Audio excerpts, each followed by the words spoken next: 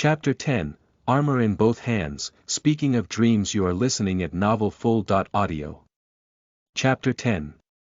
Armor in Both Hands. Speaking of dreams, a week after Vandalia left, Cashew, leader of the Wind Chasers who had obtained the rights to explore the dungeon first from the Adventurers Guild, entered said dungeon with his companions in high spirits.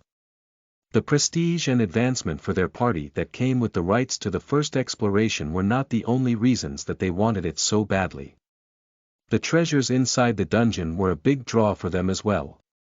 The ranks of the monsters that appear in dungeons and the quality and value of the items that one could obtain from them are fixed to some extent. However, that only applies for dungeons that have already been discovered and have adventurers enter them regularly. The longer a dungeon went with nobody entering and clearing the monsters out, the more the monsters multiplied and killed each other, increasing the levels of those who won such internal conflicts and possibly even increasing their rank. This would make the dungeons more difficult, but the value of the items inside would also increase accordingly. This would be especially true of this dungeon, as it was an unexplored dungeon that nobody had ventured into. The first exploration of any dungeon is a high-risk venture, but one that yields high reward. For this reason, Cashew and his companions had checked their equipment and prepared for the dangers, while at the same time anticipating great rewards for their efforts. However, what they found was disappointing. On the first floor, only goblins appeared, with a few goblin soldiers and archers mixed in. They lit their lanterns and proceeded with caution through the second floor, and it gave them no trouble. The third floor was a simple matter of watching their steps through the mud. Most of the monsters appearing are rank 1. There's the occasional rank 2, but they're few in number. I ascent this one of those low difficulty F class dungeons. Dungeons are ranked by the Adventurers Guild based on their difficulty. This sets a standard for how many adventurers of the same class would need to form a party to clear it. An F class dungeon is the easiest of dungeons, a labyrinth used as a training ground for novice adventurers. Of course, the rewards that could be harvested from such a dungeon would be nothing but pocket change for Cashew and his companions, who were D class adventurers. But why have the dungeon stairs turned into ramps? The hardest part about this dungeon is getting up and down those. Who knows? Maybe it's to train your legs. However, once they passed the third floor, they no longer had the leisure to make such idle chat. As they descended into the fourth floor, they were forced to fight for their lives. Die. Why are there rank 3 zombie soldiers and wraiths coming out all of a sudden? Cashew. There's a skeleton archer aiming at us from further inside. Hi. There's even a stone golem coming this way. Up until the third floor, Vandalia had cleared the monsters once, so there were few rank 2 monsters. However, he had not defeated a single monster on the fourth floor. In addition, the stone golems that Vandalia had created to avoid traps had been added to the dungeon's repertoire of monsters. And since Cashew and his companions did not possess the death attribute charm skill, the undead attacked them fiercely. Cashew's party, the Wind Chasers, were aiming for a promotion to class, so they had fought not only rank 3 monsters but even rank 4 monsters in the past, and they had even combined all of their members' strength to defeat a rank 5 monster on one occasion. They were veterans that would be able to defeat rank 3 monsters, even if they were outnumbered 2 to 1. However, they were not strong enough to be able to continuously fight against an endless swarm of them. Sheet. We're retreating for now. Deciding to make a tactical retreat before sustaining too many losses, Cashew and his party returned to Taro and gave up on conquering the dungeon on their own, joining forces with the Steel Wings and the White Stars before challenging the dungeon once more. With 15 D class adventurers gathered together, they were to get through the fourth floor without difficulty and barely managed to conquer the fifth floor. However, they fought an incredibly difficult battle against the rank 6 Black Skull General and the 10 rank 4 Cursed Armors. In the end, they were forced to retreat as well, and the Adventurers Guild commissioned a class party for the first clearing of the dungeon. However, those class adventurers were disappointed.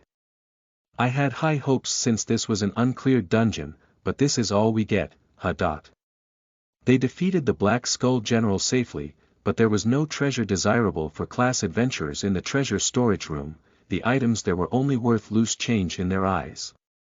The weapon and shield used by the Black Skull General was using a problematic mana absorption ability during the battle, but they fell to pieces as soon as he was defeated, so the adventurers were unable to claim them for themselves. Undead monsters have a higher chance to yield magic stones, but most monsters at rank 4 and above drop magic stones anyway. They would dismiss this dungeon as a failure in their disappointment and put it behind them, but they would have never imagined in their wildest dreams that an infant who was not even an adventurer had ventured into the dungeon and cleared it before them.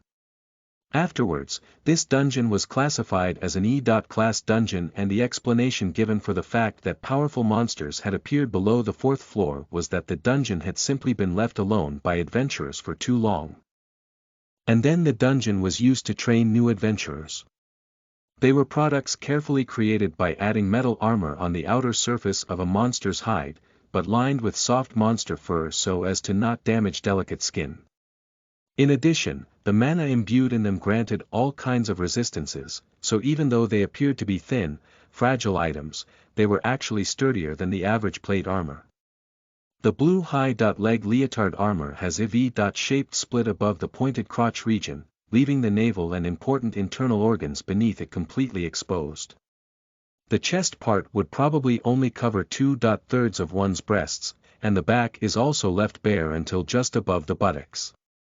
The bikini armor is just as lacking in surface area. It also does not cover more than 2/3 of the breasts, and the bottom part is cut quite low, as if it has been taken into consideration that a beast person with a tail may wish to wear it. But unlike the swimsuit-like torso portions, the shoulder armor, wrist covers and leg guards are properly made. This imbalance causes the wearer to have an immodest appearance, though perhaps they would be a stimulating sight for anyone who sees them. Though, this only applies if a woman is wearing it. It wasn't anything to be concerned about after all. Vandeleur gave an earnest nod as he examined the high-leg armor and bikini armor before him. Indeed, they were just suits of armor. The high-leg armor housed the spirit of Sam's eldest daughter, Saria.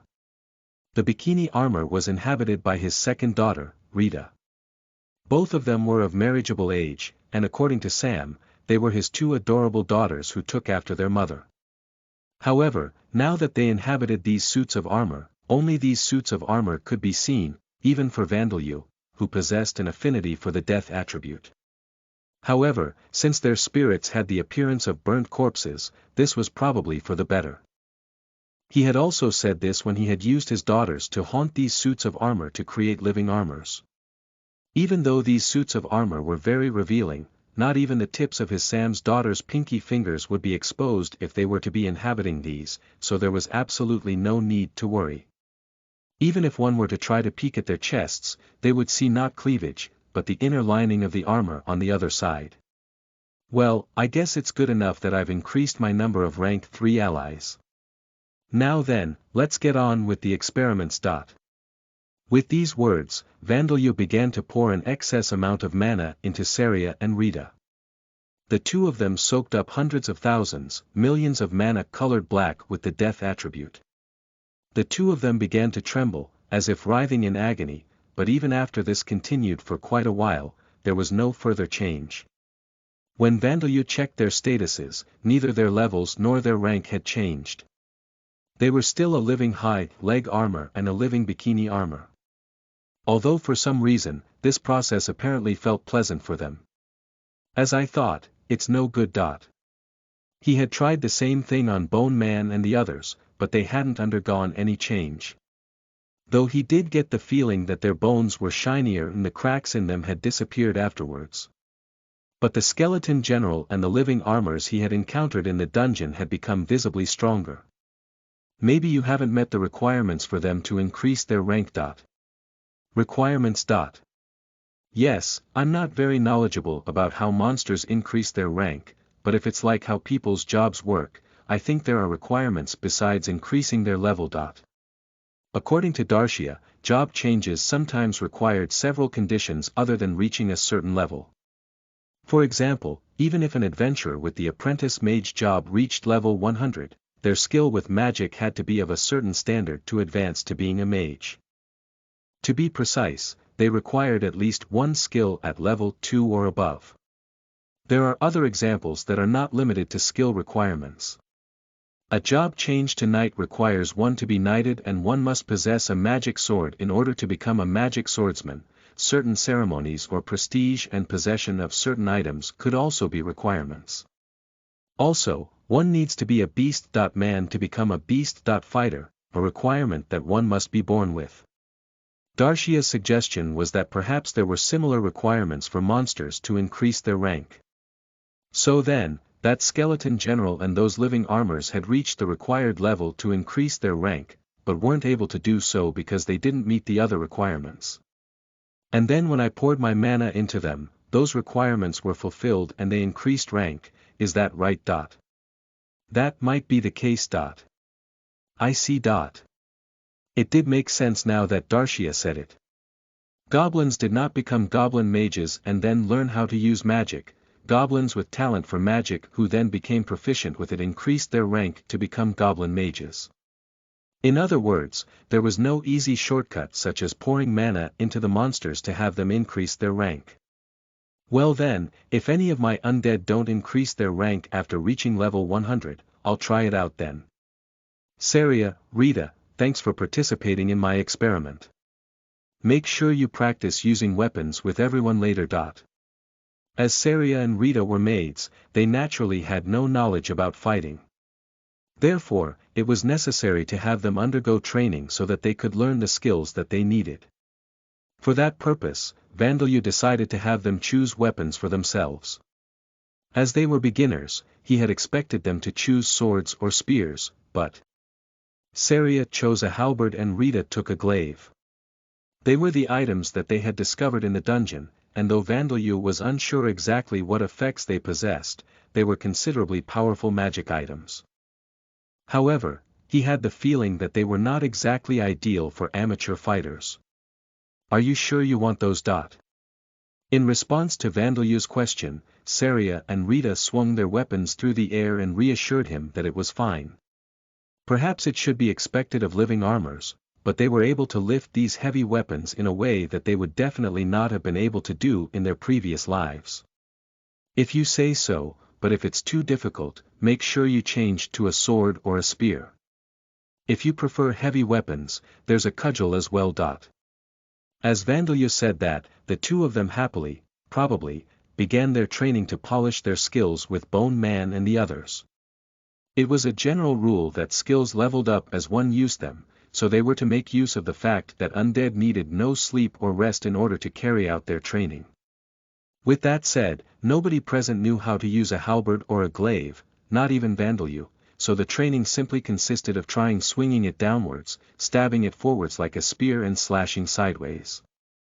This was far less efficient than real battles, but being on a continuous journey while also constantly looking for sources of experience points such as goblins and bandits would be too tiring for Vandalyu, even if the undead could handle it. Also, he wasn't particularly keen on contributing to the maintenance of peace in the country of Murg. Well then, I'll take care of these walnuts that we picked up yesterday. The sun was still high in the air and Vandalyu wasn't feeling tired, so a nap could come later. Being the only one to slack off didn't sit well with him either, so he began preparing some walnuts. He had more than enough food, but having salt as his only option for seasoning was getting dull, so he planned to make sauce using the walnuts. He had a vase full of walnuts that had been picked yesterday afternoon. They were still unripe and the fruit was still intact, so eating them as they were was out of the question. He spread them over the ground. They'll need about a month or so. Decomposition. And then he used death. Attribute magic to speed up the decomposition process by a month. The unripe fruit turned black and muddy. Washing away this decomposed fruit with spring water that he had used golems to collect caused the seeds to come out. Peeling their shells finally yielded the walnuts, but he had to be careful not to be impatient and crush them by accident. If that happened, the broken fragments of the shell would become mixed with the walnuts and less of the walnut would be usable. And so he used earth golems to cook them lightly, using a fire that he created by making golems from firewood and having them rub against each other. Doing this made it easier to break the shells. Now all you need to do is split the shells with a knife once they've cooled down. So Darshia advised. As a member of a race that lived in the forest, she was knowledgeable about how to use things that the forest provided. Vandalyu used heat leech to cool the walnuts down and then used his nails to split the walnuts. Darshia had told him to use a knife, but lately he had become able to grow his nails to a certain length at will, so he decided to put this ability to practical use. In the future, I might have to use these to fight or something. His late father had been a master of close-quarters combat, and had been good at fighting using his claws. Could this be a hereditary trait as well? As Vandalyu wondered this, Darshia opened her mouth as if she had just thought of something. Future, huh? Do you have something you want to become in the future, Vandalyu? Future. I want to become a high-class adventurer, build up achievements and become a nobleman. And then I want to become well-known in society.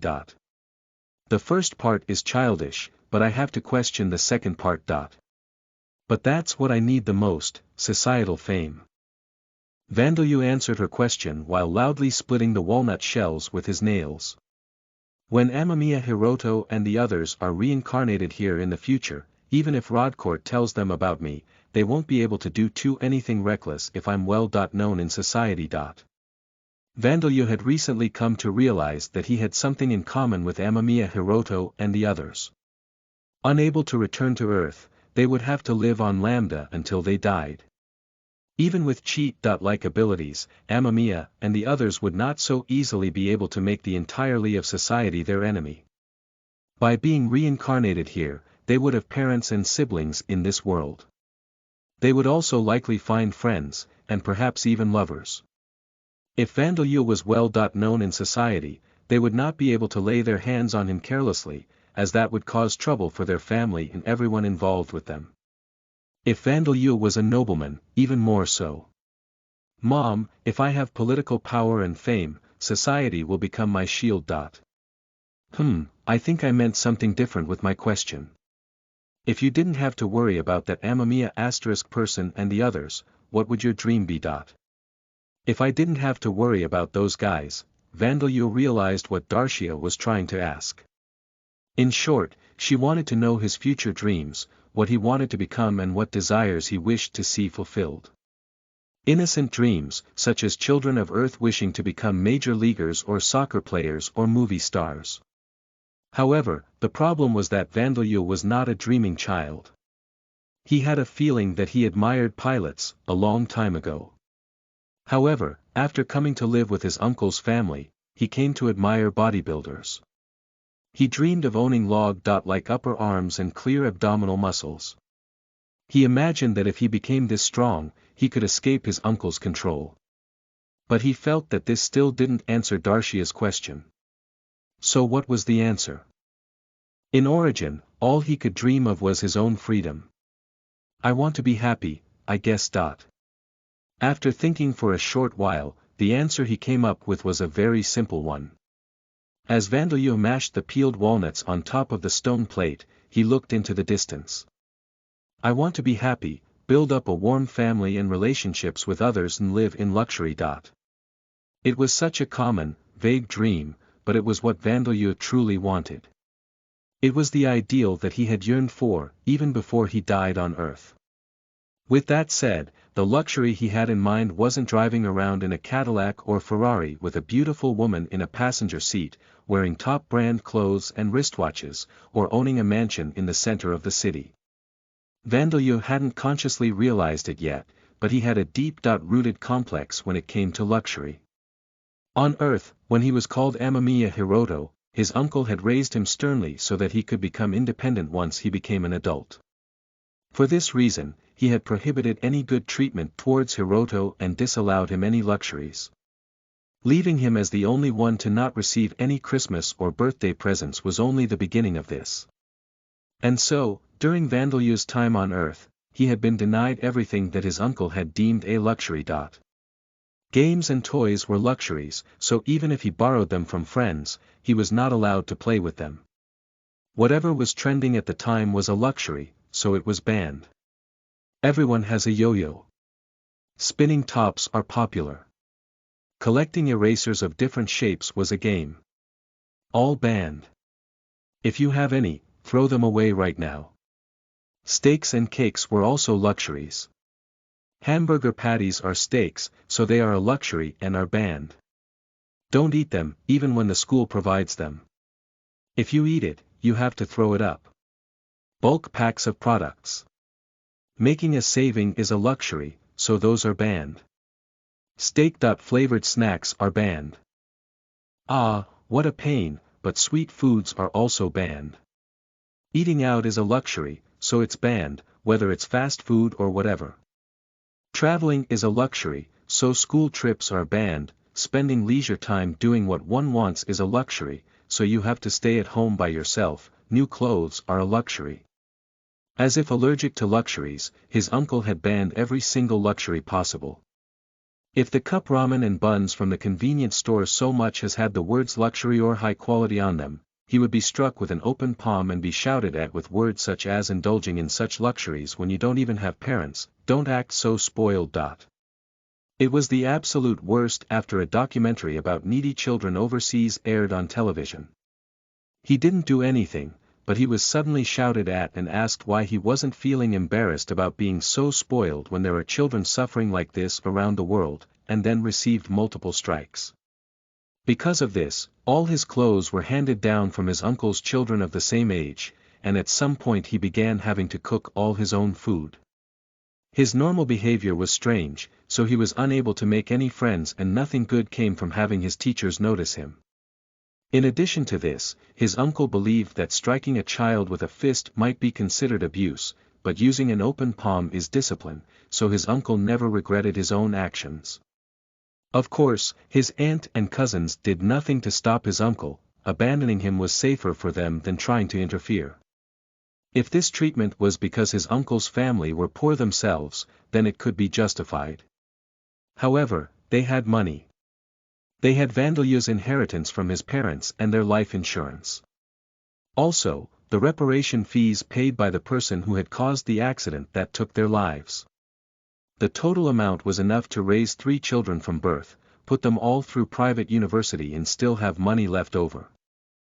In such conditions, the treatment of Vandalyu was inexcusable.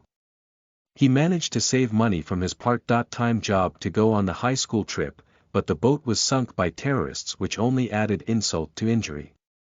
It was even more infuriating to think that his uncle had promised that the remainders of his parents' inheritance would be his once he left the house, but now his uncle's family would keep all of it. And then he had lived his second life in origin as a laboratory animal. He didn't even have freedom in this second life, let alone luxuries. That was why Vandalyu wanted to become happy and live in luxury in this third life. First of all, he wanted to live in a society where he could spend money. I'll decide what's a luxury and what isn't when I arrive in the Orbom Kingdom, though. Really? I think if you become a high-class adventurer, you'll become rich just from that. Yeah, it's fine. I'll kill High Priest Gordon and Hines properly. Yeah, thanks. But you don't have to force yourself, you know. Alright. I'll become strong enough to be able to kill them easily, alright, Mom. So is it alright for me to feel relaxed about that? Still, don't push yourself, okay. For some reason, Darshia had the feeling that Vandalyu didn't quite understand what she was trying to say, but she gave up, knowing that her chances of making him understand were low. In fact, becoming a nobleman in the Orbom Kingdom meant that it was likely that High Priest Gordon and Hines, who lived in the Amid Empire and its nations, would become his enemies anyway. If Vandalyu decided that it was necessary to kill them, then it probably was. The walnuts were complete after adding some herbs that he had obtained from the forests. Vandalyu wanted to add nice smelling oil to this, but he had no such oil available. Still, knowing that tonight's dinner would taste better, he gave a satisfied sigh. It sure would be nice to eat some rice instead of burned, hard bread. Thankfully, Vandelu's uncle's luxury allergy hadn't extended to banning rice.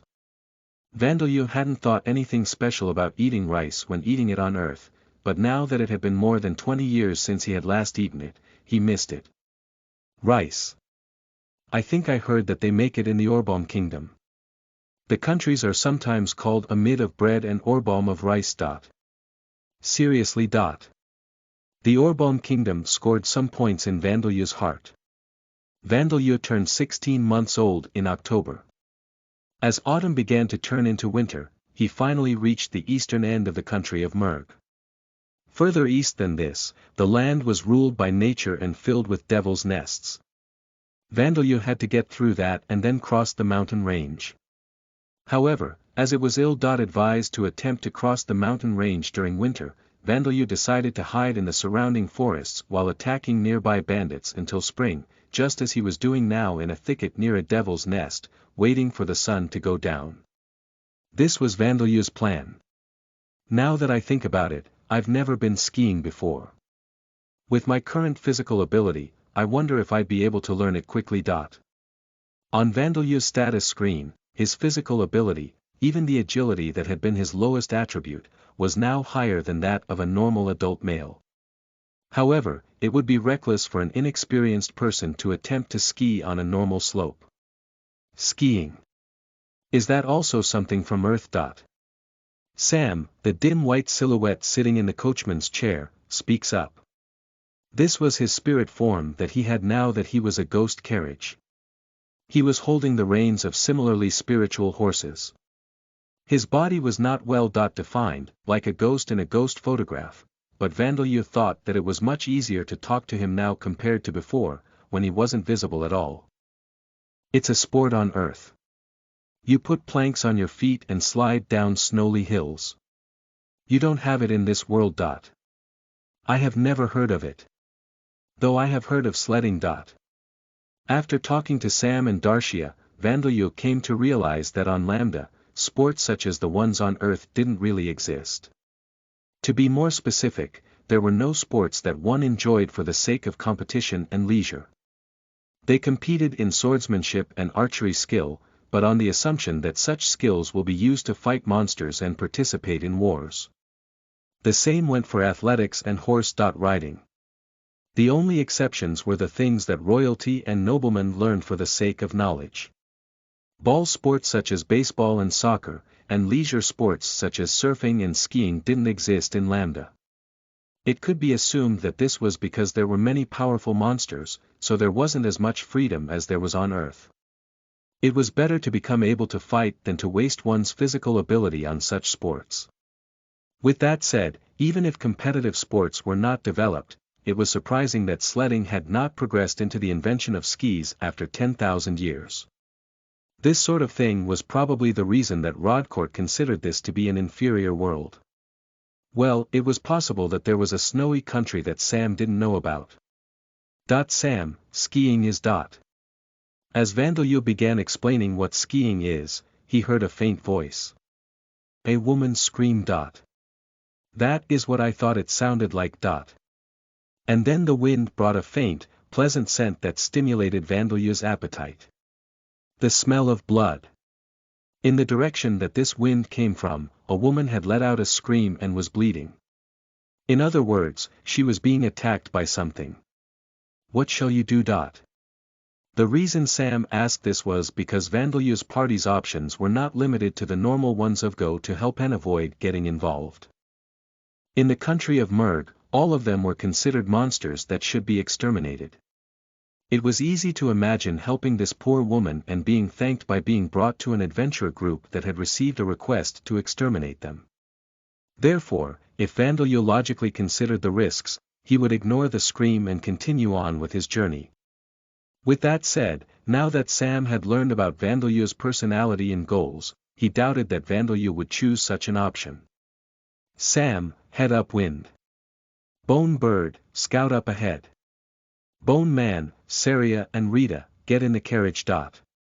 Vandelu's decision was for now, help out if it seems dangerous, and then think about what to do afterwards.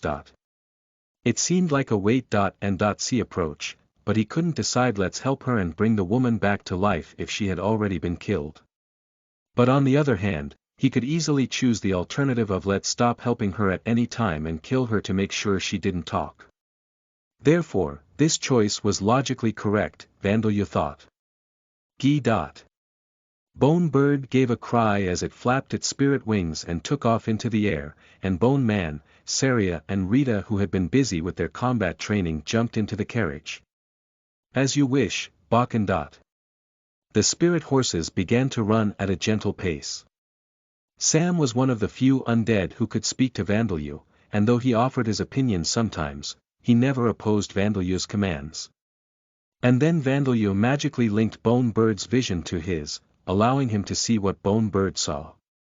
As Bone Bird flew higher and higher, he could see several humans doing something at the boundary at which the forest ended and a grass-covered plain began.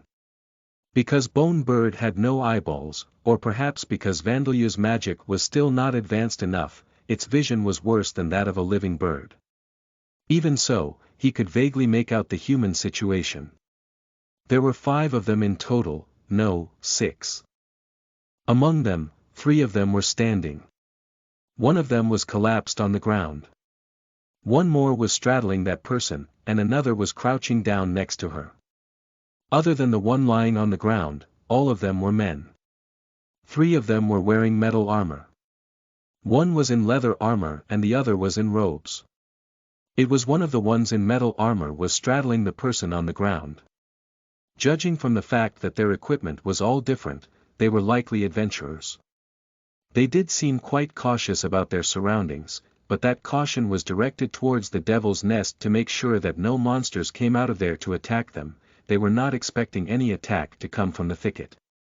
Made of only bones and a faintly glowing spirit form, Bone Bird would be difficult to spot in the middle of a sunny day, so there was no chance that it would be noticed while it was scouting. The one lying on the ground was a woman with long hair and an unusual skin color, gray-brown. She was half naked and bleeding. The man crouched down next to her reached his hand out to her chest. Sam, use silent steps and go as fast as you can.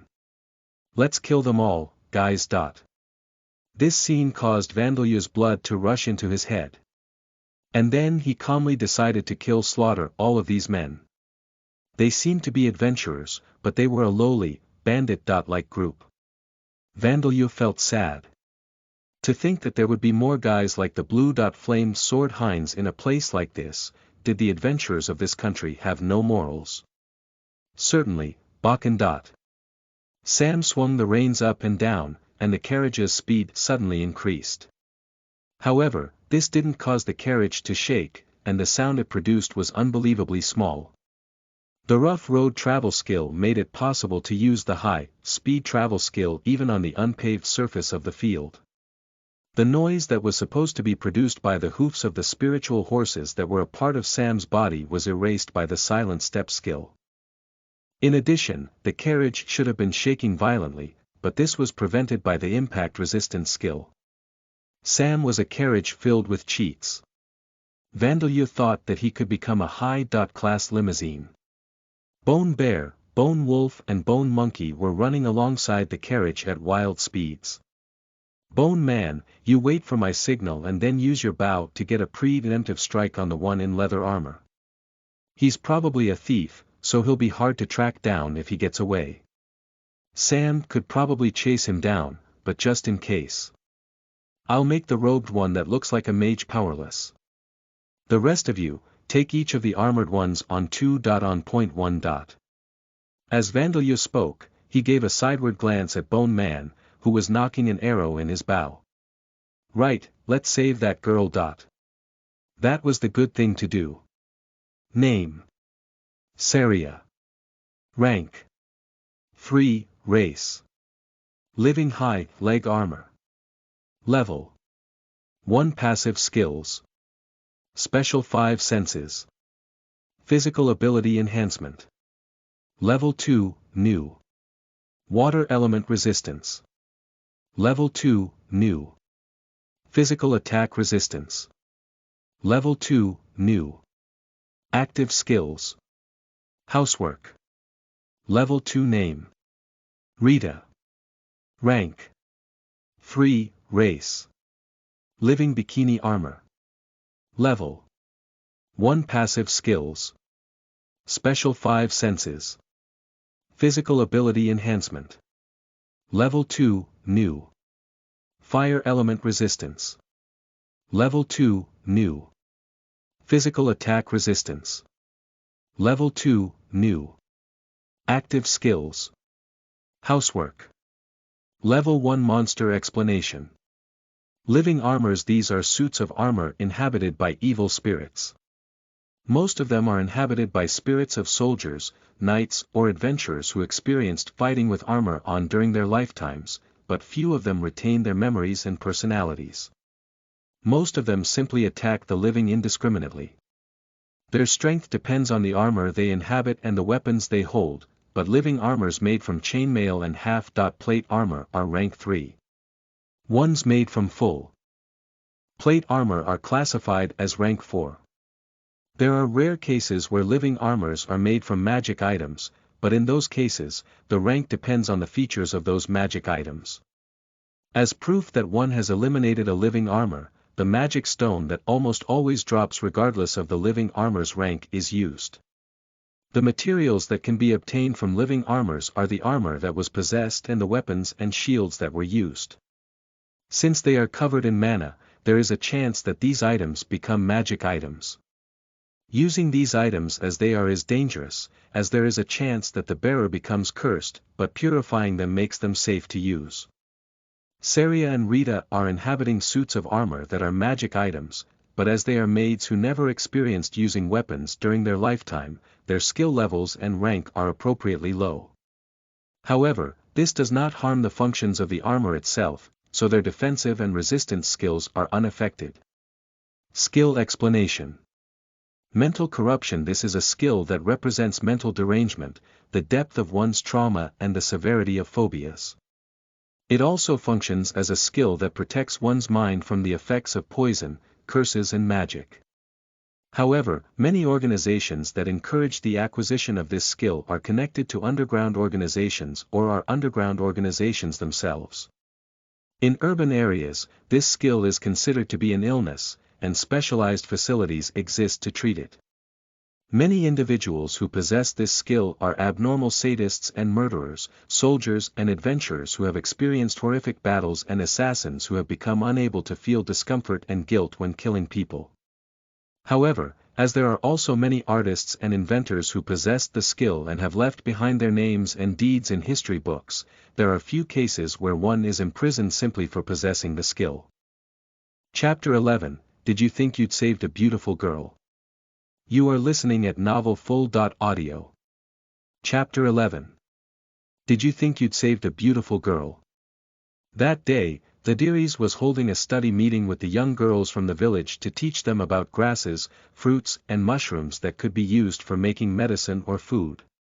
Many of the race that Zadiris and her group belonged to did not place a high priority on passing on their knowledge, but she knew the importance of teaching the younger generation these things and often talked about it to the people around her, so the people of her village were likely aware as well. The reason she was only bringing girls with her was the great difference in appearance and characteristics between the two sexes in her race. Males were well suited to fighting and manual labor, while women did work that required thinking. Though this was a general rule, she had already taught the smarter men in the village enough, so she didn't bring them with her today. Of course, just because monsters weren't attacking didn't mean that she let her guard down. Zadiris herself was confident in her strength and magic, and their study meeting was happening just at the edge of the forest. Strong monsters wouldn't appear, and at this time of year, adventurers shouldn't come this way either. She went that way. She's fast. Don't let her get away. However, the reason things had turned out like this was because she had let her guard down after all. They were found by a group of 5 adventurers. Be careful, she's a mage, a high. Class 1.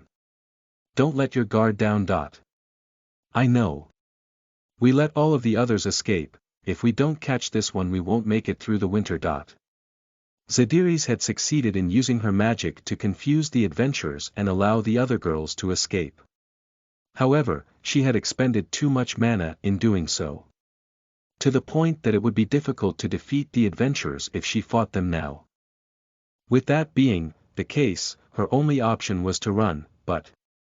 Ha, ha, ha dot. Her breathing became quick, like that of a dog or a wild animal. Her heart was pounding painfully, but she couldn't do anything about it. To think that I've run out of breath already. I guess I can't win against time. As Zadiris lamented her old age, an arrow flew across just to her side. As the adventurers took aim at her, she reflexively spun her body to the right. 3 seconds later, her feet were standing on empty air. She was at the edge of a cliff. It was a small cliff on the boundary of the forest. It was a cliff of a height such that one wouldn't die by jumping off it, and one would normally be able to make a safe landing in the forest. However, this time it was fatal. Zadiris, losing her balance, hit the cliff's slope like a ball and began rolling down. Ugh, she crashed into the ground and landed face down. She tried to stand up, but she couldn't put any strength into her legs and arms. Despite the fact that her life was in danger, they demanded rest and refused to obey her commands. She was already winded, but this was the effect of leaving the devil's nest. She was really feeling her age taking its toll on her. Well, this is fine. The clan will not perish just because I am gone. Her successor had already been nominated. There were reliable men. She had managed to let the young ones with the future on their shoulders escape. Considering that she had only 10 years or so remaining in her life, hadn't she done pretty well? It was probably better for her to die already, before she became any more senile than she already was. Several laughing voices and sets of footsteps came closer. It was the adventurers. From here, they would certainly finish her off and collect the magic stone and her body parts that would become raw materials. She didn't really care about this, she had done the same thing countless times herself. She hadn't gone out of her way to do so, but she had even killed adventurers in the past. She harbored no grudge against them. They should finish her quickly. Zadiris quietly stayed face down and closed her eyes, but the adventurers grabbed her legs and turned her face up. If they wanted to kill her, they could have stabbed her in the back, so why? As Zadiris thought this, she opened her eyes to see the adventurers looking down at her with vulgar smiles on their faces. Heh, I thought this while we were chasing her, but isn't she quite the pretty woman? You think so? I like mine a little more grown up. Nobody asked about what you like. What's important is whether we'll be able to sell her at a high price. Zadiris had thought that they were perhaps inspecting the materials that they would be harvesting before they killed her, but upon hearing the word sell, she realized that this was not the case. The females of these creatures can be sold to underground slave traders for quite a lot. Thanks to that, we'll be able to take it easy during this year's winter. The adventurers hadn't been chasing her around to kill her and harvest raw materials from her, but to capture her alive and sell her to a slave trader. Zadiris opened her eyes wide. Being defeated and killed was one thing, but she wouldn't allow herself to become a sex slave and treated as a plaything until she died. You bastards. Oh, she understands language. I suppose that's to be expected of mages, this one should sell for even more than the market price. Zadiris bared her fangs and glared at them, but the smiles of the adventurers looking down on her only widened. She mustered what was left of her strength and tried to take at least one of them down, but one of the adventurers stabbed her with a knife. Guh. Aagh. Violent pain flooded through Zadiris's body. Her vision turned pure white, and she couldn't help but let out a girlish scream. It hurts, huh? You guys are pretty tough when it comes to dealing with pain, but this knife is a magic item with the pain up enchantment, being cut by this knife will hurt 3 times more than usual. A little while ago, we caught a bandit and all we had to do was give him a light cut with this knife for him to spit out where his base was. Guh. Ha. Ha. By the time Zadiris had recovered a little from the violent pain, her willpower fell along with the tears from her eyes.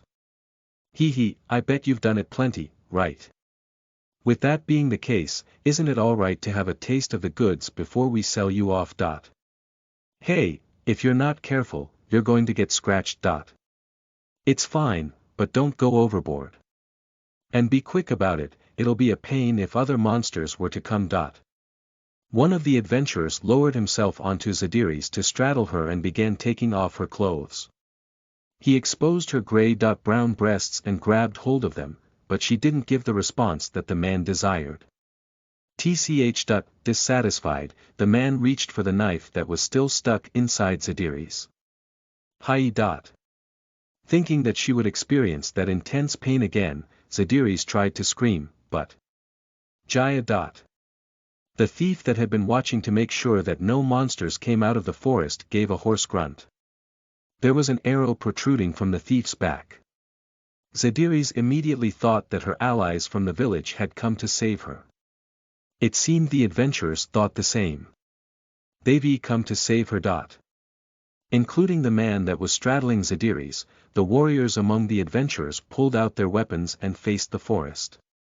However, the robed mage gave a shout as he pulled the arrow out from the thief.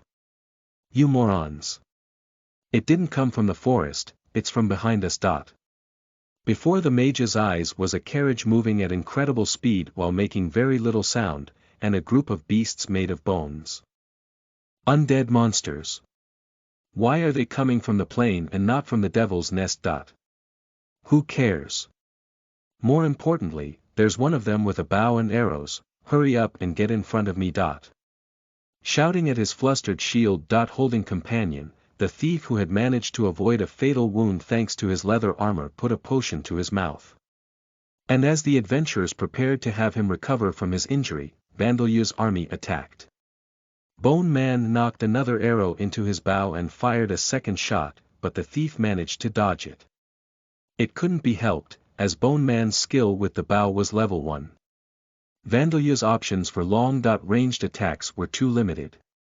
Perhaps he should have had Saria and Rita learn archery as well. As this thought ran through his mind, he released his spell towards the mage who seemed to be chanting an incantation. Magic Absorption Barrier. A black mass of mana flew towards the mage. He immediately tried to block it with some kind of defensive spell, but the black mass absorbed and nullified it completely. Yua! That ghost carriage used some kind of strange magic. What the hell is this? The black mass covered the mage like a dome, but for now, it seemed that it wasn't doing him any damage. Don't worry about that, hurry up and chant your spell. The ones at the front holding swords, spears, axes and shields stepped forward to meet the enemy, but in the next moment, their well-prepared front line crumbled. Ha! If you will not fall back, then I shall trample you. Sam, sitting in the driver's seat of the ghost carriage, gave a shout as he ordered an increase in speed. The faint, white horses gave a neigh as the carriage closed in on them at incredible speed. Charge. Ruin. As the man with the shield gave a shout, the adventurers all jumped out of the way of Sam's path.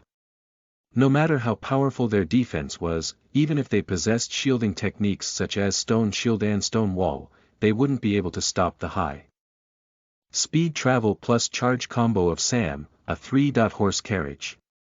Because they reacted quickly, they succeeded in avoiding Sam in time, and Sam performed a magnificent drift turn just 2 meters away from Zadiris' feet. This was something that he was only able to do because the spirit horses were a part of him. The carriage should have been shaking violently, but thanks to the impact-resistant skill, everyone inside was able to remain standing with the exception of Vandalu. Good. And as the adventurers' formation collapsed, Bone Wolf, Bone Bear and Bone Monkey attacked. The adventurers seemed quite skilled, each of them managed to avoid the first attack and retake their stances with their weapons ready. Gia. Uhu. With Bone Bird's Talon attacks coming from above and Bone Man joining the fray after leaping out of the carriage, things weren't just looking bad for them, it was downright disastrous. What are rank 3 monsters doing outside the Devil's Nest? How the hell should I know? Single flash. Oi, how long is that support magic going to take? One of the men somehow managed to block a swing of Bone Bear's front paw that was powerful enough to break his shield, another had his basic swordsmanship skill single brandish avoided by Bone Monkey, and the last was shouting at the mage that seemed to be taking forever to cast his support magic without turning back to look at him. Oh flames, gather forth in my hand. It's no good. My mana is being absorbed so I can't use magic.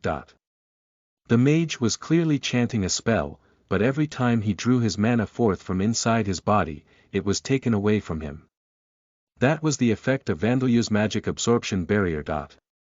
If one attempted to use magic within the barrier, the mana was stolen away before the spell could be completed.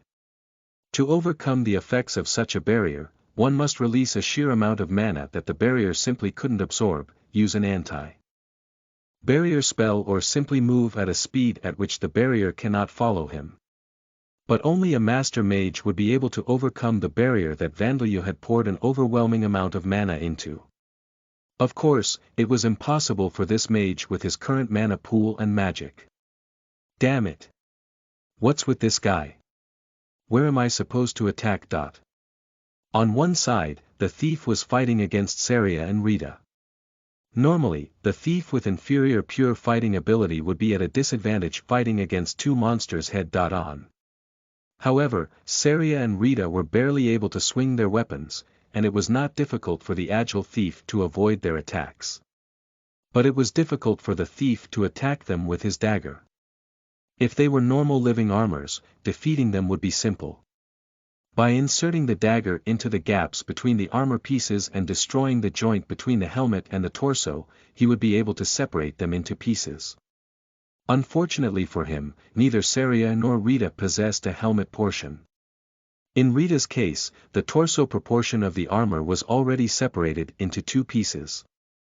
Trying to separate the armors into pieces would be impossible, as the living high leg armor and living bikini armor were already in pieces. Where's the head, where are the vital points? God *M. Jaya. He tried to stay calm, but his companions at the front were at a disadvantage already. Their mage had been made useless. And then the bewildered thief let out a scream that sounded like a dog as Sam sent him flying like a rubber ball. The adventurers, given no chance to turn the battle back around, lay on the ground as corpses. The only casualties for Vandalyu's party were several broken bones on Bone Wolf and Bone Bear, and Vandalyu's own injury that he sustained while rolling around in the carriage. I am terribly sorry, Bakken. I said it's fine. It'll heal soon anyway. There was a deep, bleeding gash on Vandalyu's forehead, but as he possessed the rapid healing skill, it would heal within a few days. As for the broken bones, they were easily repaired as Vandalyu had recently discovered that he can use death. Attribute magic to restore them. In the end, their losses were basically non-existent. Looks like I need to reflect upon my actions. However, Vandalyu was reflecting on his rash decision to attack these adventurers. The reason he won this battle easily was because his surprise attack had gone well, he had used death. Attribute magic that they had never seen before, and because they weren't all that skilled.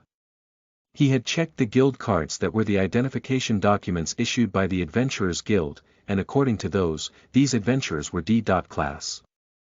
If they had been class or higher, it was likely that he would have had the tables turned on him.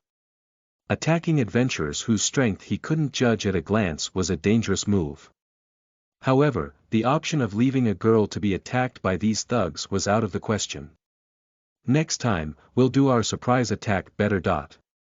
End of self-reflection. Leaving the tasks of stripping the adventurers of their belongings, taking care of their corpses and gathering information from their spirits until later, the first thing to do was to help the girl who had been attacked. When he had used his sense life earlier, she had not been in a state where she might die soon, but she had been greatly weakened. This was where the potions that he had acquired in the dungeon that he had kept just in case came in handy. Ugh, Zadiris was fully prepared to be killed at this point.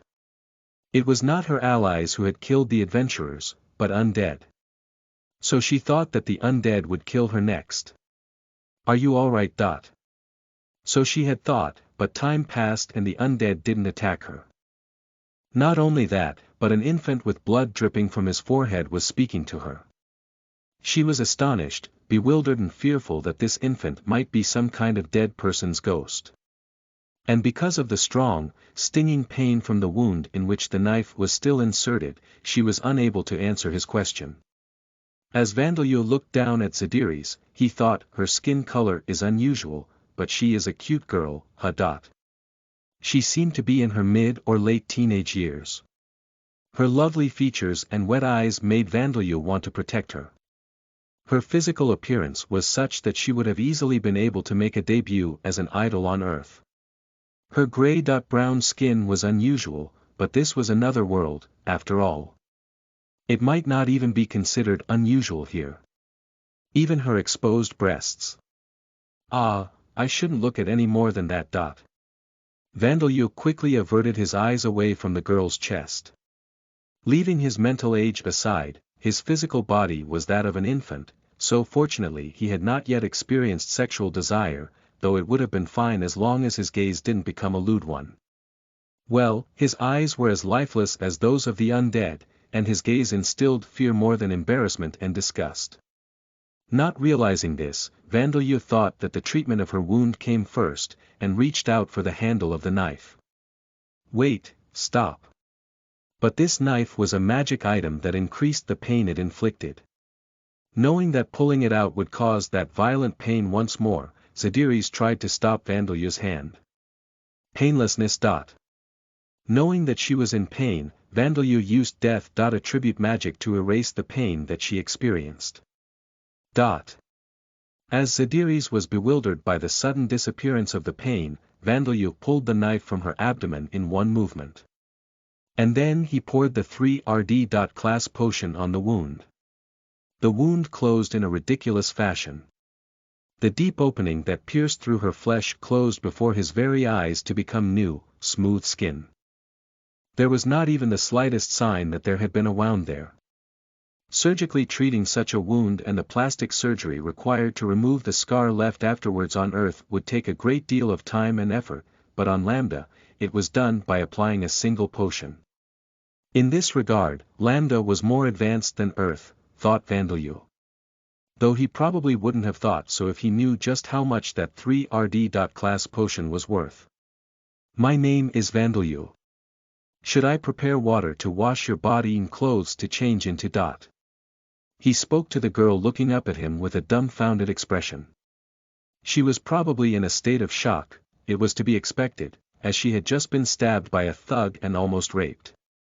On Earth, a female police officer would handle this kind of situation. The only females here were Darcia, whom only Vandalyo and the undead could see, and Saria and Rita, who simply appeared to be floating suits of armor, so one might not immediately assume that they were females. Therefore, by process of elimination, the only one who could offer Zadiris support was Vandalyo. Though I think that I'm definitely the wrong person in the wrong place for this job. In both lifetimes on Earth and in Origin, he hadn't really interacted with members of the opposite sex, so there was no way that he could handle a delicate task like supporting a sexual assault victim. As if proving this correct, tears welled up in the girl's eyes. Her face had been wet with tears and sweat since before her wound was healed, but she appeared as if she was going to burst into tears again. Ugh! Uaa. And sure enough, she burst into tears and held on to Vandalyo tightly. She was so forceful that Saria and Rita reflexively attempted to recover Vandalyo from Zadiris' arms. Vandalyo waved them down with his hand, and was being hugged at her mercy. That wasn't quite right. She was much stronger than she appeared. She wasn't forceful enough to break his bones, but it was hard to breathe. Her fingernails were digging into him. It's quite painful. But it's nothing compared to the reconstruction surgery and human experiments I endured in Origin. He tried to endure it, but he really didn't have the freedom to be happy about being hugged by a cute girl. You really saved me. You saved my life. Not only did you defeat the adventurers, but you even used a precious potion on my wound. I do not know how to thank you. I see. Vandalyo and his party were making their way through the Devil's Nest. They had waited until Zadiris had calmed down, stripped the adventurers of their equipment and then ventured into the Devil's Nest. My apologies, the village is a little further. In order to take Zadiris home. The reason that her village was in the middle of a devil's nest ruled by monsters was that she belonged to a race generally considered to be monsters. We ghouls are resistant to pain, but that magic item put me through hell. On top of that, they were going to turn me into a sex slave and sell me off. Humans are scary. Indeed, Zadiris was a ghoul. Judging from the color of her skin, Vandalyo had thought that she might not be one of the races of people, but he hadn't imagined that she would be a ghoul. However, as Vandalyo sat in Zadiris's lap wrapped in her arms, he felt uncomfortable with just how different she was to the image of ghouls that he had in his mind. Ghouls are not undead. The image of ghouls in Vandalyo's mind was that of undead monsters with long claws and fangs, strength greater than that of zombies, and a love for feasting on dead flesh. However, he could feel the comforting warmth from her body that he hadn't felt since Darshia had died, and his sense life skill detected life in her. She might not be a human, but she was definitely a living creature. Bakken, we ordinary people are told that ghouls are higher class zombies, not very different from vampires. According to Sam, ghouls were treated like an inferior species of vampires. They lived and had children. However, they were powerful monsters that attacked people, had great physical strength and resistance to pain and secreted venom at the claws of their hands and feet. And they apparently turned freshly killed corpses into members of their own kind in some evil ceremony. We are not higher class zombies, but you are half correct, Sam. But according to Zadiris, the reality was quite different. Ghouls were apparently not an inferior species of vampire, but their lesser relatives. To put it simply, the founder of us ghouls was the twin brother of the founder of vampires, or perhaps his younger sister. That means that ghouls are also children of the goddess Vita. But ghouls weren't mentioned in the legend that Mom told me. Well, I do not know the details, but this is something I heard from the eldest member of the generation before last. According to the legend that Vandalyo heard from Darshia, Vita birthed Lamias, Scyllas, Harpies, Arachne and Centaurs, but nothing about ghouls being among those monsters. Well, it wasn't like Darshia knew everything, and it was the kind of story whose contents would differ slightly from region to region. It seemed that the ghouls of Zadiris's village believed in Zadiris's story. But that didn't mean that they were particularly friendly towards humans. Nobody would want to try to become friends with people that branded them as monsters and tried to kill them. In fact, Zadiris had killed numerous adventurers in the past, and lost companions to them. But to think that they would sell me as a sex slave. If I was simply going to be killed, I would have accepted it and given up. Becoming a target for the sexual desires of humans had apparently been a shocking experience for Zadiris. However, unbeknownst to her, the reality was that this kind of thing was not unusual in underground societies.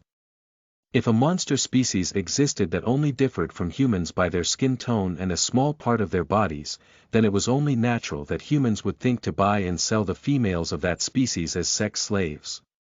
For heaven's sake, it is not as if they would think the same about a female orc. Do you not agree? In response to this question, Vandalyo looked up at her and shook his head sideways.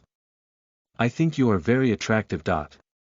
Even after learning that Zadiris was a ghoul and re-evaluating her, she was still lovely in Vandalyo's eyes. He thought that her yellow pupils and gray-brown skin were exotic, and her fangs resembled Yiba *, so he found them cute. With her young-looking, curved cheeks and captivating lips, it wouldn't have been strange if she became Vandalyo's first love if he had been a little older. Vandalyo felt like he was missing out, but putting that aside, Zadiris would have been worth an incredible amount as a slave. So it is possible that those men attacked you not because they are fine with any women, but because they had their eyes on you from the very beginning. You should be careful from now on. Is something wrong? No, it is nothing. In response to Vandeleur saying that she was attractive, Zadiris's heart began to throb violently for some reason. Despite thinking, wait, what am I thinking about a child young enough to be called a baby, her heart didn't stop pounding. What a strange boy. He commands the undead and uses unknown magic. And when he stares at me directly, I feel strange. Could this be the charming gaze of the vampires? Her knowledge about vampires was far from complete, so she somewhat misunderstood her own feelings towards Vandeleur. It seems that is indeed the case. I shall have to take care from now on. I must also warn the women of the village. Someone like me with few years left to live was targeted. There is no guarantee that the younger ones will not be targeted as well. Zadiris was the eldest member of the ghoul community. She was apparently 290 years old this year. And the lifespan of a ghoul was apparently 300 years. It seemed that she was not lying when she said that she didn't have long to live. When Vandeleur had used his sense life skill, he had felt a weak reaction from Zadiris. This was not because of the knife that she had been stabbed by at the time, but because of her age.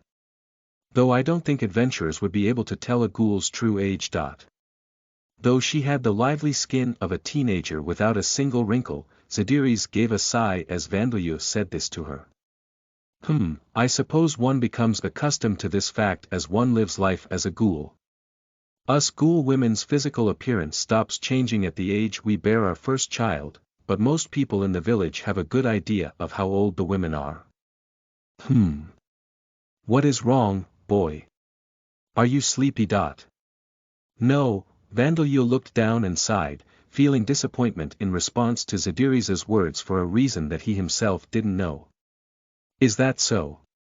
In that case, I would like you to promise me something now. Would you keep the fact that I sobbed like a small girl a secret? Of course, Sam. Dono as well. I don't mind. I simply obey Bakken's commands. My endless thanks. It seems that something has approached us while we were talking. Though they had been having calm conversation, Vandeleur's party was traveling through a devil's nest right now. It was inhabited by monsters in far greater density and numbers than in ordinary forests and wastelands. But as Bone Man and Bone Wolf were guarding Sam's surroundings, only a single foolish goblin had attacked them and been quickly cut down.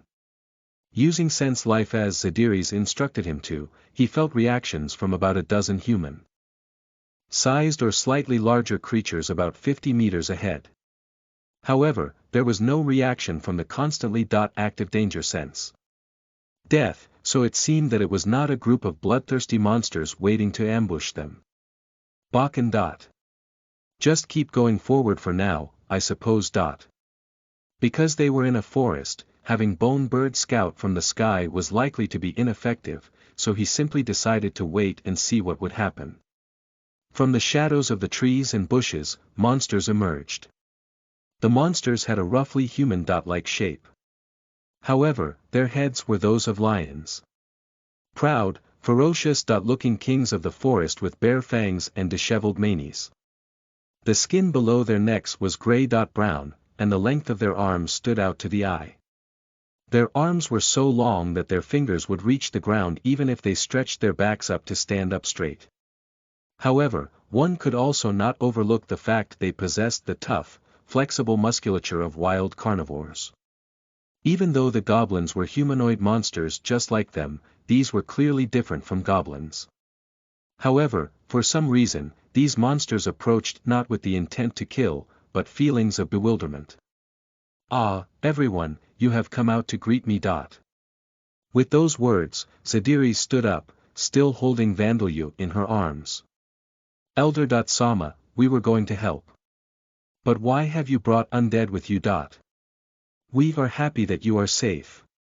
But what are these things? The monsters spoke with a low tone that sounded like growling, but also quite skillfully considering that they were doing so with the mouths of lions. As Vandeleur was feeling just as bewildered as they were about the current situation, Sam whispered to him. Bakken, I have heard that ghoul male and fey men and women are greatly different in their appearances. Though this is my first time seeing it for myself. Zediris completely resembled a human other than her fangs and the color of her skin. But on the other hand, the appearance of the men was not human at all, even though they were all of the same race. Yes, I was in danger when adventurers attacked me, but I was saved by this boy. The undead are under this boy's command. That small boy defeated the adventurers. And he commands the undead. In response to Zediris' words, the ghoul men exchanged looks of disbelief. Well, even Vandeleur thought that the truth would be difficult to believe right away. And then an enormous ghoul appeared from deeper within the forest, even larger than the other male ghouls, standing 2 meters tall. He was wearing leather armor made from the hide of a monster, and his mane was adorned with a brilliant bird. Feather decoration. On his back, he carried an enormous battle-axe that looked as if it could cut a bear in half. This ghoul was likely the leader among the males. Vigoro, you came out as well. I have told you many times that the chief of the village should not leave it so easily. Yuri still the chief, Zediris. If the chief is in danger, then it's only normal for me, the leader of the warriors, to step forth. You are the effective chief. Even if I die, as long as you are still here, the village will thrive on. Effective chief.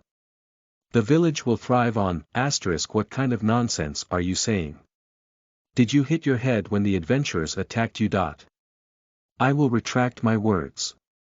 You clueless fool, you shall need to train that brain of yours for a while later. Retract. I'll have you know, I've been training my brain. And before that, I defeated an orc with a head. But. As Vigoro threw out his chest with pride, Zediris gave a deep sigh. Her breath tickled the back of Vandeleur's head. Still, the ghoul called Vigoro possessed log-like upper arms. How did one acquire that much muscle? Vandeleur really wanted to know. So what are you planning to do with that child? Of course, we will make him welcome at our village. This boy is very generous, he says that he will even provide the meat for us to have a banquet. There is no problem with that, is there? Gur, Vigoro tilted his head in response to Zediris' reply. In normal circumstances, she would never allow a member of another race to enter the village, even if he had saved her life. In the first place, since the ghouls lived in a devil's nest, every other species existed simply as their enemies and prey. It wasn't unusual for ghouls of separate villages to kill each other in some cases. That was why Zediris and Vigoro advocated for the exclusion of outsiders. For the sake of survival, this was the correct choice. Vigoro had noticed that Vandeleur was a damper.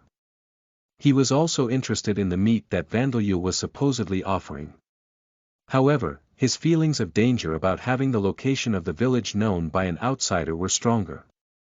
He felt no hostility at all from Vandeleur, who was looking up at Zediris with eyes as lifeless as the eyeballs floating in orc soup. No, something was strange. He wanted those dead-looking eyes to look at him, he wanted to do something for this child. Vigoro consciously realized that he was beginning to feel this way. If it's too much trouble, then we can just be on our way. As Vandeleur said those words, Vigoro and the ghoul men under his command let out a small growl as they felt the sensation of their chests tightening. They felt feelings of guilt, as well as discomfort at the fact that Vandeleur would simply leave if they did not stop him. It's not too much trouble. We'll lead you to our village, please let us welcome you there. Vigoro immediately shouted this response. The other men cheered in agreement. Vandeleur, you're our guest, so we'll welcome you. Grrrr. And then Vigoro looked up at the sky and let out a beast like roar. As Vandeleur was shocked by the loud roar that caused the air to vibrate, Zediris spoke to him. He is communicating with the people in the village. He is telling them that the chief is safe, there is a guest coming and that they should make preparations for a feast. And so Vandeleur was welcomed into a friendly community for the first time in his life. Name. Zediri's rank. 5 race. Ghoul Mage level. 100 job. None job level. 100 job history. None age. 290 years old. Passive skills. Night vision, pain resistance. Level 3 superhuman strength. Level 1 paralyzing venom secretion, claws. Level 2 increased mana recovery rate. Level 4 active skills. Light, attribute magic. Level 4 wind, attribute magic. Level 2 no attribute magic. Level 2 mana control. Level 5 alchemy. Level 2 status effects. Old age monster explanation. Ghoul mages. These are ghouls that have learned magic past a certain level. Their skills are beyond those of inexperienced adventurers, and they are still excellent at close-quarters combat due to their physical ability and the paralyzing venom of their claws. They are more intelligent than other ghouls. Most ghoul mages are in high societal positions such as being the head of a family or a staff officer. Because of this, there are almost none that act on their own, and they often have multiple subordinate ghouls serving them. For this reason, the Adventurers Guild recommends that adventurers form parties if they are planning to eliminate them. The item that one uses to prove that he has eliminated a ghoul mage is the ghoul's right ear. Materials that can be harvested include the claws of all 4 limbs, the eyeballs and tongues that are infused with mana, the liver which can be used in medicines, and the spinal cord which can be used as a catalyst in alchemy. Ghoul mages are among the most dangerous of rank 5 monsters, so there are many adventurers who believe that the reward for eliminating them and the amount that the ingredients sell for is not worth the effort. As many ghoul mages are female, they are worth a lot in the underground slave market. However, selling them this way requires one to capture them alive, which is more dangerous, and more often than not, the ghoul mage can turn the tables on the hunter. The ghoul mages bought and sold in the underground market often teach magic to the other female ghouls, causing them to increase their rank. In order to increase in rank and become a ghoul mage, a ghoul requires a level 3 skill in at least one attribute of magic. Zediri's possesses excellent mastery over magic for a ghoul mage, but her stamina and mana have declined as a result of her own age, which means that her effectiveness in combat has significantly decreased. Chapter 12, Carnival in the Ghoul Community. You are listening at novelfull.audio. Chapter 12. Carnival in the Ghoul Community. A toast. A toast to the savior of our chief. Delicious, the meat that the savior gave us is so good. Vandeleur had saved the chief Zediris, and the ghoul community in the Devil's Nest had welcomed Vandeleur on the authority of Vigoro, the leader of the warriors. The ghoul village was far larger and more civilized than Vandeleur had expected. The trees of this forested Devil's Nest were densely packed, but they had been cleared away to create a plaza, and pit. Houses with roofs made using the leaves of trees were lined up in rows. Vandeleur wondered if the buildings didn't get too humid, but as this wasn't the Amazon rainforest or a subtropical region, it was probably not a problem. A well dug in the ground served as their water source, and there were fields for growing food, though they were primitive and only large enough to be called household vegetable gardens. There was also alcohol made from fermenting plants harvested in the forest, and a warehouse where meat from the prey they hunted was preserved and stored. The ghouls' lifestyle was similar to the people of indigenous cultures that lived in forests that Vandeleur had seen in TV programs on Earth. At the very least, they were far more civilized than monsters such as goblins and kobolds that relied entirely on hunting and gathering to sustain themselves. And they're living far more human-like lives than I have. Vandeleur, who also relied entirely on hunting and gathering other than the spoils from the bandits, realized just how important it was to have a stable lifestyle after seeing how the ghouls lived. A person only lived a normal life when the necessities of life like food and water were readily available. And the ghouls were using the meat as well as the bandits' wine that Vandeleur had offered to host a banquet. There were about 100 of them in total. There were around 10 members absent on a several-day-long trip to hunt goblins, so that number was going to increase even further.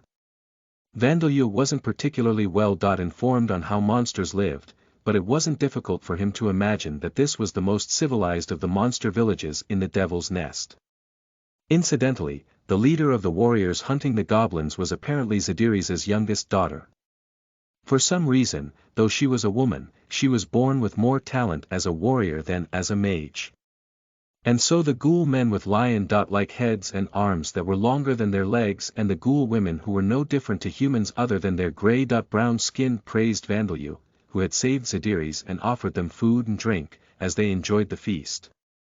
This sight was enough to calm Vandeleur as he thought, I did good. Even though he knew where the meat had come from, that feeling didn't change. Eating together with everyone made the food taste better. Vandeleur, you should eat too. Vigoro offered him a skewer with some well-cooked meat on it, but Vandeleur shook his head. I'm a little hesitant about eating human meat. Indeed, the meat that Vigoro and the others were roasting on skewers and boiling with herbs was the flesh of the 5 adventurers that Vandeleur had killed when he saved Zadiris.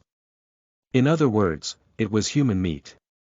Though the ghouls weren't undead as he had thought that they would be, their love for eating human flesh was just as he had imagined. Really? They're more delicious than poisoned toad legs, you know. Vigoro tilted his head as he eyed the roasted poisoned toad leg that Vandeleur was eating, but Zadiris, who was sitting next to Vandeleur, chided him. Do not be so forceful about it, Vandeleur is a damper, so even if he drinks human blood, he does not consume the flesh. Is that so? Then how about alcohol? Vandeleur is only 1 year old, alcohol is nothing short of poison for him. Are you trying to test his resistance skills at a banquet? 1 year old. Is that right? I thought he just had a small body and he was surely older. Vigoro opened his eyes wide in surprise, but it was not strange for one to think that Vandeleur was older than he looked based on the way that he talked. In fact, it was to be expected that one would make that assumption. Well, he is a boy who uses magic, tames the undead and defeated 5 adventurers. It is not strange for you think that he is merely an adult with a small body, but, is that so? I'm still just an inexperienced 1-year-old boy, though. Doesn't look that way. It does not seem that way. Zadiris and Vigoro spoke at the same time as they shook their heads. But Vandeleur thought, they were probably right and paid no further attention to it. In fact, even if one ignored the magic and undead, nobody would look at Vandeleur and think that he was an innocent 1-year-old. He was expressionless, with lifeless, dead-looking eyes and his presence was difficult to notice. As Darshia had been killed when he was only 6 months old, his hair had grown freely since then, and the only thing he was wearing was an inadequate cloth rag. No matter how one looked at him, he would appear to be a ghost. Chief, may we greet the savior. Please, we are begging you. But it seemed that wasn't the case for the ghoul women. Several ghoul women were gazing at Vandeleur with their sparkling yellow eyes. As Vandeleur received their attention, he simply blinked. In all his lifetimes up until now, he hadn't been popular with anyone other than spirits, so he was surprised. Boy, these are the youngest of the women in the village, I am currently teaching them various things. The women that Zadiris was introducing did indeed appear young. Most of them appeared to be in their mid or late teenage years. However, Zadiris, whom these women were calling their chief, had the appearance of a young girl. How cute, his hair looks like a mane. Such pretty eyes, their different colors as well. But they were certainly younger than Zadiris mentally. As soon as Vandeleur was introduced to them, they began taking turns to hold him in their arms, as if competing against each other. Hey, you should not be so rough with him. They were lifting him into the air by the legs and holding him upside down, it was quite the rough treatment for a 1-year-old. But Vandeleur was a damper, stronger than a grown man, so he was unharmed. Though he was unharmed, it wouldn't have been surprising if he found such treatment unpleasant. However, Vandeleur showed no sign of anger towards their treatment of him. Ha! Could it be that I'm popular? He had never been pampered by members of the opposite sex in any of his previous lives. Now that he was in his third life, he was experiencing romantic popularity for the first time. Vandeleur's thoughts had stopped completely in this moment, so he wasn't in a state to get angry over how roughly he was being treated. All of these ghoul women were beautiful, and as they were living in a village in the Devil's Nest, their clothing left much of their skin exposed. Even human men would have a hard time keeping their eyes off them. If they didn't mind the fact that the ghoul women were eating human flesh, that is. My name is Vandeleur. Nice to meet you. Vandeleur didn't care in the slightest. Thinking about it, it wasn't as if those human adventurers had attacked and tried to rape a human girl and then tried to sell her off as a slave. The one that they had attacked was Zediris, whom society had labeled as a monster. Of course, selling her as a slave was illegal, but for that they would have only been charged with bringing an untamed monster into a town. It would be a very different charge compared to illegally selling a human girl as a slave. And at the moment that Vandeleur attacked, those adventurers were merely trying to rape a female monster. That was not an illegal act. What kind of country would enforce a law that made it illegal to sexually assault a female monster? Well, perhaps such a law would be enforced, but only to prevent strange diseases from spreading. Ethically, it might be frowned upon by female adventurers and guild receptionists. But it wasn't technically against the rules. In the first place, adventurers existed to exterminate monsters and protect the people. And though the ghouls could trace their roots back to the goddess Vita, they were defined as monsters in the Amid Empire and its nations. So it was perfectly legal for them to rape monsters before killing them. Therefore, Vandeleur killing the adventurers was an unwarranted attack, and taking the equipment from their bodies was exactly what bandits did. However, thinking further, one would ask, so what? The reason for that. Vandeleur was a damper. In the Amid Empire and its nations, he was not considered a person, but a monster. In other words, he was in the same boat as ghouls.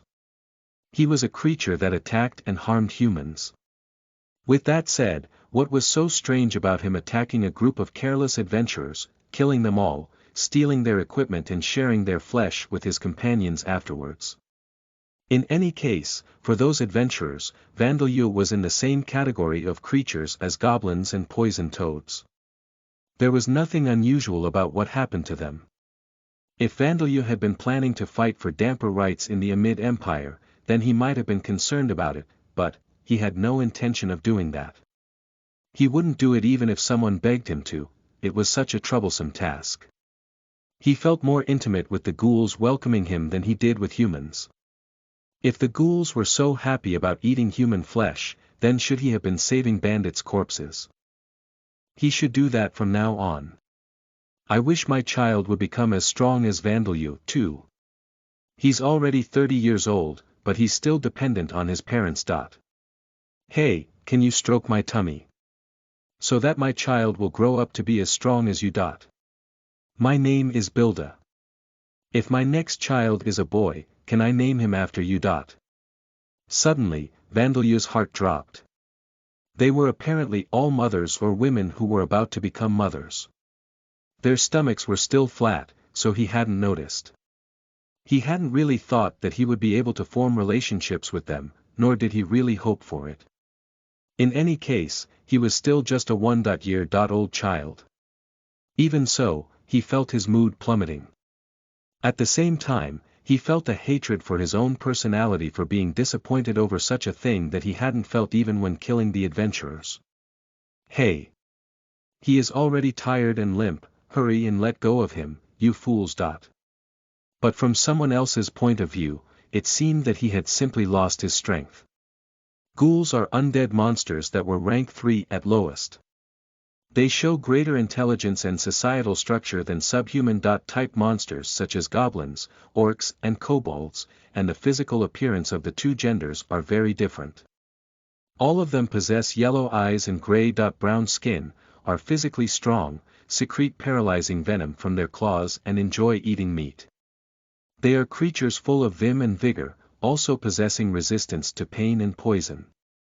The males have the heads of lions and are suited to being warriors, as they surpass the females in physical strength and the potency of their paralyzing venom.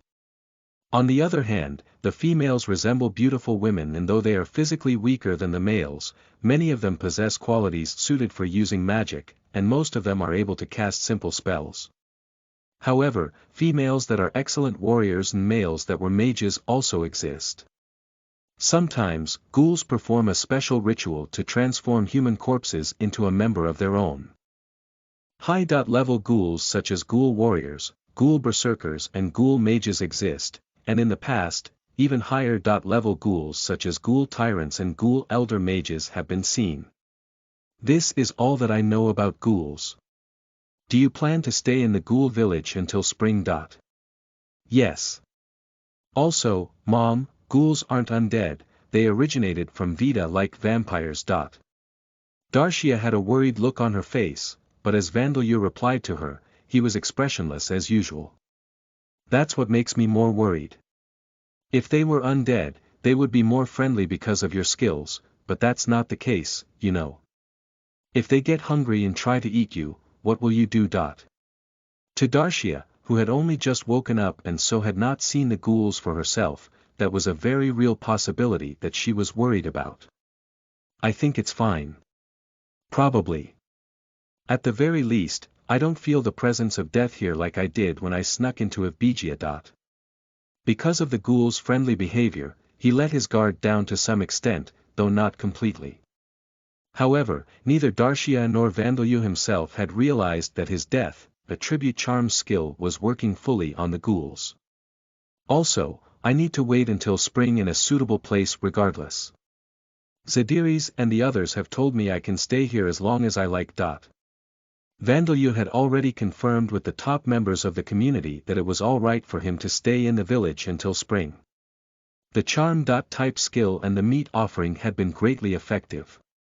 Also, I want to have Zadiris teach me various things in the time leading up to winter. That can wait until you get until the Orbaum Kingdom. I can't say that, can I? Yeah, because I've realized that there is a problem with the guild cards. Vandeleur ran his eyes across the 5 guild cards that he had left in the carriage, which was now considerably emptier now that he had given the ghouls the alcohol. The guild cards were something that all of the adventurers had been carrying, and they had the adventurers' names and their class status written on them. Of course, he was planning to dispose of them later, but he had heard some very important information from the adventurer spirits, so he had done a little research before that. Guild cards had the function of displaying one's status to other people. Normally, one would have to use a special spell or magic item to see the status of others. The owner of a guild card could apparently adjust how much of their status was displayed. They could decide whether to display just their name and current job, or show their job history up until now, or even show their attribute values and skills. That was up to the owner of the cards. However, when creating a guild card for the first time, all information is revealed to the guild staff member.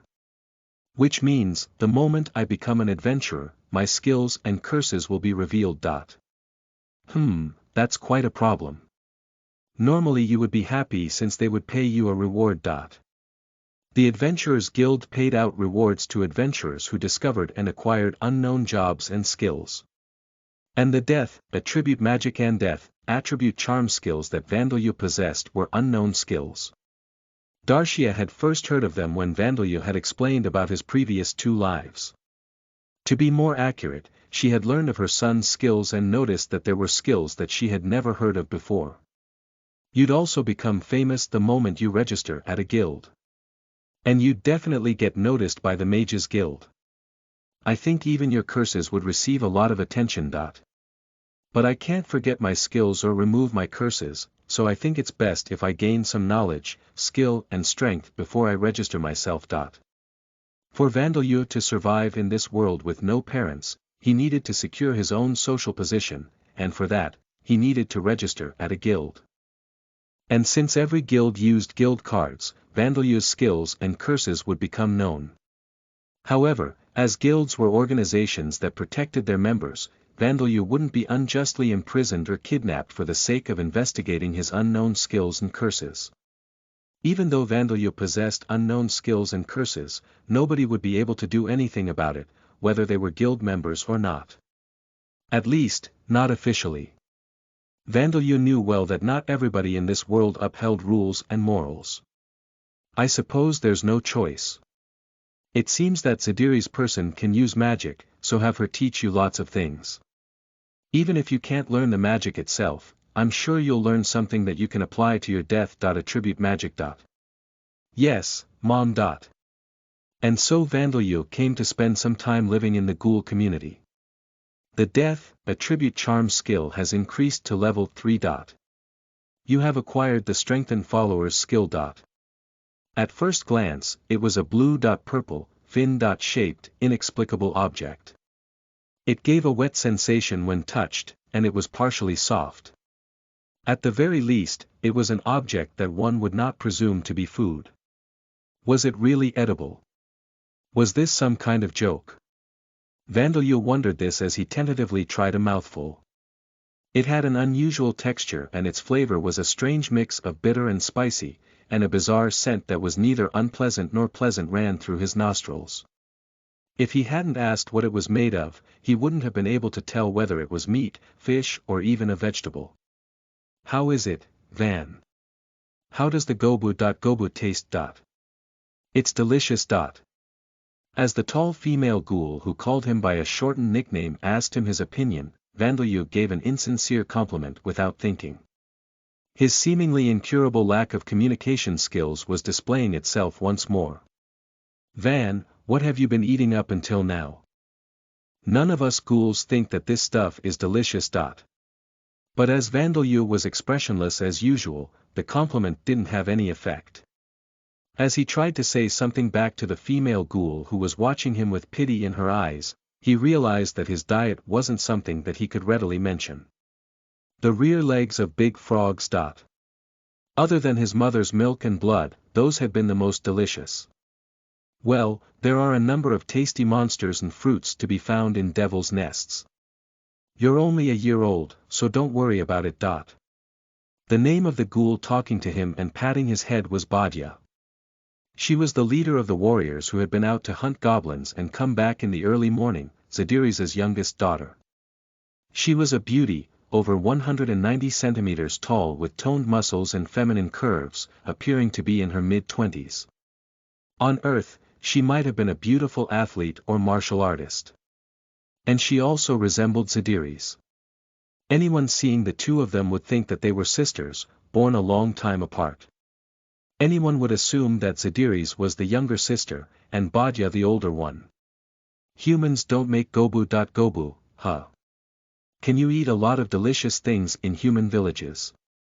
That would explain why the adventurers were so delicious. No, I think they just don't know how to make gobu. They don't know. Why is that? The ingredients can be found anywhere, don't adventurers often hunt them? The ingredients that could be found anywhere that Badya was referring to were goblins and gabobu grass juice. Gabobu grass was a purple-colored weed known as the goblins of grass. When crushed, it released a purple juice. It was a kind of magic grass, but it wasn't directly harmful. It simply grew in people's fields, sucking up all the nutrients in the process. This made the grass the natural enemy of farmers. And though it was a magic grass, it wasn't tasty enough to be used in food and it didn't have any medicinal uses, so it was quite a problematic plant. Its high rate of reproduction and the damage it caused without having a single beneficial use led to it being named gabobu grass. And everyone knew that goblin meat smelled terrible and wasn't particularly edible. The same went for their blood and organs. Goblin blood tasted so bad that if Vandalu had the choice between drinking goblin blood and crushed insect juice, he would choose the latter. Such goblin meat was pickled for a whole day in the juice produced by crushing gabobu grass. This neutralized the smell of the goblin meat, producing something that was neither tasty nor disgusting. This gobu could be preserved for around a year. During times when we can't find prey to hunt, we make do with this gobu. It doesn't take as much time or skill to make as dried meat, and it makes a convenient emergency food that you can store. But humans wouldn't go so far just to eat goblin meat. As Vandalya said, rather than devising a way of somehow making goblin meat edible, humans would rather focus their efforts on farming or hunting more delicious creatures. Is that how it is? Satisfied with this explanation, or perhaps having given up on trying to understand it, Badya returned to her task of chopping up goblin meat that had already had its blood drained with a butcher's knife. She still had to make gobu with a dozen more goblins worth of meat. Badya was the most skilled among the young ghouls, even including the males, but her social position within the village wasn't very high. The social status of ghouls was determined by strength for men, and skill in magic and number of children birthed for women. Badya was unskilled in magic and hadn't given birth to a child yet, so no matter how skilled she was at fighting, she would never be able to rise to the top positions. Vandalya thought about how the people of Earth would furiously label this way of thinking as discrimination as he ate the rest of the gobu. Well, he didn't have time to complain about the society of ghouls, who were technically monsters. I want to hurry and give birth to a child so I can become important. If that happens, I won't be hunting goblins and making gobu, but going out to hunt more worthy prey and focus my spare time on becoming stronger. Housework, making various everyday things, maintenance of the fences that surrounded the houses and villages and such were apparently tasks for ghouls of low social position, and hunting goblins and gathering gabobu grass for making gobu were included in that. Surprisingly, ghouls that were able to create weapons and armor were respected in the village, even if they were weak or had no children. You want to become important and strong. Yeah. I like strong people, so I want to become strong. Badya looked like a female warrior at first glance, and her personality matched her appearance. There's also my age to think about. Badya had apparently turned 20.5 this year. The physical appearance of ghoul women didn't stop changing until they birthed their first child, so she was worrying that her physical age might double Zadiri's at this rate. As Vandalya looked up at her, he thought that she didn't need to worry about that. If you were a little older, Van, I would receive your seed. Boo. What's wrong? Did the gobu get stuck in your throat? Are you alright? Badya dropped the butcher's knife that could decapitate a cow in surprise and raised Vandalya into the air. She had no signs of embarrassment showing on her face. No, I was just surprised that you said such a ridiculous thing in such an earnest tone. Nobody could blame Vandalya for being surprised at Badya suddenly saying that she would receive his seed. However, Badya gave a puzzled turn of her head. According to Mother, when there is a ghoul woman who's struggling to get pregnant, sometimes we capture a human man alive and have him give his seed in exchange for letting him leave alive. Apparently the seed of other races like humans have a higher chance to produce a child. Human men are cooperative about it, so this is apparently quite successful. Well, if their lives are depending on it, I'm sure it's no surprise that they cooperate. If any man was given the choice between dying and making a child, wouldn't he choose the latter? Not to mention that ghoul women were exactly like human women other than their skin color and eyes. On top of that, ghoul women are all attractive, too. All of the ghouls that Vandalya had seen since yesterday were beautiful. If their lives would be saved and they would get to have sex with one of these ghouls, wouldn't any man repeatedly shout yes? Unless they had an incredibly firm sense of virtue or believed in the god Alda.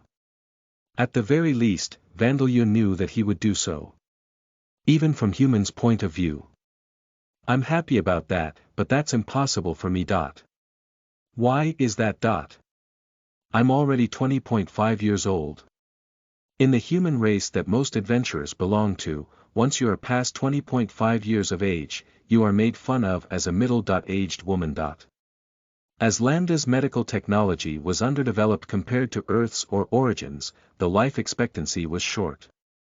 There was magic instead, but the only ones who could leave their fates in the hands of magic were those with some degree of wealth.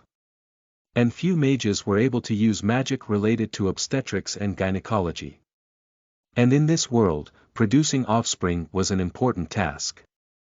As mechanical technology was underdeveloped, the driving force in all industries was people. People plowed the fields, made the clothes, cut the stones used to build houses, fought to defend their countries. All of these required the people's labor.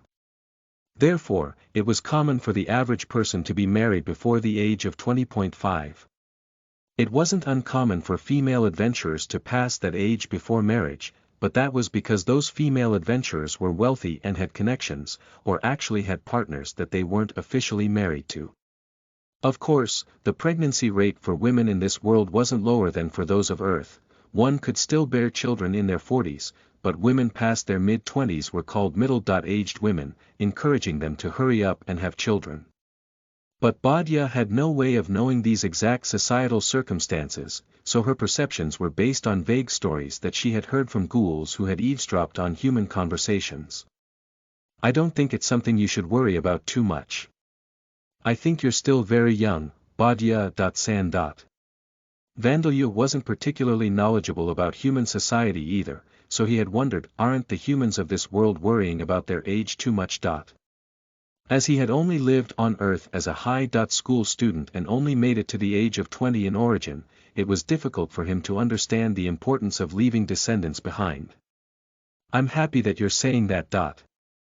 As Badia smiled, she looked truly beautiful and attractive.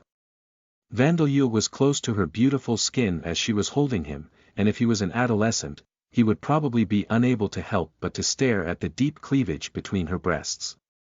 The fact that she could become so beautiful while eating only meat was probably because of the biological differences between ghouls and humans. Now that I think about it, I heard from Mother that you are able to use unusual magic, Vandeleur. Isn't there a spell that you could use to make yourself able to give me your seed? I have heard that there is a life-attribute spell that can cause the rapid growth of one body part. I think that's a bit impossible. However, it seemed that Bastia's complex was deeper than Vandeleur had thought. He thought about capturing a bandit or adventurer alive and offering him to her next time, but that in itself made him feel uncomfortable. I see, I am sorry that my daughter asked the impossible of you. Zadiris, hearing Vandeleur's story in her own house, lowered her head a little. Of course, her daughter producing a child was a matter of great concern to her as well. It will take around 10 years for you to grow old enough to give her your seed normally, Vandeleur. At her current age, she will be able to wait that long. I may have pressured her too much in my desire to see my first grandchild. I am more surprised that you know what seed and such words mean, boy. Well, I don't think it's that unusual. Now that Zadiris mentioned it, a normal 1-year-old infant wouldn't understand the meaning behind having one seed asked for. Realizing this, Vandeleur gave a vague explanation. He had good impressions of Zadiris, Vigoro, and Badia, but he was still hesitant to tell them about his past lives. More importantly, what do you mean by first grandchild? Well, I suppose I understand even without you explaining. Vandeleur, hearing the pleasured voices of men and women coming through the gap between the leaf ceiling and wooden walls of the pit dwelling, gave a shrug of his small shoulders. The owners of the voices were ghouls of the village. It seemed that ghouls didn't have a system or the values for marriage, and it was common to spend the night with multiple members of the opposite sex. This was because of the fact that ghouls lived in a dangerous devil's nest, the fact that the women's aging didn't stop until they became pregnant, and the fact that it was very difficult for them to get pregnant despite their long lifespans. If every ghoul had only one partner, the village couldn't be maintained. Vandeleur guessed that this was the reason that Zadiris didn't have a grandchild yet. She had apparently given birth to 2 males before Badia, but since DNA testing didn't exist in this world, there was no way to be sure that they were the fathers of any children. In fact, at the banquet yesterday, nobody had introduced their husband, wife, grandchildren, or grandparents. Indeed, that is how it is. Zadiris didn't deny it. This was how ghoul society worked. Well, I know who Bastia's father is. Who is it? It is Vigoro. Badia was 20.5 years old. That meant that Zadiris had been 265 years old when she had given birth to her. At that age, even ghouls were considered to be very old, and considering the physical burdens, it was unusual for one to produce children at such an age.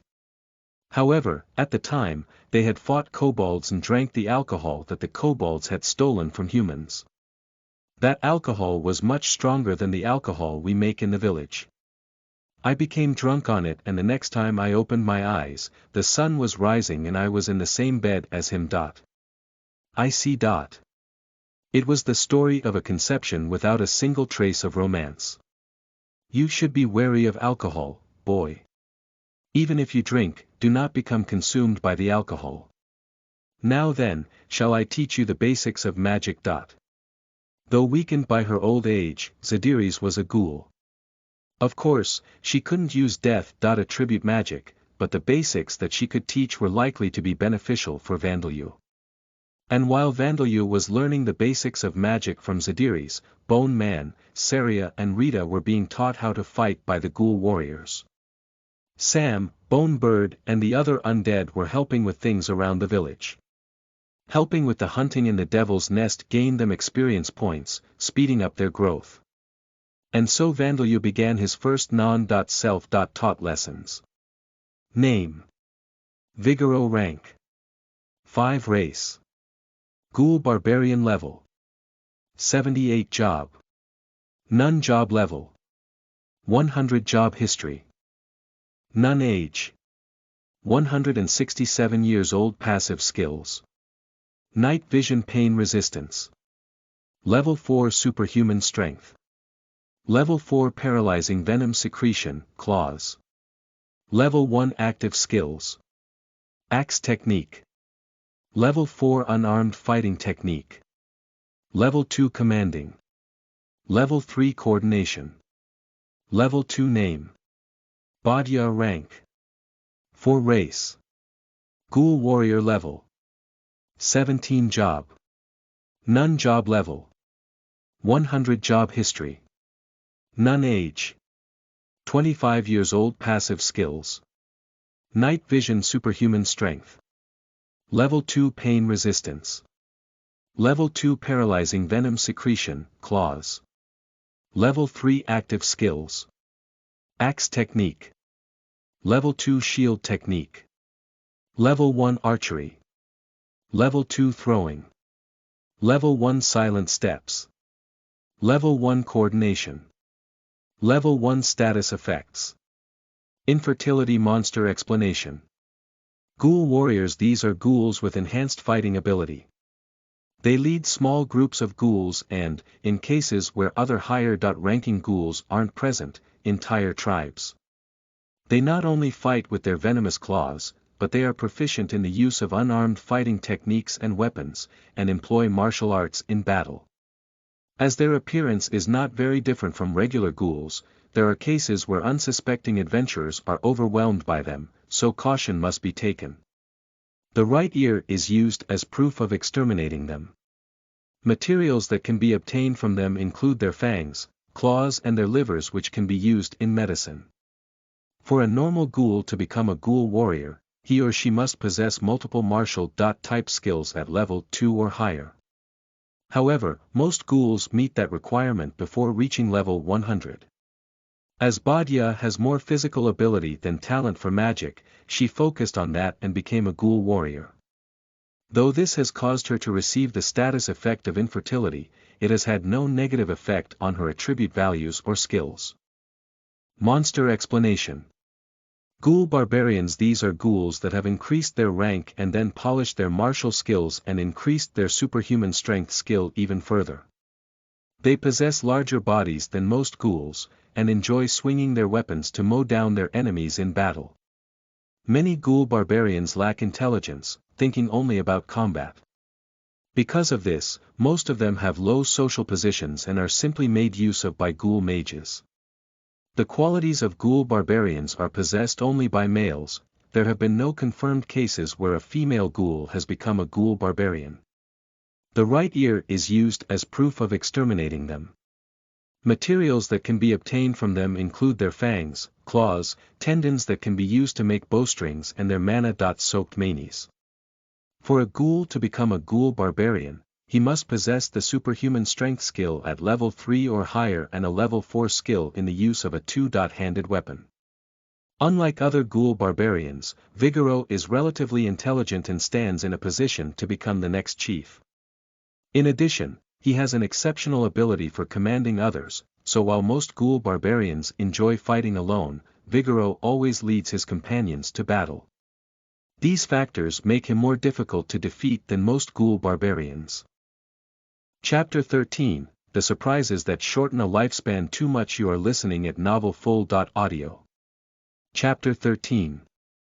The surprises that shorten a lifespan too much. Well then, first of all, can you tell me about the magic you use and the skills you know, boy? Of course, if you do not wish to tell me, I will not press you any further. No, I trust you. There'll be 100 or so guys who know about it in the future anyway. In order to learn the basics of magic, telling Zadiris about his magic and skills was necessary for Vandalyu. He would be able to receive guidance and advice based on her knowledge and experience. However, that meant giving Zadiris information regarding his death. Attribute magic. Even normal adventurers and monsters would be hesitant about freely giving away information regarding their skills. This was because doing so revealed all of one's weaknesses. However, sharing that information with people that one trusted was not uncommon. For adventurers, keeping one's skills a secret from party members would impede teamwork. But for monsters, this may be another story. And though it was still some decades away, there would be 100 people coming from origin and reincarnating here, and all of them would know about Vandalyu's death. Attribute magic. Even if by some miracle Rodcourt didn't tell them about Vandalyu's death. Attribute magic, there would likely be data left at the laboratory that he had been imprisoned in, and magic items created using his death. Attribute magic were already widely circulating in origin. At that time, those items were advertised as having been created not through death. Attribute magic, but independently. Developed life. Attribute magic, but surely their true nature would have been discovered by now. Therefore, it could be assumed that Amamiya Hiroto and the others found out about Vandalyu's death. Attribute magic after he died in origin. It was extremely unlikely that they wouldn't know about it. That was why Vandalyu couldn't see a reason to keep it a secret from someone like Zadiris, whom he trusted. 100 people. Well, in any case, about your magic, boy. Right now, Zadiris was under the impression that Vandalyu's magic was a special kind of life. Attribute magic. At first, one would think that the undead were completely unrelated to life. Attribute magic, but in Lambda, the only ones who could control the undead were life. Attribute mages.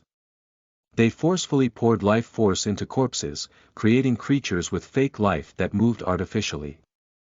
Since such undead were forced into this unnatural state, they were fundamentally weaker than undead that appeared in devil's nests and dungeons.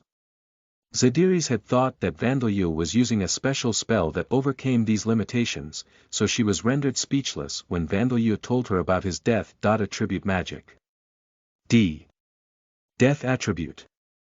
A 9th attribute. Such a thing really exists. No, I suppose it is true. You actually control the undead and cast spells that I have no knowledge about. In Origin, the death attribute was the 8th attribute, but unlike Origin, the time attribute existed in Lambda, so that made the death attribute the 9th attribute. So you're surprised after all. That goes without saying. Any monster that knows the potential value of a new attribute's magic would show interest. For monsters, magic was a power that allowed them to survive, as well as rise up in a society where the strong stood on top. nobody would know how to fight against a user of unknown spells.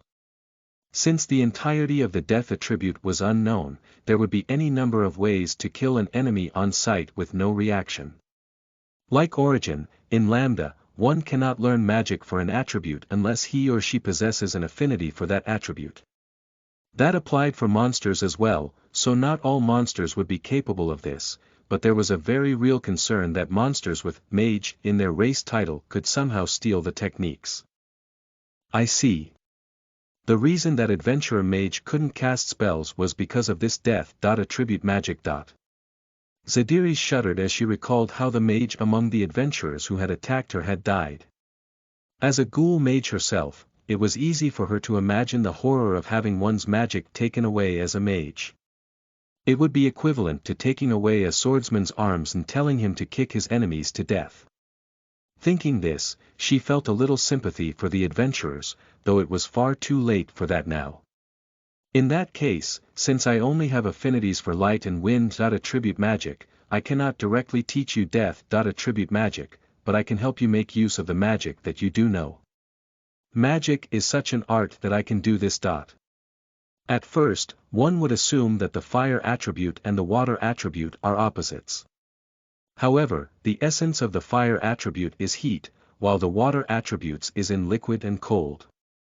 Therefore, a master mage of the fire attribute would be able to freely increase the heat to burn something, or lower it and freeze it. A master of the water attribute would be able to manipulate molten lava like his own arms and legs, since it is a liquid. A user of the earth element would be able to manipulate mercury and lava, while a user of the wind element would be able to use the flammable components of air to create a large explosion. Things regarding this were written in a book that the chief showed me when I was a child. Zadiris had gained that knowledge from books looted from adventurers. For monsters, books could only be obtained by stealing them from humans or other monsters, so they were hard to come by. In other words, the important thing is not the number of attributes that you have an affinity for, but how much you increase your skills. Of course, it is convenient to be able to use multiple attributes. However, there are cases where adventurers skillful enough to cast spells of multiple attributes, but only have superficial knowledge of those attributes, are defeated by goblin mages that can only use the fire attribute. Now that you put it that way, I'm starting to feel motivated. For Vandelyu, to whom the researchers of Origin had said you should focus only on death. Attribute magic and your mana pool, Zadiris's teachings were refreshing and a source of happiness for him. He even began to feel passionate about it. Though there was no change to his outward appearance as he was expressionless as always. And what is necessary for that skill is mana. The amount of mana you possess is directly related to the length of time you are able to cast your spells. How much mana do you have, boy? I will have to adjust the length of our lessons based on that. Yes, it's around 100 million. I see, 100 million. What? As Zadiris was astonished once more, she wore a facial expression suitable for her young appearance that Vandelyu thought was adorable. 100 million. Is that true? I do not even possess 10,000, but you, boy. No, considering that you are using unknown magic as well, it is not that unusual, I suppose. Zadiris was bewildered by the unbelievable number given in Vandelyu's self-report of his mana pool. Normally, one would laugh this off as a poorly told lie, but the child in front of her eyes had a persuasiveness that prevented her from doing so. At the very least, that was how Zadiris felt. And in any case, Vandelyu would not benefit from telling such a poor lie.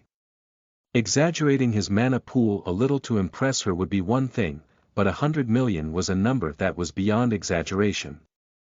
And since he was about to undergo lessons to learn the basics of magic, such a lie would be quickly exposed. Well, it is fine. I will understand your mana pool soon enough, boy. Zadiris managed to swallow her surprise, with difficulty. Meanwhile, Vandelyu realized from her reaction that having a mana pool of 100 million was abnormal after all. He decided not to mention it too much if he ever found himself in human society, though it would be exposed if he registered himself at a guild. Well then, what magic-related skills do you possess? To start off, I have the chant revocation skill. And the golem transmutation skill, does that count as a magic-related skill? Boy, just how much do you plan to shorten my remaining lifespan? In fact, I should ask you to teach me the basics I need to learn the chant revocation skill. And I have never even heard of this golem transmutation. Vandeleur had heard about how rare the chant revocation skill was from Darcia, but seeing as even Zadiris was surprised, despite having lived for nearly 300 years, it seemed to be rarer than he had thought. However, since Zadiris seems to have the alchemy skill, he had thought that she would know about his golem transmutation skill. He had assumed that golems were created using alchemy, based on the fiction that he had read on Earth. Even if you want me to teach you the basics for chant revocation, all you have to do is use magic in a situation where you can't chant to cast spells, you know. The only one who can do that is you, boy, thanks to that mana pool of yours. In order to cast a spell without its chant while maintaining the same effect, dozens or even hundreds of times the mana would be required. Therefore, even skilled mages would be able to perform such a feat only once a day, if at all. Vandeleur was only capable of repeating this to the point of obtaining the skill because of his abnormally vast mana pool. The only others who would be capable of obtaining the chant revocation skill normally were incredibly talented mages who had mastered multiple magic related jobs and legendary monsters. At this rate, it seems that I will not need to teach you the basics after all. I am sure that your ability with no attribute magic and the mana control skill is perfect, is it not? As Zadiris spoke in a tone that sounded as if she had lost her confidence, this time it was Vandeleur's turn to be surprised. What is no attribute magic? How is it that you do not know what it is? It is the most fundamental, basic magic. Zadiris was surprised again as well. As its name suggests, no attribute magic is magic that uses mana before it has changed into any attribute. Since no attributes are involved, anyone can use this magic as long as they have mana, so it was common for mages to first learn no attribute magic to learn the fundamentals of controlling one's mana. No attribute magic is weaker than magic with an attribute, and only consists of simple spells, but since it is simple, it is also easy to learn and use. Even we who live in the Devil's Nest know it. I don't know it because I'm self-taught. And the biggest reason that Vandeleur didn't know about it was because no attribute magic hadn't existed in Origin, the world in which he had lived his previous life. Did it really not exist, or did the researchers at the laboratory deliberately not tell him about it? The chances of it being the latter were 80 or 90%, but he had no way to confirm that now. Vandeleur decided to ask Hiroto and the others when they reincarnated here, if he got the chance. At the very least, the researchers had never mentioned no attribute magic to Vandeleur. Their spirits likely knew, but other than answering Vandeleur's questions, they had only talked nonsense.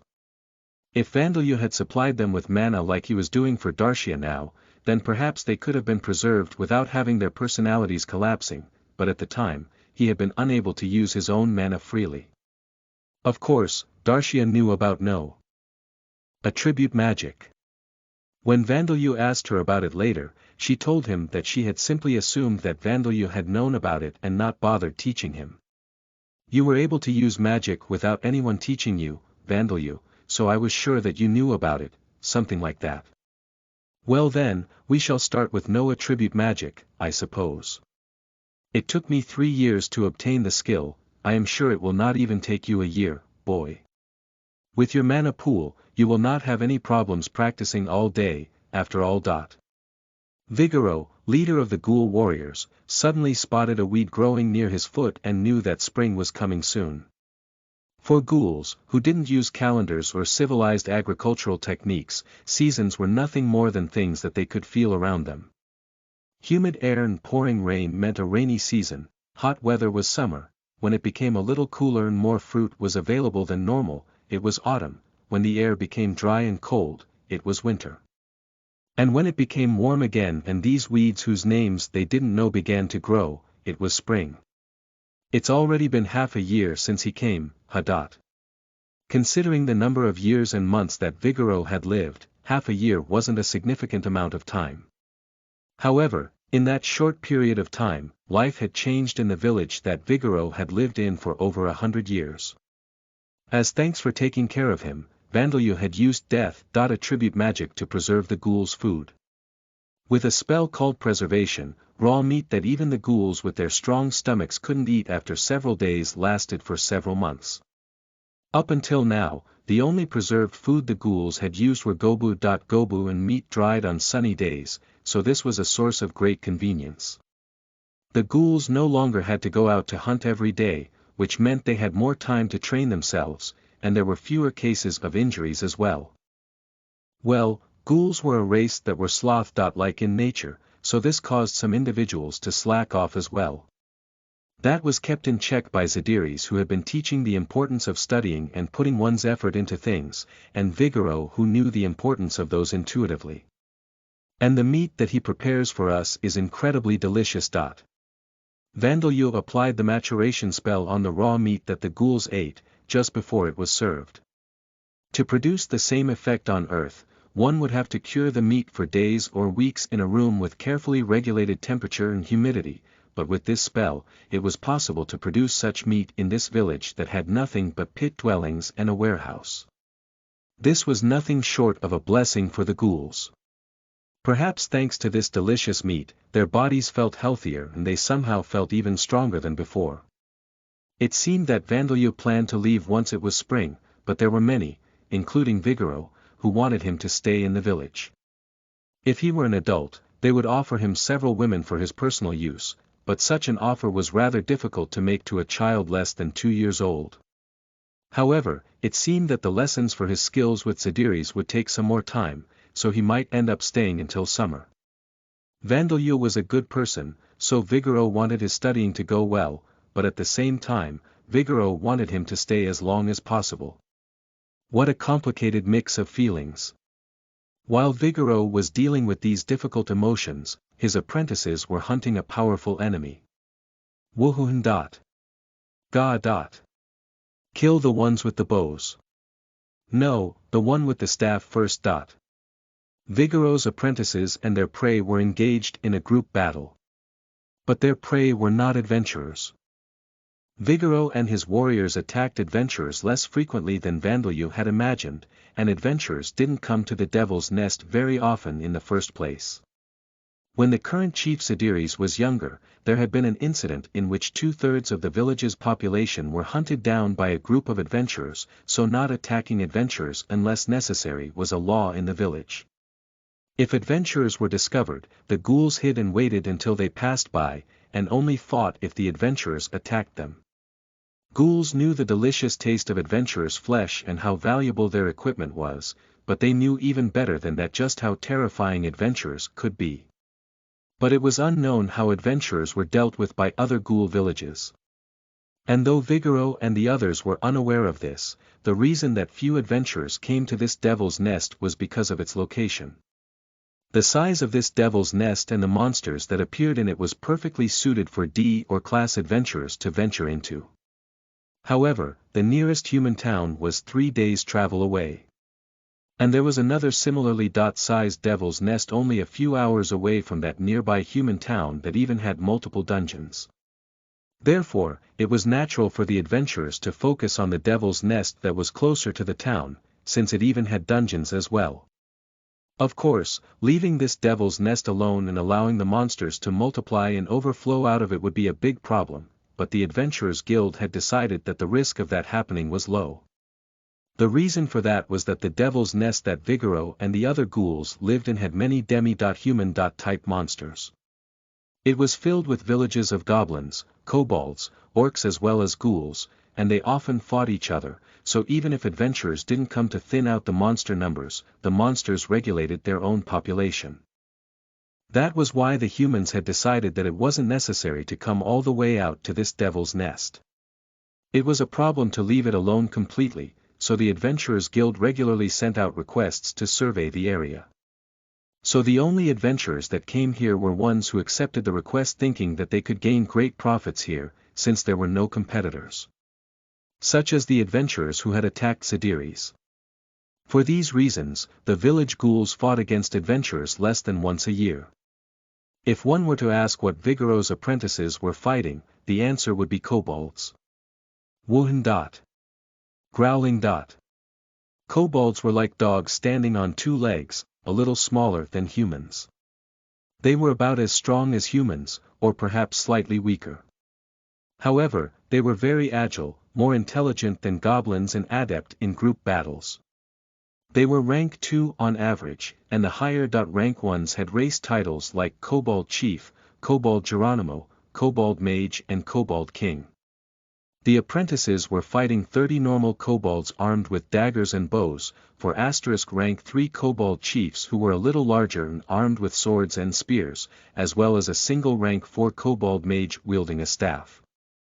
13 of Vigoreau's apprentices, as well as 3 animals and a bird opposed the kobolds. They were at an overwhelming disadvantage in terms of numbers, but ghouls are rank 3 monsters. They were winning the battle through quality over quantity. Despite that, it was a tough battle. Were they not performing well? As ghouls had a low birth rate, they couldn't afford to carelessly lose members and decrease their own numbers. Vigoreau was prepared to step in himself if needed, but believed that they could win in the end. His apprentices had several strengths to play to. Halberd technique, single flash. The blade of a halberd swung with incredible force cleanly decapitated a kobold directly in front, as well as the one next to it. 1e. Chan, leave the right side to me. Naginata technique, double thrust. The blade of a glaive pierced through the throat and stomach of a kobold coming from the right, protruding from the kobold's back. There are a lot of them, and they're fast. Everyone, keep attacking and stay calm. Leave their front lines to us, and be careful not to get surrounded. This was the work of the living high-leg armor Saria and the living bikini armor Rita. They had spent half a year learning how to fight from Vigoreau and the others. As a result, they had gained fighting skills, though they were still level 1, and they were able to use their weapons. They had learned to cover their weapons in mana and then release it upon attack, making their attacks more powerful. A master would be able to use techniques to perform dozens of stabs in an instant and cut a piece of metal to shreds using just an iron sword, but for beginners with level 1 skills, the single flash that was more powerful than a regular sweeping attack and the double thrust that performed 2 stabbing attacks was the limit. However, it was clear from the results that even beginner-level techniques were effective enough in battle. They had also become able to speak as a result of increasing their level. This was a cause of great happiness for not only Sam and Vandalio, but for Vigoreau and the other ghouls as well. They had been bewildered as to how to communicate with these strange, faceless suits of armor. Goa. Yuan. And Bone Monkey, Bone Wolf and Bone Bear had advanced from being rank 3 bone beasts to rank 4 rotten beasts. The 3 of them were now so strong that ordinary kobolds couldn't be considered worthy enemies for them, but they were serving as a rear guard for the apprentices that were training. From time to time, they released a poisonous breath to keep the kobolds in check and howled to intimidate them. Gia. To think that I would be able to see my children's growth even after our deaths. I am a lucky fellow. Bone Bird and Sam were with Vigoreau, watching the battle. Bone Bird served as a scout, while Sam's service would be needed after the battle. Woon. Realizing that its allies were in a disadvantageous situation, the kobold mage began reciting a chant in its own language. A spear of fire appeared in front of it. As a mage, it was intelligent enough to know that a wide-area attack would hit its own allies, so it had chosen a spell that was powerful, even though it would only hit a single target. Burning the very air around it, the fiery spear was released. Its target was one of the strange living armors that were wielding long weapons. The flaming spear flew through the air, weaving in between the other kobolds, and closed in on the living armor. Rita performed a downward slash of her glaive at the spear of fire.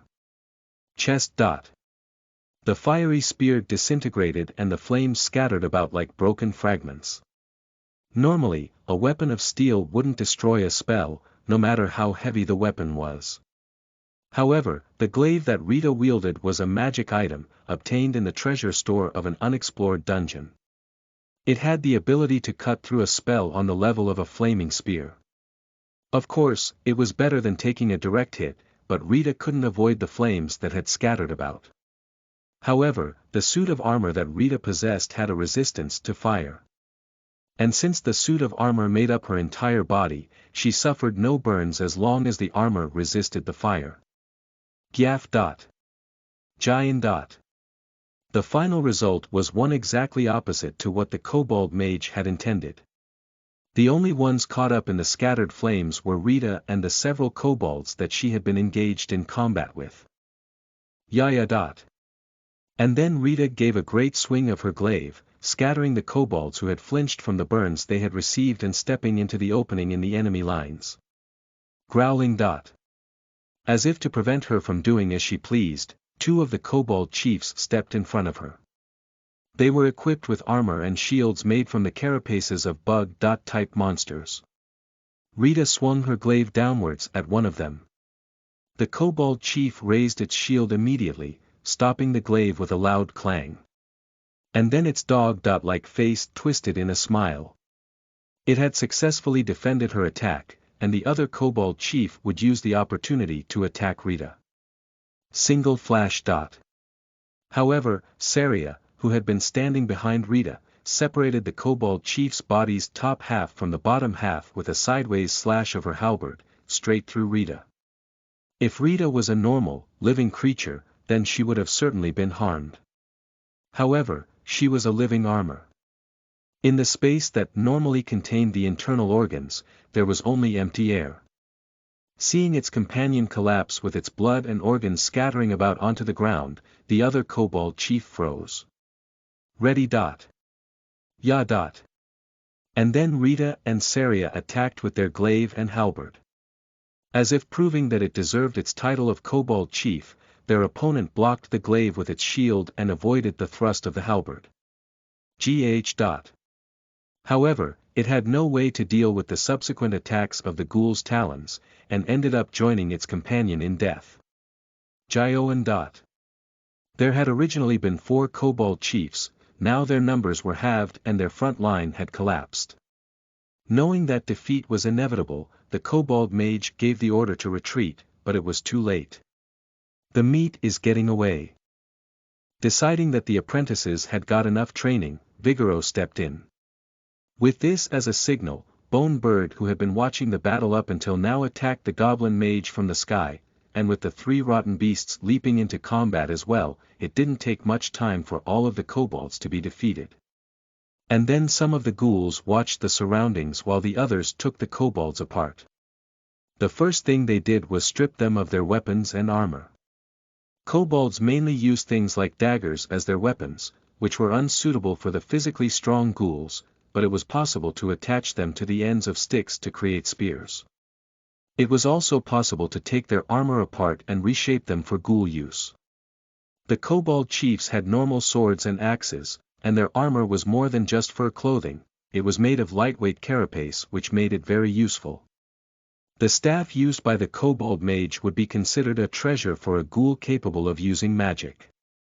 Though the kobold's furs couldn't be used for trading in the way they would be in human society, they made for good carpets in this devil's nest where commodities were limited, and they could even be used to make clothes for the next winter.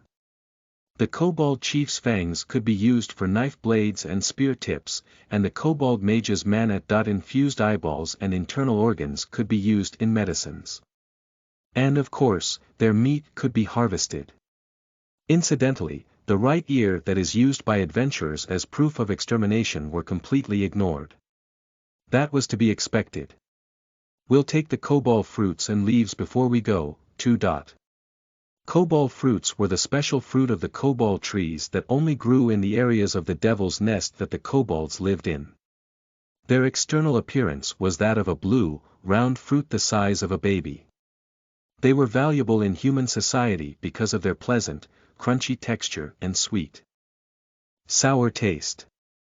The ghouls ate them raw or squeezed them to extract the juice, but as they had other important uses, they made sure to collect them whenever they hunted kobolds. Of course, transporting 30.5 kobolds and their kobold fruits was a great task, but this is where Sam provided his service. Weary counting on you, Father. Yes, leave it to me. But have you drained their blood properly? Of course. And Wani-chan and I will wash you properly afterwards, so don't worry about it. Thanks to Sam the ghost carriage, the ghouls' transport capacity was greatly increased. Unlike normal carriages and carts, Sam dealt with rough roads well and moved on his own without any external help, so he was perfect for transporting goods across the Devil's Nest. He even contributed some strength in battle, being able to easily run over and kill 1 or 2 normal kobolds. Adventurers conducting large-scale hunts in Devil's Nests would surely be jealous of Sam's abilities. But the adventurers of the Amid Empire would avoid him, as he was an undead. Today is baked kobold. It's delicious, you know. I hope your master likes it, too. Vigoro hoped that Vandalyo liked the meat enough to stay in the village. Vigoro's true feelings were obvious, and Saria and Rita thought the same. Bakan's training has not yet finished, so we are planning to stay a while longer. We will be in your care for some more time. Learning magic is apparently hard, It hasn't even been a year since he began, right? That's about normal. Vigoro himself didn't possess the qualities of a mage. Strictly speaking, he did. He was the individual that would become the next village chief, after all. However, he would need 10 years of intense, everyday training to become able to use magic. He was aware of the troubles the women of the village put themselves through in order to learn magic. If he remembered correctly, there hadn't been a single ghoul woman who had become a fully qualified mage with less than 5 years of training. With that in mind, Vandalyo would surely stay in the village a while longer. Feeling more satisfied with this realization than the harvest that they had gathered today, Vigoro led Sam and the others back to the village. Kobold meat tasted unpleasant. It wasn't as bad as goblin meat, but possessed a smell worse than the meat of domesticated animals that didn't disappear even with liberal use of herbs and spices. Even if the smell wasn't there, it was very tough and sinewy. It was difficult to call it edible. Therefore, nobody in human society thought of eating kobold meat unless they were desperately starving. However, for the ghouls who lived in villages in a devil's nest and gathered their food through hunting, it was different. They had discovered a way to process goblin meat to make it edible, and in the same way, they had devised a way to cook kobold meat. They cut the kobold meat into pieces of appropriate size and placed thin slices of kobold fruit on top. Then they wrapped the whole thing in kobold leaves and baked it. This made the kobold meat surprisingly tender, removed the smell cleanly, and though the resulting taste was peculiar, some individuals enjoyed it. It wasn't amazingly delicious, but it was pleasant enough for even humans to eat normally. If a professional chef were to prepare the dish, it would surely be even tastier. If this recipe were to be discovered by human society, it could cause a great sensation. Or perhaps not. Kobold fruits sold for 10 amid each, or if converted, about 1,000 yen. But considering that kobold leaves didn't even have a market price, and yet removed the smell and toughness of the meat considerably, the poor people who find it hard to afford food from day to day would perhaps be glad to eat this. Well, it wouldn't make a good business, but a good social welfare measure. Vandalyo didn't even know if such poor people existed in Lambda, but this thought occurred to him as he ate the kobold meat. Adding walnut sauce to the final product made it taste even better, and when he recommended the sauce to Zadiris and Vigoro, they were overjoyed. Surprisingly, despite the ghouls' dedication to advancements in cuisine, it seemed that they hadn't managed to invent sauces. This was perhaps due to a difference in the ghouls' culinary culture from that of humans. Thus, Vandalyo's primary task at the village was to make more of this walnut sauce. Fortunately, walnuts could be harvested all year long in this devil's nest, so the ingredients for the sauce were available at all times. Several ghoul women helped him with its creation, so there wasn't too much work. In fact, he found it enjoyable. The problem was that his salt store was running low. Vandalyu decided he should find some bandits to attack again. He might even be able to make walnut miso asterisk, as long as he had salt. Vandalyu thought that he should try making cookies with the acorns that fell all year round like the walnuts. There was a small river conveniently located close to the village, so he could use that to remove the harsh taste of the acorns. He was beginning to want carbohydrates as well instead of just protein, so he thought that he should make an attempt at this. I wondered if I'd consider this as contributing to society, or becoming a member of society. I feel that each day is so fulfilling. You are again speaking words that make me forget that you are not even 2 years old. But you are being of great help to us. Zadiris gave a bitter smile, but she couldn't deny the size of Vandalyu's contribution to the ghoul village. Even outside of making the walnut sauce, the assistance in battle that Saria, Rita and Sam offered to Vigoro and the other warriors was significant, even after taking into account that they were receiving training in return. Saria and Rita were merely spirits of maids, but since they inhabited suits of armor that were magic items, their strength in battle was already greater than that of the ghouls that were made of flesh and blood. And since they were originally humans, they were more diligent than ghouls, so they had a positive influence on the young men. Zadiris and the other ghouls were aware that since they were under Vandalyu's control, their contributions were Vandalyu's contributions. Zadiris had taken a liking to Vandalyu, which was one of her personal reasons for wanting him to stay in the village, and even if he couldn't stay forever, she wanted him to stay for as long as possible. But that didn't mean that she held back on their training. But your training with no attribute magic still needs more work. Well, your progress is not particularly slow, either. Materializing and using mana before it's been affected by any attribute is harder than I had imagined. Because Vandalyu was already able to use death attribute magic, he should be able to learn the far more basic no attribute magic very easily. It would be a lie to say that Vandalyu hadn't made this assumption, but it had turned out to be a very inaccurate one. The task of maintaining mana in its original form, shaping it and then casting a spell was more difficult than Vandalyu had thought. When he used death attribute magic, he applied the attribute to his mana unconsciously, so it was difficult not to do that automatically. In the first place, the only thing that Vandalyu had going for him was his vast mana pool, as well as the imagination and way of thinking that had been produced by reading various fictional works on Earth. His talent for magic itself was mediocre. He had trained his death attribute magic during his short time in Origin, but those were in do or die conditions that were enough to twist his personality, with the coercion of the researchers that reached the upper limits of inhumanity. Without those, Vandalyu was but an ordinary person. But he had the advantage of being able to practice magic for longer than the average person, thanks to his vast mana pool. Well, it took me 3 years to obtain the no attribute magic skill myself. You do not need to rush yourself. Here, you can have my portion of meat. Zadiris smiled as she offered Vandalyu the remaining meat on the leaves. She likely thought of their relationship as that between a grandparent and grandchild, but in reality, they simply looked like siblings born some years apart. Is it really all right? Vandalyu eyed the meat that Zadiris offered him. It seemed that she had barely touched the meat at all. Yes. I do not have much of an appetite. The elderly do not move around much, so we do not need to eat a lot. Though Zadiris didn't have a single wrinkle on her face, when she wasn't training Vandalyu or the young girls of the village, it was common for her to say, "I am tired and rest." She looked like a 13 or 14-year-old girl, but Zadiris was over 290 years old. It was understandable for her to behave as such at that age, but I can see the shadow of death. Vandalyu could see the shadow of death on Zadiris's face, alongside her gentle smile. It wasn't enough that she would die at any moment, but she might only last a few more days.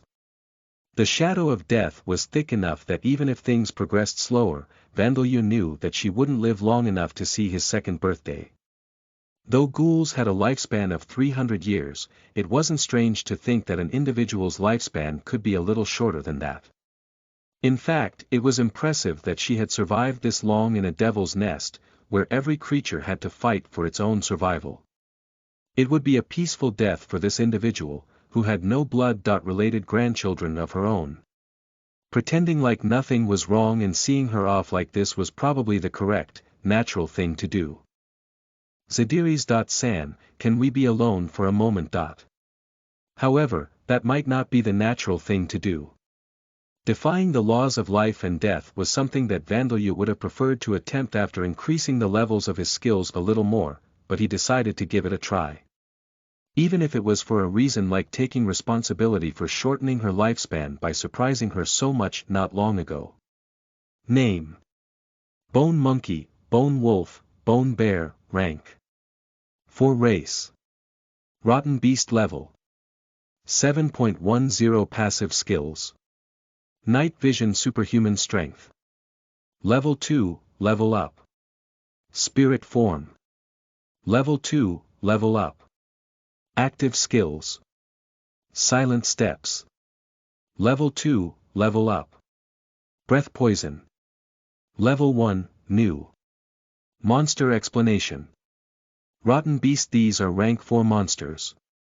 They contain miasma in their bones as a result of the malice of the spirits that inhabit the bones of the bone beasts, as well as the malice of the creatures killed by them.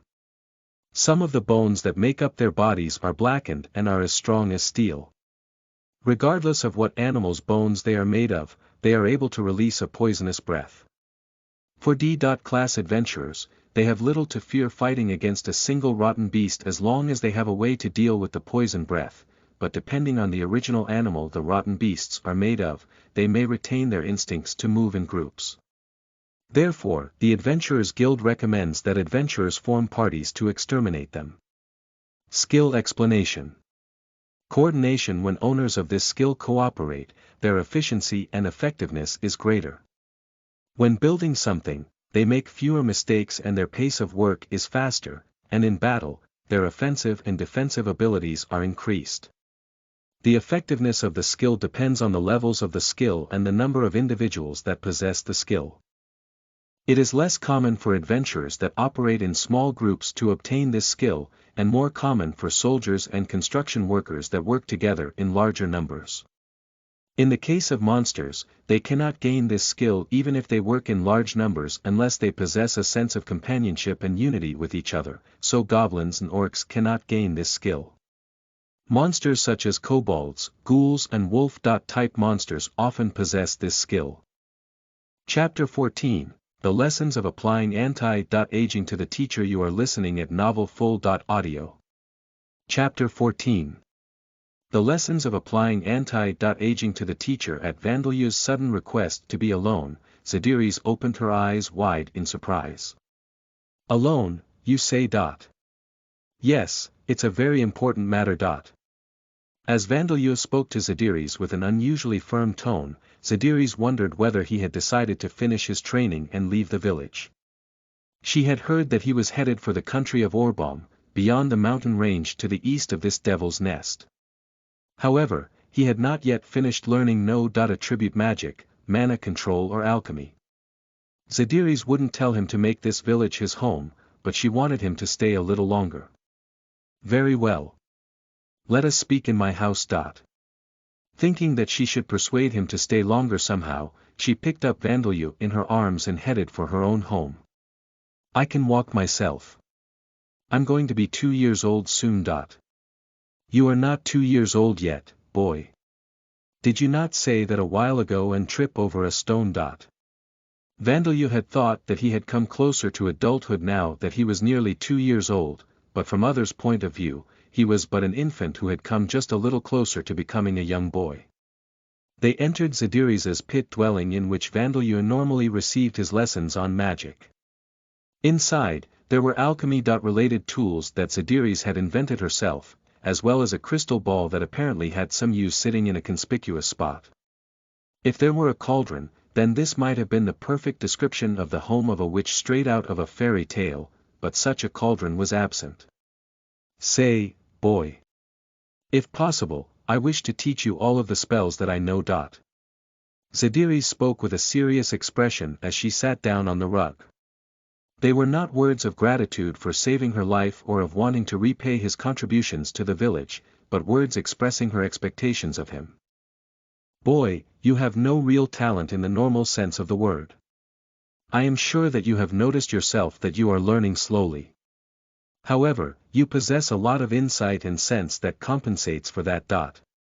The insight and sense that Zadiri spoke of were ideas from the fictional works that Vandalyu had read and seen on Earth, the information that he had obtained from spirits in origin and the power of imagination that was derived from those. Vandalyu, being aware of this, didn't think that it was insight or sense or anything worthy of praise. Most importantly, you possess that outlandish amount of mana. If you were to devote yourself to study, it would not even take you 100 years to become a great mage that I could not even compare to. Simply possessing a lot of mana didn't make one a powerful mage, but the size of one's mana pool was still a component that couldn't be ignored. In this world, the level of a skill increased the more one used it. Therefore, a large mana pool was essential to support the repeated casting of magic necessary to increase the level of one's skill. For humans, the bonuses to skills they received from magic-related jobs were important, but even those jobs required certain skills to be at certain levels to obtain the jobs in the first place. And so, for both humans and monsters that wished to become mages, the first step was to learn basic magic and do everything they could to increase their mana pools. In the case of monsters, it was common to give up without being able to put in the effort required or die before becoming a mage, so a lot of it depended on their talent for magic. In that regard, Vandalyu was very fortunate. He didn't need to go through lessons to frantically increase the size of his mana pool. No, one's mana pool naturally expanded even without lessons. At any rate, he was not even 2 years old yet and his mana pool exceeded 100 million. As he grew older, it would increase by tens of millions more, or perhaps even increase by another 100 million. And so even if he learned somewhat slowly, Vandalyu had enough talent for such concerns to not be a problem. Those were the expectations that Zadiri's had for him. He wouldn't be just her successor, but something far greater. That is why I wish for more time. I am aware that you are on a journey with a purpose, but will you not give me a little more time? Yes, please leave it to me. Vandalyu gave an immediate reply. Oh, so you have come to see my side of things. Though Zadiri's found the way Vandalyu had worded it a little strange, she was happy with his response. However, as he continued speaking, she realized that there had been some kind of misunderstanding. Well then, I'm going to begin treating you right away, so please lie down and make yourself comfortable. Treating. Yes. Please leave it to me. On one hand, Vandalyu looked full of motivation. Since he had an aptitude for death. Attribute magic, he could see the shadow of death on Zadiri's face, the presence of death around her. That was why he had decided to extend her lifespan. Vandalyu had thought that the greatest obstacle to doing this would be Zadiri's own wishes. Zadiri's had been saying things like I do not have long to live and I already have a successor ready. She hadn't seemed particularly fixated on staying alive. Vandalyu had been worried that she might reject the idea of having her life extended by magic. However, she was now saying, give me more time. If she had said, I will let things run their course, or it is best for me to pass naturally, or doubted Vandalyu when he told her that her death was close, he wouldn't have known what to do. But to think that Zadiri's would be aware of her own impending death and even put enough trust in Vandalyu to ask him to extend her life. Vandalyu was moved. Realizing what a happy thing it was to be trusted by someone else, he felt like crying. However, it was just a misunderstanding.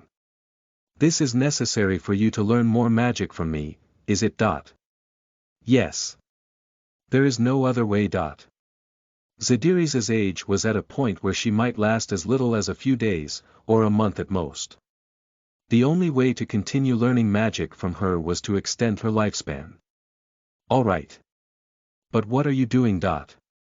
Zadiri's laid down, face up. This reminded Vandalyu of the first time he met her. Just like now, he was trying to save her life back then. I'm going to make you a little younger. Make me younger. There is no way such a thing is possible. With a bizarre sensation, Zadiris watched as Vandalyu's hands and arms sank into her stomach, all the way up to his forearms. Ha! Zadiris opened her eyes wide in surprise and was rendered breathless by the foreign sensation of having her internal organs being stroked by a pair of cold hands. Right now, I have used spirit form transformation on my hands to directly examine your body's situation. I know it is a little painful, but please bear with it. Cold sweat formed on Zadiris's face as she looked up at Vandalyu to complain to him with her eyes, but he didn't notice as he was focused on what he was doing. It was actually his first time examining someone else's body using spirit form transformation, so he didn't know just how painful it would be for the subject. However, he had a good understanding of how to do it correctly. Like a veteran surgeon. When he was being toyed around with by the researchers of Origin, they had forced him to use spirit form transformation to examine various things. This included other living subjects like himself and lead containers of nuclear waste. The mana produced by Vandalyu had been used to create magic items that allowed the use of spirit form transformation and greatly advanced medicine and science in Origin. Putting that aside, he was examining Zadiris's body right now. The spirit form transformation had taken Vandalyu's arms out of physical existence and they were now plunged into her abdomen. He imagined his arms dissolving into a liquid-like state and getting carried away by Zadiris's circulatory system, flowing into every corner of her body. And then Vandalyu's arms melted smoothly, just as he had imagined. His spirit form was directly linked to his mind, so this kind of thing was possible when using spirit form transformation. I feel like it's easier than it was in Origin. Is that because my mental strength has increased? Or is it because doing this of my own will is different from being forced to do it?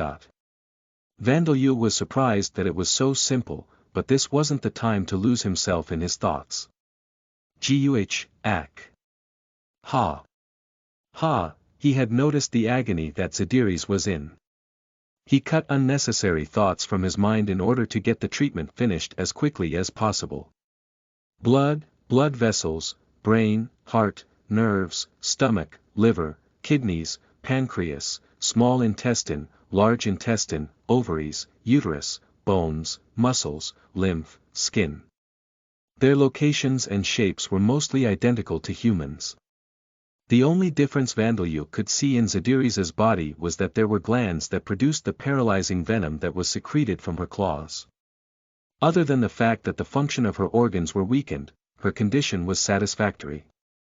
In short, there were no loose blood vessels, aneurysms, cancer or anything like that that might be a cause of death, and no sign of any viral or fungal infection. It seemed that the cause of her impending death was old age after all. Since the cause was old age, the methods of dealing with it were difficult but simple to understand. First, Vandalyu had to choose from one of three methods. The first was using death attribute magic to halt the breakdown of Zadiris's cells while having another mage use life attribute magic to revitalize her organs to restore their declining function. This technique had been used in Origin, but there were no life attribute mages available, so this method was impossible. Since Vandalyu could only use death attribute magic, he was only capable of speeding up or slowing down cell death. Unlike life attribute magic that controlled life itself, he couldn't grant vitality to another. If it were a wound, I would stop cell death while applying a potion, but surely even potions aren't powerful enough to cure old age. Well then, on to the second method. The second method was to take measures to support her life. Using a spell to directly preventing her from getting closer to death. That was a simple, sure method that would work. At the very least, as long as Vandalyu cast the spell on her regularly, Zadiris could continue living in her current state. But I reject that method. Looking at it another way, that method would only maintain her current situation. If he was treating a hemorrhage or an allergic reaction, he could postpone her death and let her body's natural recovery mechanisms get her through it, but in the case of dealing with old age, it was simply delaying the inevitable. Zadiris would never recover and forever be in her weakened state. And since Vandalya would need to cast the spell regularly, Zadiris would die soon after he left the village. There would be no point in such a treatment option. Such a method would allow Vandalya to continue learning magic from her, but leaving aside what he stood to gain from this, he didn't want Zadiris to die. That left one option. The most difficult method, something that researchers on Origin had failed to accomplish, the reversal of age that mankind always dreamed of. It was a technique that removed the age from the cells and caused restoration of youth. In the experiments in Origin, restoring the youth of individual parts of the body such as the skin, blood vessels and bones had succeeded, but there had never been a successful experiment that reversed the aging of the entire body. But those had been experiments conducted by someone else controlling Vandalya's body and mind. And though his ability with magic had decreased since dying in Origin and being reincarnated in Lambda, his mana pool had grown. Let's try with the usual forceful approach. First, he let his transformed spirit form arms diffuse throughout Zadiris' entire body. Ugh! Conscious of Zadiris' moaning, he tried to be as careful as possible as he let his spirit form diffuse into her capillaries, her skin cells and the ends of her nerves. Youth transformation. And then he began to pull the death from her body. Ah! Masters of the fire attribute controlled not flames, but heat directly.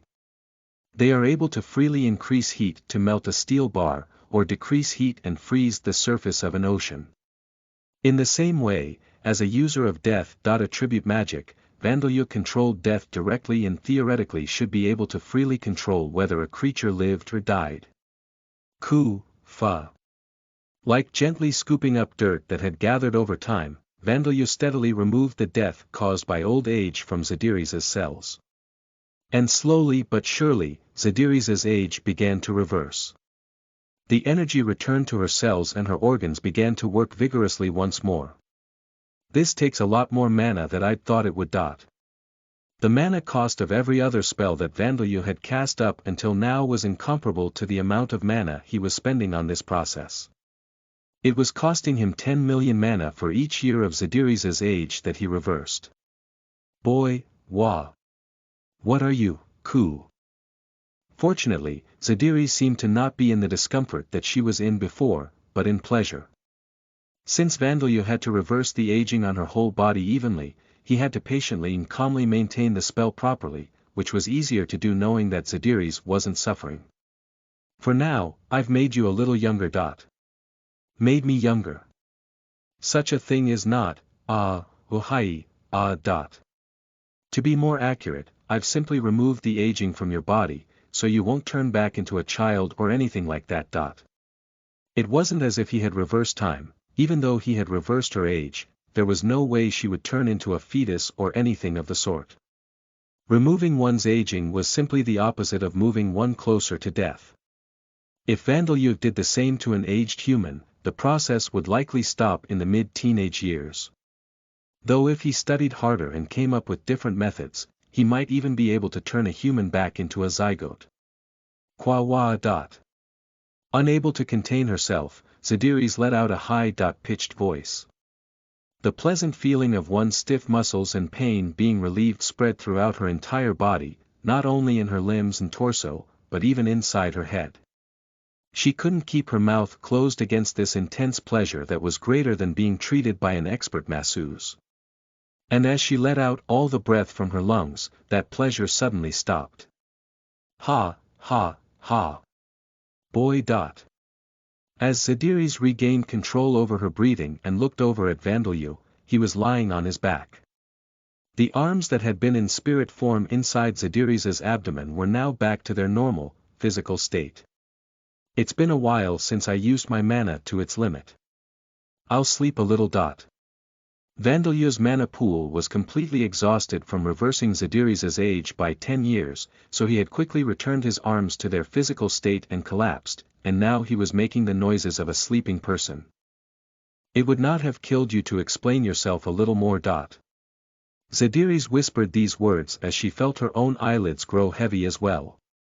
The fatigue that she had felt the past few days had disappeared, but a feeling of exhaustion, as if she had just finished some heavy exercise, lingered in her body. It was a very strange sensation. The aging of all the cells of her entire body had been reversed, and this exhaustion was the side effect of her body undergoing such a large change in such a short period of time. However, as ghouls stopped physically aging at the time of their first pregnancy, the process didn't affect her physical appearance. If Zadiris had been a human, she would have likely passed out on the spot. Well, it is fine. It seems that you have done something that benefits me, and I am sure that nothing bad will happen. Now, let me sleep a little as well. Cuddling closely to Vandalyu, who was already asleep, Zadiris fell asleep on the rug. And a young ghoul warrior by the name of Banad, who had spotted the chief of the village and the guest who was being treated like a full member of the community disappear in the middle of the feast, was standing outside Zadiris' house, swallowing his saliva. He had seen Zadiris and Vandalyu entering her pit dwelling. And when he had put his ear against the wall, he had heard Zadiris' moans and screams of pleasure. Who would have thought that the chief and Vandalyu would? To be able to do it at that age, Dampiers are amazing. Banad whispered to himself with an expression of awe on his lion-shaped face. He should stop the others from treating Vandalyu as a child. Vandalyu was already a fully fledged adult, no, a king. The next day, as Zadiris ate with a large appetite, she showed amazement at what death attribute magic could do when Vandalyu explained what he had done, but also scolded him for not explaining what he was doing first. However, that makes little difference to the fact that you have saved my life twice now. I thank you from the bottom of my heart. I am grateful enough that if you were a tamer, I would gladly be tamed by you and become your servant. Now then, how shall I return the favor that Ludovico? The races that Vita had spawned that had originated from monsters could be tamed. The chances of being tamed successfully were low, as they possessed human-level intelligence and they had originated from a goddess. However, if the individual desired to be tamed, it was a different story. More than just wanting to repay Vandalyu for saving her life by giving him her own, Zadiris said those words because she had become interested by the idea of following him wherever he went. Though her heart throbbed in a way unfitting for her age, she couldn't decide this easily because of her social position.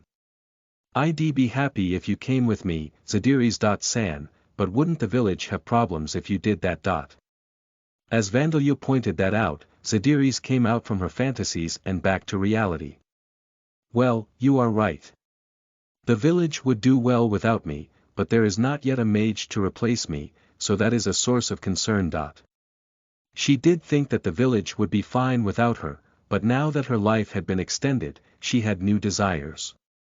She wanted to teach her skills to other young women as well as Vandalyu, and she was worried about whether her youngest daughter Badia would be able to have a child. And I still haven't learned no attribute magic or mana control yet, so I'll be in your care a little longer. Oh, I see. I am relieved to hear that. Well then, let us hurry and begin our lesson. My mana hasn't recovered completely yet, so please wait a little longer. After that, they ate gobu for breakfast and then began another lesson. However, from today onwards, their lessons would end in another session of age. Reversal treatment for Zadiris. One's mana pool increased as one's level increased, but like other attribute values and skills, it also increased with use. However, since Vandalyu's mana pool was so vast, this method of increasing his mana pool had been mostly impossible for him. Vandalyu's mana exceeded 100 million. To use up all of that mana, a spell that cost 10,000 mana would need to be cast 10,000 times. Assuming that each cast took 10 seconds, 10,000 casts would take 100,000 seconds. That would be 20.7 hours. It would take over a whole day. However, casting Youth Transformation on Zadiris took only 10 minutes, even if he cast it until he used up all his mana and fainted. And so he had no attribute magic and mana control lessons in the morning, and in the afternoon, he made walnut sauce and acorn powder. After that, he took an afternoon nap like an infant should. In the evening, he had a continuation of the lessons from the morning, and before going to bed, he performed the youth transformation on Zadiris at her house until he fainted. And then he would sleep. He began to spend every day living this cycle. It was quite the hard schedule, but it wasn't so difficult after he came up with the idea to create stone golems out of a mortar and pestle. He broke the acorns into smaller pieces, washed them, dried them and then simply added the pieces to the mortar and ordered the pestle to spin, and it would automatically crush them into powder. It was even more ecologically friendly than the electric-powered mortars and pestles on Earth. And of course, they decided to keep the youth transformation spell a secret. It wasn't that they didn't trust the other ghouls of the village, and as ghouls had long lifespans, they wouldn't have much desire to become younger. After all, monsters often died fighting, not of old age. Individuals like Zadiris who lived out to the end of their lifespans were really rare. However, the thought of adventurers capturing a ghoul alive, interrogating them and finding out about the youth transformation was terrifying. An enormous bounty would be placed on Vandalyu's head, and countless adventurers and mercenaries would hunt Vandalyu down relentlessly.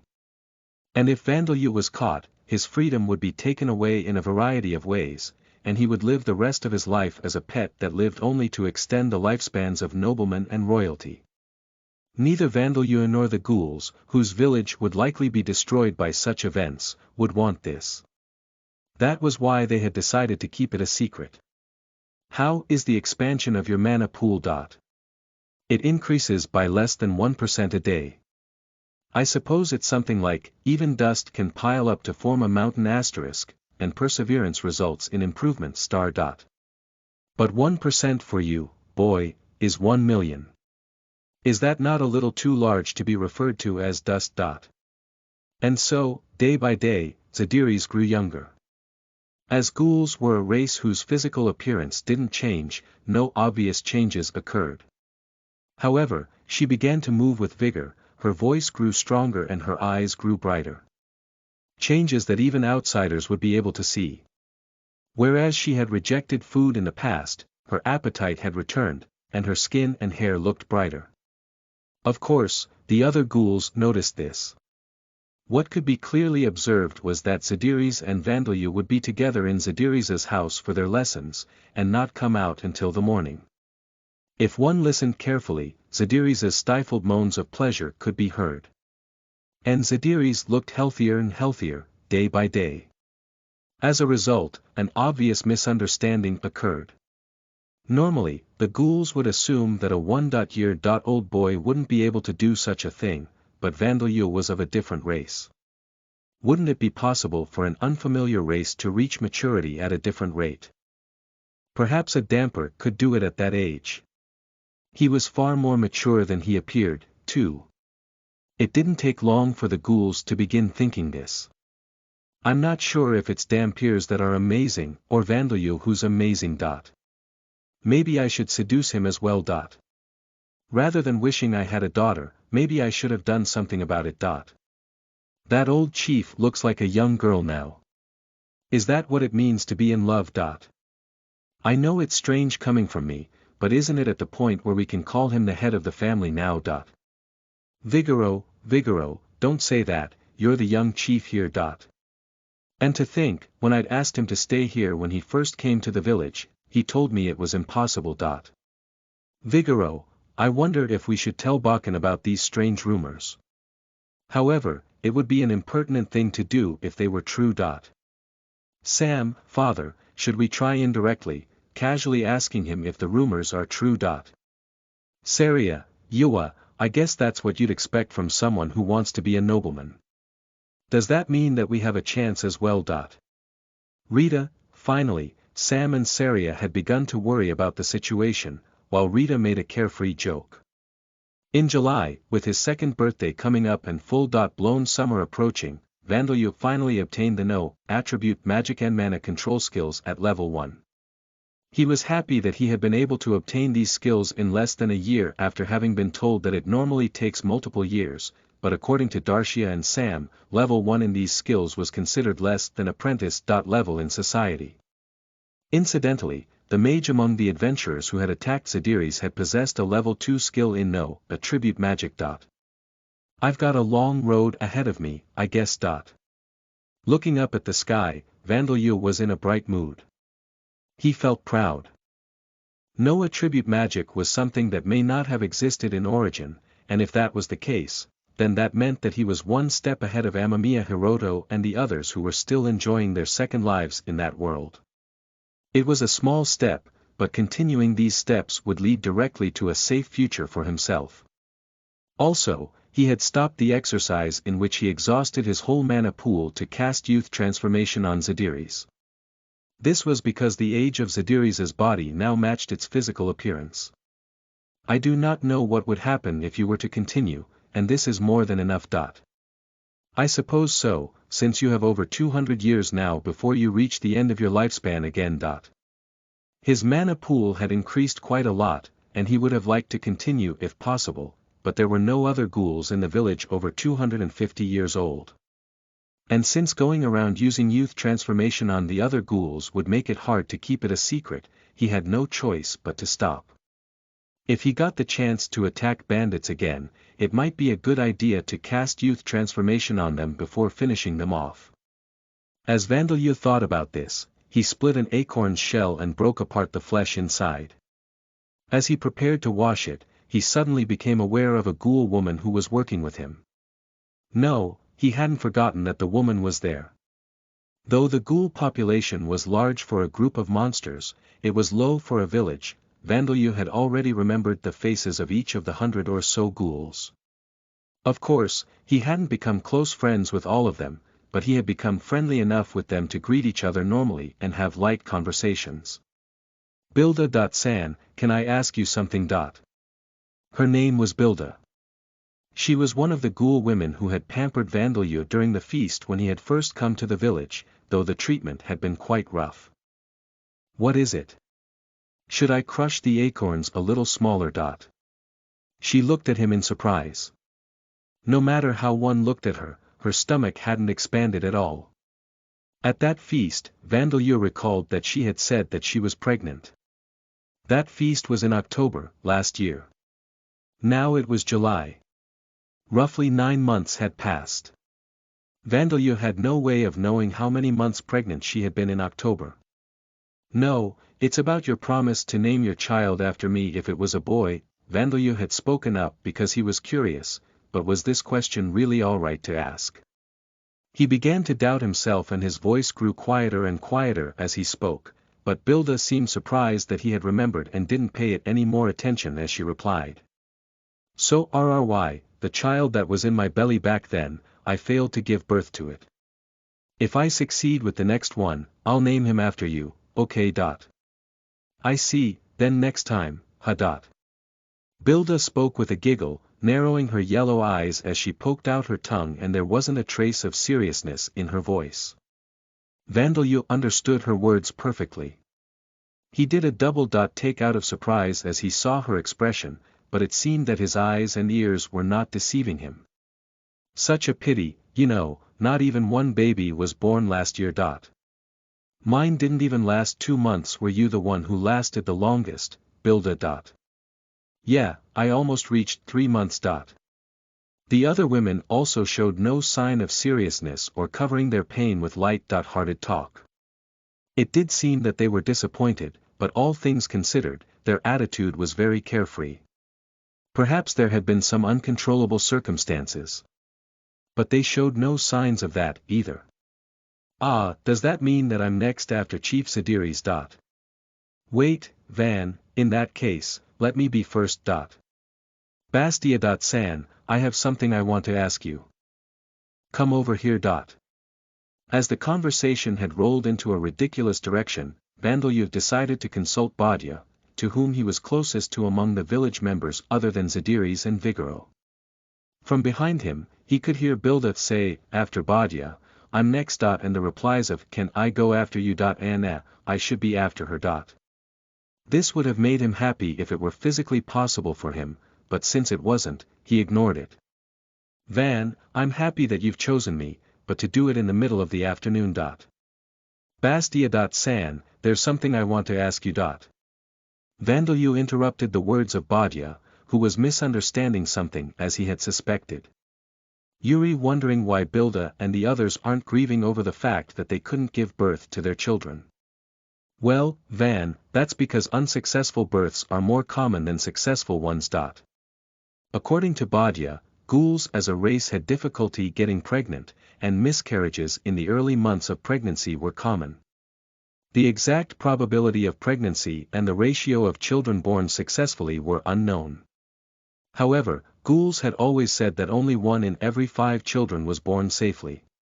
No matter how one thought of it, that rate of birth was far too low, but it was compensated for by the ghoul's lifespan of 300 years. At least, up until now. Bilda and the others aren't grieving much because that's normal, isn't it? Ah, there are some ghouls who grieve over the loss of their children, but they're quite rare. I suppose the reason you find it strange, Van, is because grieving is normal for humans. It was normal for them, so they didn't find it very sad. If one were to ask someone on Earth, they would get angry and reply, "My child has died, how could it possibly be all right?" However, this was another world and these were ghouls. The circumstances were too different. Ghouls had lived with this way of life for 100,000 years, and seeing the village's circumstances, it was obvious that they didn't interact with other races. That was why they had no doubt in what they knew. If ghouls lived together with other races, then perhaps they would grieve over the fact that many of their children were not successfully born compared to other races and doubt themselves. However, living on their own, they simply thought that things had always been this way and there was no helping it. The time during which the miscarriages occurred was also a cause. They happened in the early months of pregnancy, before the mothers had expanding stomachs or produced milk. There was no ultrasound scanning in this world, but even if there was, the miscarriages occurred in the period of time where it wouldn't even be possible to determine whether the baby was a boy or a girl. It was no wonder that they had such little reaction to losing their children. Well, at the very least, I don't think it's something that you should discuss with a bright look on your face. Probably. You think so too, huh? It seemed that Badya had also learned about the differences between ghouls and humans during this conversation with Vandalyu. Up until now, we've only had goblins, kobolds and orcs to compare ourselves to. And all we thought about the matter is that we don't like how they multiply everywhere, even though they're weaker than us. A thought occurred to Vandalyu. Could it be possible that ghouls' envy of goblins and kobolds was one of the reasons that they invented ways to eat them? I see. I've come to an understanding after having you think about it. I've always found it strange that I've never seen any children in the village. Vandalyu had never seen any ghoul children in this village. He had never heard the crying voice of a baby. There were only ghouls that he had thought were children, but were simply young looking because they had conceived a baby at an early age like Zadiris. He had felt strange about the fact that there were no children in this village, even though 100 adult ghouls living here. He had assumed that perhaps the ghouls were still wary of him and the undead, and hidden the infants and children somewhere. However, he had become focused on the magic lessons and had forgotten all about this strange feeling and his doubts. However, the simple truth was that there were just no children. If Vandalyu had assertively tried to find ghoul children, Zadiris and Vigoro would have told him that right away. For them, it was a trivial matter of fact. And now he understood why ghouls were so proactive about sex. It was difficult for them to get pregnant, and only 1 in 5 pregnancies ended in a successful birth. They had no choice but to be proactive about it.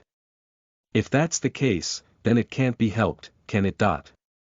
Vandalyu intended not to say anything more regarding this problem. This was a problem that the ghoul race had shouldered for 100,000 years.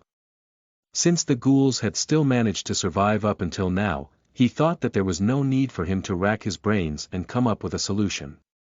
In fact, seeing the village, he could see that this wasn't putting the ghouls at risk. With that being the case, nobody had asked him to do anything about it, so trying to do something would be needless meddling. But if someone were to ask him to do something about it, it would be a different story. You might be right in saying that it can't be helped, but there hasn't been a child born in this village for the past 10 years. Mother and Vigoro are worrying about it as well. It's impossible with Mother's magic, but could something be done about it using your magic, Van? Of course, me wanting to become pregnant is one reason, but I also want to give birth to a healthy child if I do manage to become pregnant. Ah, someone asked him to do something about it. I understand. I'll try to think of something. So it was a different story. Name. Vandalur race. Damper, dark elf, age. 2 years, 1 month old. Title. None job. None level. 100 job history. None attributes. Vitality. 42 mana. 113,550,000 strength. 37 agility. 13 stamina. 39 intelligence. 60 passive skills. Superhuman strength. Level 1 rapid healing. Level 2 death, attribute magic. Level 3 status effect resistance. Level 3 magic resistance. Level 1 dark vision mental corruption. Level 10 death, attribute charm. Level 3, level up. Chant revocation. Level 1 strengthen followers. Level 1, new. Active skills. Bloodsucking. Level 3 surpass limits. Level 2 golem transmutation. Level 2 no attribute magic. Level 1, new. Mana control. Level 1, new. Curses experience gained in previous life not carried over cannot learn existing jobs unable to gain experience points independently. Chapter 15, The Half-Vampire Solving the Problem of Declining Birth Rates and the Noble Pig. Man burning with ambition. You are listening at novelfull.audio. Chapter 15. The Half-Vampire Solving the Problem of Declining Birth Rates and the Noble Pig. Man burning with ambition. As well as taking lessons, I am thinking of making an effort to solve the problem of the ghouls' declining birth rates. As Vandalur told Zadiris this, her eyes opened wide. That is, well, a happy thing for us, but I hope you are not going to propose that we kidnap women of other races and use a ceremony to turn them into ghouls. Is something like that really possible? According to the information circulating in human society that Darshia had heard, ghouls were capable of doing this, but Vandalur had dismissed it as a superstition. Yes, it is, though we have never done it in this village. The only females of other races we can abduct from this devil's nest are probably female adventurers, so the risk is quite high. And even if we succeed, that might cause other adventurers to come and exterminate us, and we would have more important things to worry about than increasing our population by 1 female. Ghouls apparently possessed a way of transforming members of other races into members of their own race like vampires, though it was less effective as it only worked on females. It was likely something that had been designed to balance the race's low pregnancy and birth rates. But in this village, the ghouls had not done this before as they had no way to get their hands on females other than adventurers, and they weren't desperate enough to increase their female count as to take that risk. But it is true that no children have been born here in 10 years. We cannot ask you to make all of the older members of the village young again to maintain the village, boy, so we would be very grateful if you were to resolve this problem. The other villagers and I will be glad to assist you in any way that we can. And since you were able to use youth transformation, a spell that even masters of life. Attribute magic cannot perform, I am sure you will be able to do it. It is a task that one would normally think to be impossible, but it was possible that this boy who only turned 2 years old just recently could do something about this problem. It was now natural for Zadiris to believe this. I will try and do whatever I can. Vandalur meant exactly what he said, but nothing more. There was nothing to suggest that he would be able to do it for certain, and his medical knowledge was limited to medical dramas and school lessons from his time on Earth, and whatever he had managed to absorb from the scientists and researchers in Origin. In other words, his knowledge applied to humans and worked under the assumption that things like ultrasound machines and microscopes from Earth and life. Attribute magic from origin were available. He wasn't even particularly knowledgeable about the field of maternity and gynecology in the first place. In all honesty, he didn't have any confidence. However, Vandalyu's death. Attribute magic had advanced Origin's medical standards so much that even Rodcourt himself had taken notice of it. With that being the case, doing something to treat the ghoul's infertility wasn't impossible. But I have to keep it a secret from Mom. Darshia wouldn't approve of her 2-year-old son getting involved in such work. Vandalyu experienced for the first time the feeling of a child keeping a secret from a parent. A month after Vandalyu had decided to do something about the ghoul's declining birth rates, he was using the blue flames of demon light to deal with the heat of summer. Vandalyu quickly identified the cause of the ghoul's low probability of becoming pregnant. The method he used was to have 10 ghoul men and women do it.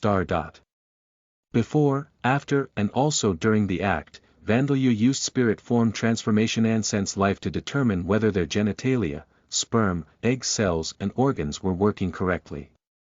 The cause that he found as a result was a simple, basic one.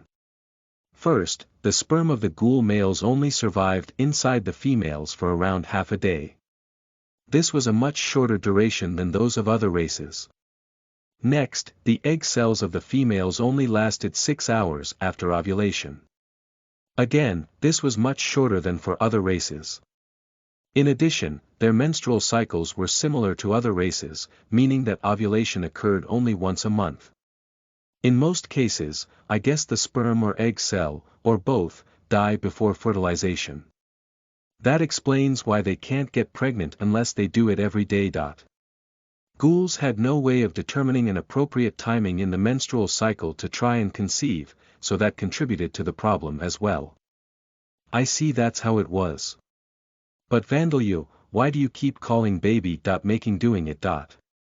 I'm still at an age where I'm hesitant to say it so frankly.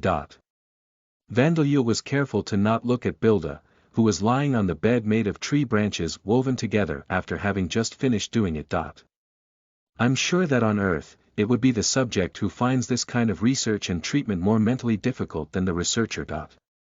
For some reason, he was in a strange mood. No, he was happy that his work had produced results and he felt even more motivated. But strangely, he felt slightly downhearted. Like he was suffering. Why did he feel like this? The reason for it was probably the fact that he was researching ways to treat the infertility of cute girls.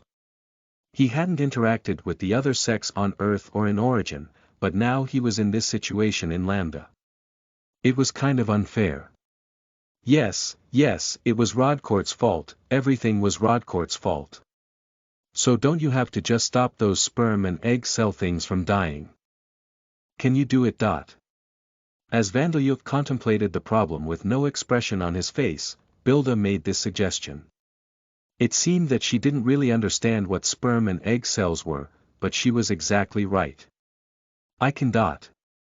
Indeed, lengthening the lifespans of the sperm and eggs was simple. With Vandalyu's death. Attribute magic, he could even prolong the life of a fatally wounded person for days. It wasn't difficult for him to keep the tiny sperm and egg cells alive. Really? Then you've solved it, yay. Bilda sprang up from the bed and cheered, waving Vandalyu around. However, Vandalyu disagreed with her.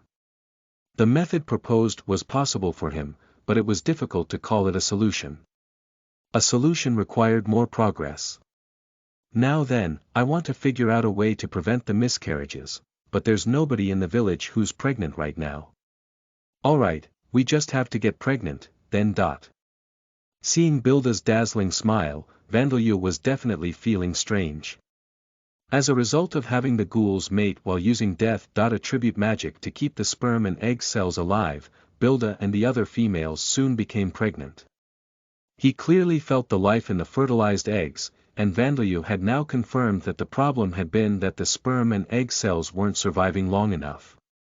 And then Vandalyu figured out why ghoul women frequently experienced miscarriages in the early stages of pregnancy. The zygotes had low vitality. Using spirit form transformation, he determined that Bilda and the mothers had no illnesses or anything that could be an external cause. The zygotes simply had low vitality. The mothers had high vitality, and it seemed that their bodies were mistaking the zygotes and fetuses in their wombs as a foreign entity and attacking them. This was what was causing the miscarriages in the early stages of pregnancy. And now that he knew the cause, the rest was simple. He would use death. Attribute magic again, this time to prevent the deaths of the zygotes and fetuses. He could prolong their lives until they became able to sustain life on their own. And in the month of December, where everyone's breath turned into white fog in the air, the results finally showed. When I told them that everything is okay now, Bilda and the other mothers were really happy. Of course, it's not just the mothers, everyone else in the village is happy as well. Indeed. Because of you, boy, we are now able to welcome new members into our village. I thank you from the bottom of my heart.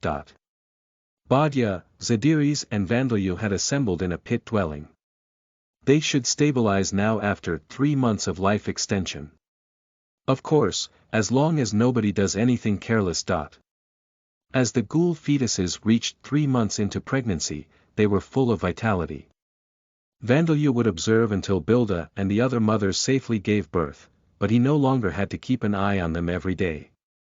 Previously, ghouls had to ask themselves whether they would get pregnant when they mated, and whether the pregnancy would make it past 3 months if they did. I see. It has been said that ghouls have never reproduced outside of devil's nests, even in ancient times. But now, if things go well, we may be able to live outside the devil's nests. Monsters thrived in devil's nests, multiplying more vigorously than they would if they were living outside the devil's nests, and their young would also reach maturity more quickly. The struggle for existence was harsh, and no matter how many adventurers ventured into devil's nests to hunt them, monsters would always survive. Ghouls, who were part monsters, also received effects from living in devil's nests. The fact that they were receiving such effects and still had declining birth rates had been worrying them. That was why producing offspring outside of devil's nests had been a hopeless thought. That was why ghouls lived in devil's nests that contained monsters stronger than them, even though there were also plenty of monsters that they hunted as prey. Now all that's left for me to do is become able to create a magic item that allows the use of the spells that prolong sperm and egg cell life and prevent the death of the fetuses. Yeah, we can't rely on you forever, Van. Vandalyu had figured out a method of solving the problem of declining ghoul birth rates, and it was realistic for him to accomplish. However, this had required him to cast spells on the ghoul women every day. As Vandalyu planned to go to the kingdom of Orbaum, he could only do this for a limited amount of time. And, a continuation of the current situation would be mentally difficult for him. You are fairly quick to learn magic, but it seems that you are not so proficient at learning techniques like alchemy, boy. As Zadiri said, Vandalyu was aiming to learn alchemy, but it wasn't going well. In Lambda, there are 2 types of abilities. One is the magic of the different attributes. The other is techniques such as alchemy and spiritual magic. The magic of the attributes is simply one's affinity for attributes and how well he or she can use those attributes. For example, Zadiris possessed an affinity for the light and wind attributes, while Vandalyu possessed an affinity for the death attribute. Techniques such as alchemy and spiritual magic represent different skills that applying the attributes that one possesses an affinity for in different ways. For example, spiritual magic is a technique where one communicates with spirits of the desired attribute and transfers mana to them to manifest an effect. And alchemy is a skill where one uses mana and spells to utilize various catalysts to produce medicines and create magic items. As spirits of the death attribute didn't exist, spiritual magic was impossible for Vandalyu, but if he studied alchemy, he would become able to create magic items of the death attribute. In fact, in origin, Vandalyu's mana had been squeezed out of him to produce countless magic items. Of course, his body had been taken control over at the time, he didn't know the techniques needed to create them himself. The techniques he had learned about from the spirits of the researchers in Origin relied on Origin's high level of science and technology and manufacturing machinery that relied on other magic items, so he couldn't apply it here. That was why he was learning it from scratch under Zadiri's guidance, but it was proving more difficult than no attribute magic and mana control.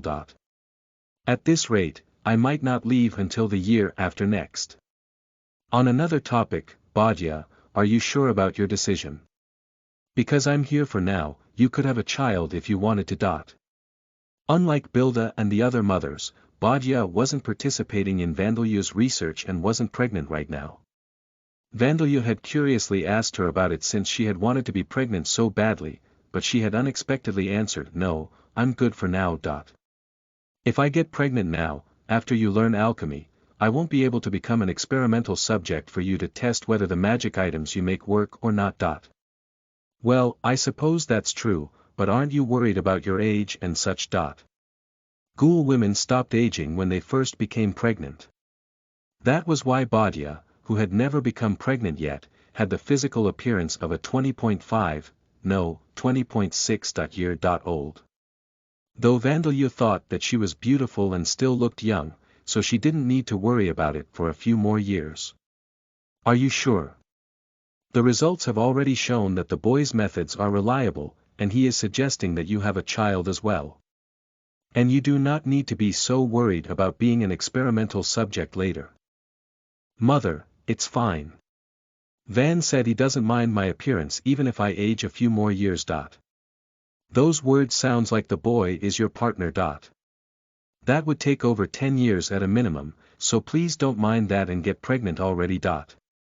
There had been a misunderstanding circulating around the village that Vandalyu and Zadiri's were in that kind of relationship, but that had been resolved already. Badia turned her head and gave the two of them a confused look. I didn't phrase that right. I'm not thinking of making children with Van. I'm just looking for some kind of compensation for being an experimental subject. Compensation. Vandalyu tilted his head in response to Bastia's words.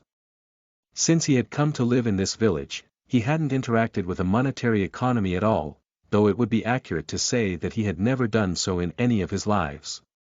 I do want to ask Van to be my partner for my second child.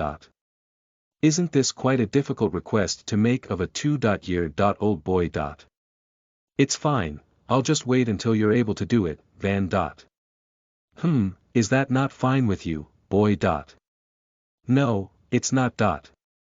Bastia's aging would indeed stop once she became pregnant for the first time. After that, she would stay young, even as she approached 300 years of age one day. Even if she waited until Vandalyu developed his secondary sex characteristics, her physical appearance wouldn't change. However, Vandalyu couldn't imagine wanting to make children in his early teenage years.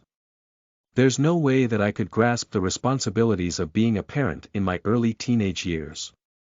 And I'm not a human in the first place, I'm a damper born between a vampire and a dark elf. I don't know whether it's even possible for me to have a child with a ghoul. No need to worry, us races born of the goddess Vita are all able to produce mixed blood offspring with each other. Is that so?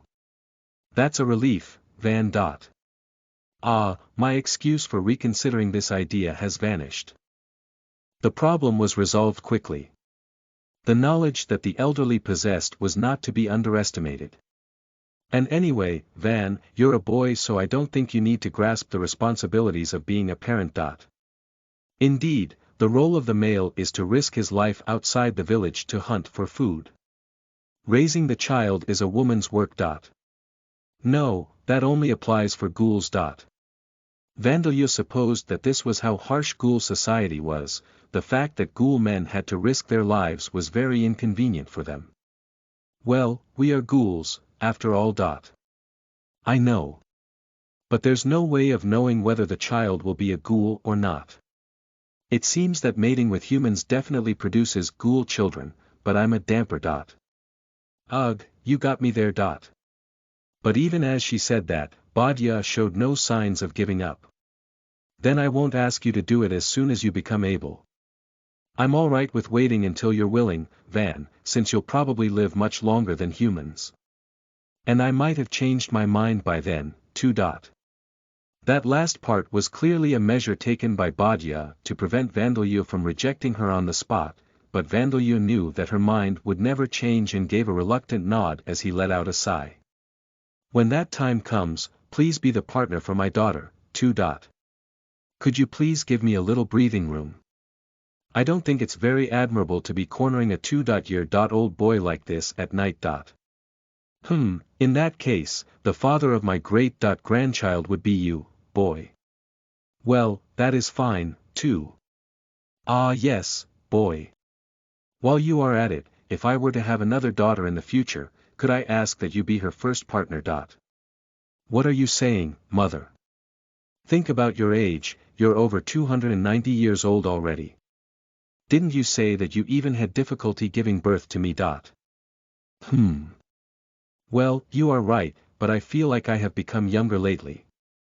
I am sure I would be fine having a few more children. Where the heck did that confidence come from? Have you forgotten that time 2 years ago when you couldn't use your magic and were almost captured by adventurers, all because of your age? As Zadiris dropped bombshells one after another with no sign of hesitation, Badia was flustered as she tried to bring her mother, who would normally be close to the end of her life, to her senses. As she wasn't aware that Vandeleur had reversed her age to the point that her body's physical age matched its appearance, she showed no signs of calming down.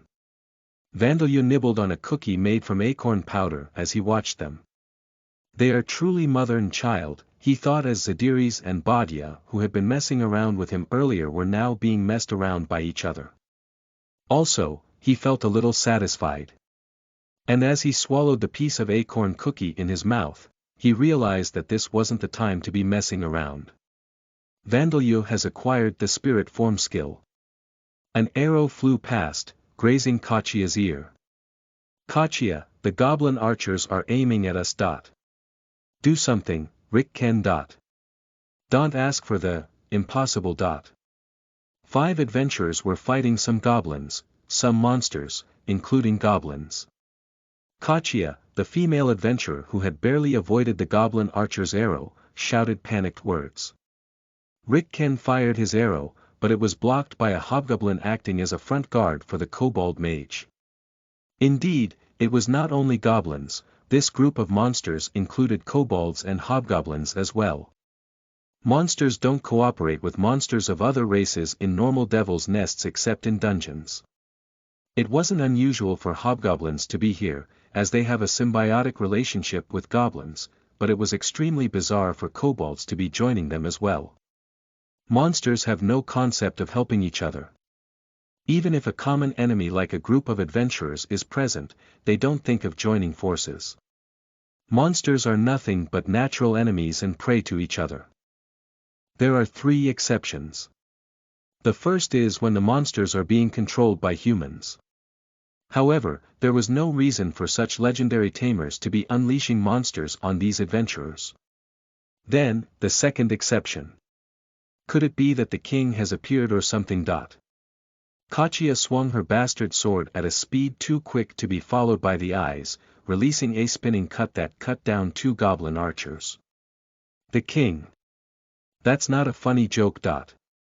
Her shield-wielding companion dealt a killing blow to a kobold rogue with his trusty shield, but he couldn't deny that he had a bad feeling about the situation. Monsters of different races cooperating happened when they were being controlled by an even more powerful monster.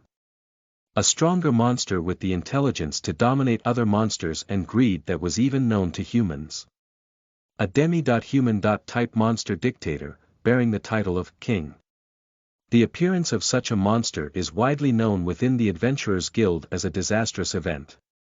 If such a monster has appeared, and these goblins and kobolds were cooperating to fight the adventurers, then Bugu. As if to confirm these fears, a ferocious howl that sounded like a pig's roar sounded out and a large group of monsters appeared from within the forest. Orcs. Orc knights, wearing armor and holding shields. And behind them, calmly looking in the adventurers' direction. Sheet. It's the third possibility. With his pride as a shield bearer on the line, the man used the stone wall and stone shield martial skills consecutively to buy his companions enough time to escape, but it was like a single person trying to stand against an avalanche. Sitting on a throne made of a tray ant, a 3-meter plant type monster that even a 2-meter tall orc would have to look up at, Bugin listened to the reports from his advisors and sons. Bugi, Bumojiji, Bugo, Bumo. It seemed that weapon and armor manufacturing was progressing well.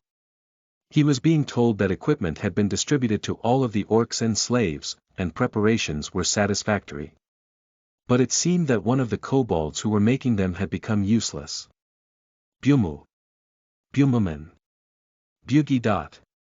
He was being told that his soldiers' training was going well, and if Bugin ordered it, they would destroy any enemies with no fear of death. Of course, that was a given since they were of inferior races, but having usable pawns was better than having unusable ones, so he did his best to make sure they were as loyal as possible. Bugagagan, Bujijai, Bukabohoho. Bohohoho. It seemed that there wasn't quite enough slaves. Goblins and kobolds multiplied like flies, but their numbers had decreased considerably after they had been ordered to attack a ghoul village previously and hadn't quite recovered yet. Bugin ordered them to gather more from random locations away from ghoul villages. Bugago, Bumo, Fubu Bujijayagia. And as usual, it seemed that there was a lack of females. It would be fine if the useless, low intelligence pawns were satisfied with goblin and kobold females. In fact, this was mostly how wild orcs reproduced. However, since there were more high-quality females here, it was likely that they saw them and couldn't hold themselves back. Bugin let out a sigh. If a low-intelligence creature impregnated a female, the resulting offspring would be another low-intelligence creature, whether the female was a goblin female or the female of a more precious race. Why couldn't they understand their position? However, he was only a ruler because he could rule these low-intelligence creatures, and since they were his pawns, it was a fact that he needed to increase their numbers. Ghoul Bumomomo. If they attacked any more ghoul villages, it was possible that the ghouls would notice them, but that was not a problem. As Bugin informed them that they would soon attack more ghoul villages and capture their females alive, everyone other than the orc who had reported that there are not enough women gave vulgar smiles. Even the orc mages, who were considered far more intelligent than normal orcs, couldn't suppress their greed. Bugin was exasperated by the orcs' behavior. Just why were these inferior races so weak, foolish and vulgar? No, that was why they must be ruled by a high-class existence like Bugin. Indeed, they must be ruled by him, as he belonged to the higher class of noble orcs. Patting his own golden, mushroom-shaped hair, Bugin changed his way of thinking and excused the foolishness of his subordinates. On very rare occasions, a leader bearing the title of king appears among goblins, kobolds or orcs. But in such cases, this leader is only a king of the race that it belongs to. In contrast, high-class races as a whole are superior to lower races. High goblins, high kobolds and noble orcs.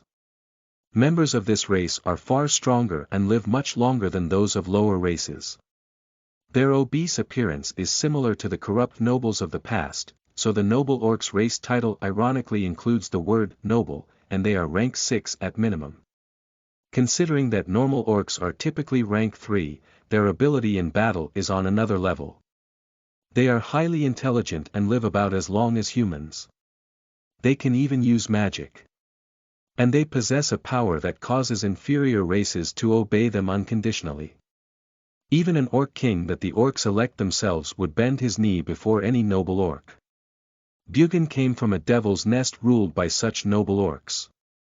Not a small forest like this devil's nest, but a large devil's nest that covered the entire southern part of the Bon Gaia continent. However, he was the defeated loser of a power struggle that had occurred there. Bugin had survived and crossed the mountain range. Burning with the ambition of one who has been defeated, he turned into a conqueror. He would have the lower races follow his rule, build his own empire and one day conquer the human nations. With that as his objective, he had put in much effort and gone through many hardships. He had made all of the orc villages in the Devil's Nest to come under his rule, eliminated the particularly foolish orcs who were even less intelligent than monkeys, selected slightly more intelligent individuals and placed them in higher positions. He had them abduct goblin and kobold females to increase their numbers, and in order to have more competent subordinates, he used an ugly, filthy goblin female to create sons. He hid his existence from the ghouls and adventurers as he gathered power. And now, 10 years later, his empire was now a large force. After culling the failures, he was left with 3 sons, and his orc servants who had survived training numbered 300. There were 100 each of the goblins and kobolds who were his slaves. If the Adventurers Guild were aware of these numbers, they would surely send out an emergency disaster containment request.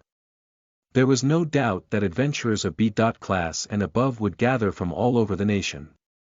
That was why Bugin was careful not to be noticed by adventurers. He had ordered his subordinates to make sure to either capture or kill every single adventurer they attacked. The other enemies that Bugin was tired of dealing with were the ghouls. Ghouls were individually about as strong as orcs, but they were intelligent. Goblins and kobolds killed other members of their own race if they belonged to different groups, but if the ghouls were faced with a common enemy, they would forget their past quarrels immediately and form an alliance. Bugin didn't believe that the ghouls could defeat them, but there was no way to avoid large losses of his subordinates.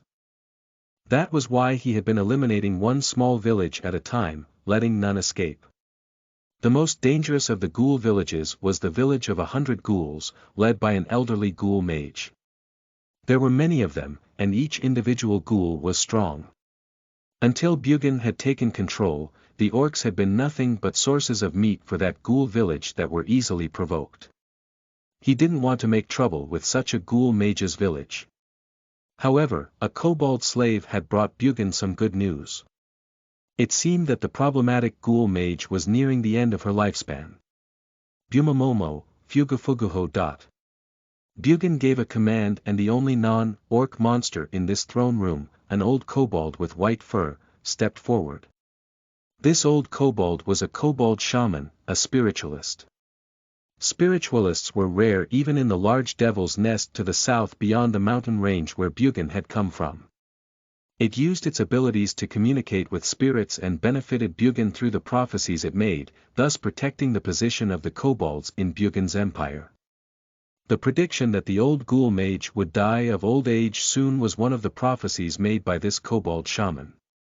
However, the kobold shaman's ears were drooping down and its shoulders were trembling. It was whispering in a small voice, but it wasn't communicating with spirits right now. Listening to the kobold shaman's whispers, the orc mage translated its report for Bugin. The old ghoul mage that was supposed to die of old age is still alive for some reason. She won't die unless she is killed.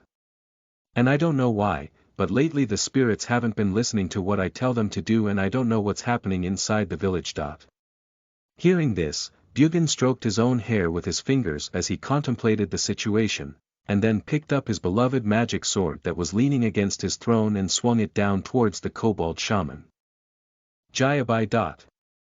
Wiping the blood from the blade of his sword with a cloth, Bugin ordered that the corpse of the kobold shaman, which had been split in half from the top of its head down to the waist in one attack, be added to the food supplies.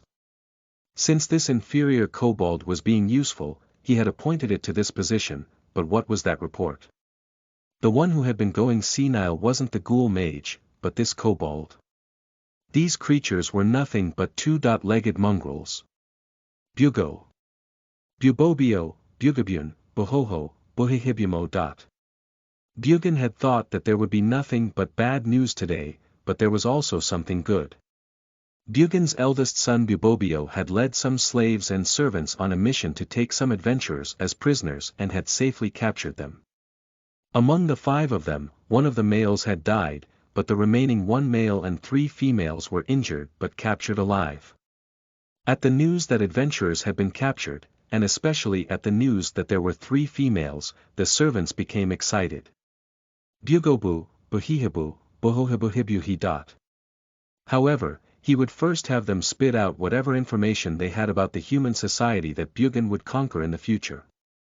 After all, female humans used as mothers would break after being seeded once, and there were not many of them. Bohoho. However, after that, the 3 females would become mothers and the male would become food. Since Bubobio had made a great achievement, Bugin decided that he would be allowed to have one of the females for his personal use as a reward. Both punishment and reward were needed to rule. 1 week later. Vandalyo was breathing in the winter air that was surprisingly clear despite the humidity of the forest, while crushing medicinal plants, minerals and magic stones into powder to use as alchemical catalysts when his movements suddenly stopped. Boy, if you do not concentrate, who knows when you will learn the skill. Boy. Zadiris, who had been watching him work, she was confused to see his hands unexpectedly stop. Vandalyo was looking into empty air, nodding and shaking his head, making noises as if responding to someone speaking to him. Boy, have you finished stuffing the roots? Shall we stop the lesson here for today? Worried that she had been forcing too many lessons on Vandalyo, Zadiris called out to him uncertainly, but it didn't seem that he was hallucinating from being too fatigued. He turned his head to face her. I just heard from a kobold shaman spirit that there's a large village of orcs deep in this devil's nest, led by a noble orc, and he seems to think that this ghoul village is a nuisance to him. Thanks to an information leak from this spirit, Bugin had failed to keep himself hidden. Chapter 16, Skills Make One the Ghoul King. You are listening at novelfull.audio. Chapter 16. Skills make one the Ghoul King, so that's why I'm going to be participating in a battle with my life on the line. It's nothing out of the ordinary, so don't worry. Vandalyo, I don't think there's a single parent who wouldn't worry after hearing such words from their child. So you don't want me to fight. It's true that you're always risking your life, and if you try hard, you won't die, Vandalyo. But you have to make sure you cooperate with everyone else properly. Okay. I know, Mom. The spirit of the kobold shaman that had been split in half vertically by Bugin's magic sword spent 7 days traveling to this ghoul village. It delivered precious information about the noble orc who had established a large village and was now attacking other ghoul villages and kidnapping adventurers while amassing military force. Vandalyo had been worried that the ghouls wouldn't believe this information, but they didn't doubt him. He was earnestly happy that they trusted him. 300 orcs, and 100 each of goblins and kobolds. What will we do? Can we beat them? Hey, does that mean that there are 300 enemies? That's 500, you're an idiot, aren't you? You can't even add numbers. Goblins, kobolds and orcs, they're all enemies of ghouls, aren't they? Each of us just needs to kill 5 of them, then we'll win. Hey, are you including us in your numbers? We still have babies in our stomachs, you know. Bilda.San is 4 months pregnant, so I do believe that strenuous movements such as those of battle would be impossible for her. And their leader is a noble orc. No matter how weak he is for a noble orc, he'll be stronger than Mother and Vigoro. What? Badya, are you saying that Vigoro would lose to him? Of course. It's obvious that I'd lose. Vigoro, I'm sure you'd win. Face the facts, you morons. Well, while Vandalyo was feeling happy about being trusted, the ghouls were seriously discussing what to do about the large village of orcs. This was only natural, their survival depended on the decisions they made here. The ghouls were seated in a circle around a fire in an open space, holding a large emergency meeting to decide the actions that the village would take. Boy, could you please confirm the enemy's numbers one more time? Since the ghouls at the meeting weren't settling down, Zadiris asked Vandalyo to repeat the kobold shaman's information. Incidentally, the kobold shaman informant spirit had collapsed soon after reporting this information to Vandalyo. In order to gain revenge over the noble orc who had killed it, it had used its experience as a spiritualist even after its own death to communicate with other spirits and make its week-long journey to this village. Nobody would know whether it was simply very determined for revenge on its killer, or affected by Vandalu's death, attribute charm skill from very far away. Either way, now that it had delivered the information, it was now floating around Vandalu, like it was dozing off. The enemies are 300 orcs, 100 goblins, 100 kobolds and a few dozen tamed beast-type monsters. There are about 600 enemies in total. The chief is a noble orc and he has 3 sons. There are also quite a few orc generals, orc knights and orc mages. The goblins are soldiers, chiefs, knights and mages. But there are no generals or kings. Also, the enemy has attacked other ghoul villages, captured the females and used them as mothers for their children, and they've recently started attacking parties of adventurers as well. The ghouls grimaced at the news of the enemy's forces, their extreme actions and also the fact that members of their own race had been attacked, even though they belonged to other villages. Both the normal orcs and the higher race of noble orcs were races that only had males. That was why they used the females of other races to breed. In most cases, they used the females of goblins and kobolds, and they also sometimes used female cattle that they stole from villages. However, possibly because they were a race created by the Demon King and his servants to harm humans, they preferred female humans the most. Though ghouls were treated as monsters by humans, their females were exactly like human females other than the color of their skin and eyes. Since their roots could be traced back to the goddess Veda, from the monster's point of view, they were just like humans. Ghouls found it difficult to get pregnant unless Vandalu cast his spells on them, and only 1 in 5 of their children were born safely. However, for some reason, if the father was an orc, there were no problems. Though that wasn't a good thing at all. Is this because orc breeding is parthenogenesis that looks like normal reproduction? Instead of orc sperm fertilizing the egg cell, if the orc sperm simply absorbs and takes over the mother's genes, then that would explain why the offspring never belongs to the mother's race. I suppose. I'm not even sure if genes exist in this world. Well, either way, none of this helps to solve the ghouls' declining birth rates. Vandalu was contemplating these thoughts, but the ghouls had calmed down and began to discuss what to do once more after hearing his words. There were 4 very different opinions expressed at the meeting. Hey, the orcs are targeting human villages and cities, right? Then they have nothing to do with us, do they? In that case, we just have to sit here and do nothing. The opinion that the ghouls should simply watch what the orcs decide to do. They felt sorry for the female ghouls that had already been captured and the ghoul villages that would be attacked in the future, but since they couldn't defeat the orcs in battle, fighting them was too dangerous. Well, Zadiris's village had no obligation to risk themselves to help the other ghoul villages. It was cold, but it was meaningless for their village to come to ruin by trying to help others. However, this would be a poor move. The noble orc leading the orcs had been waiting for Zadiris to die. The reason for this was obvious. He was planning to attack this village once Zadiris died. Groups of monsters were generally ruled as dictatorships, where the ruler decided everything. Since the ruler of these orcs had been observing this village, there was no chance that they could avoid his attention.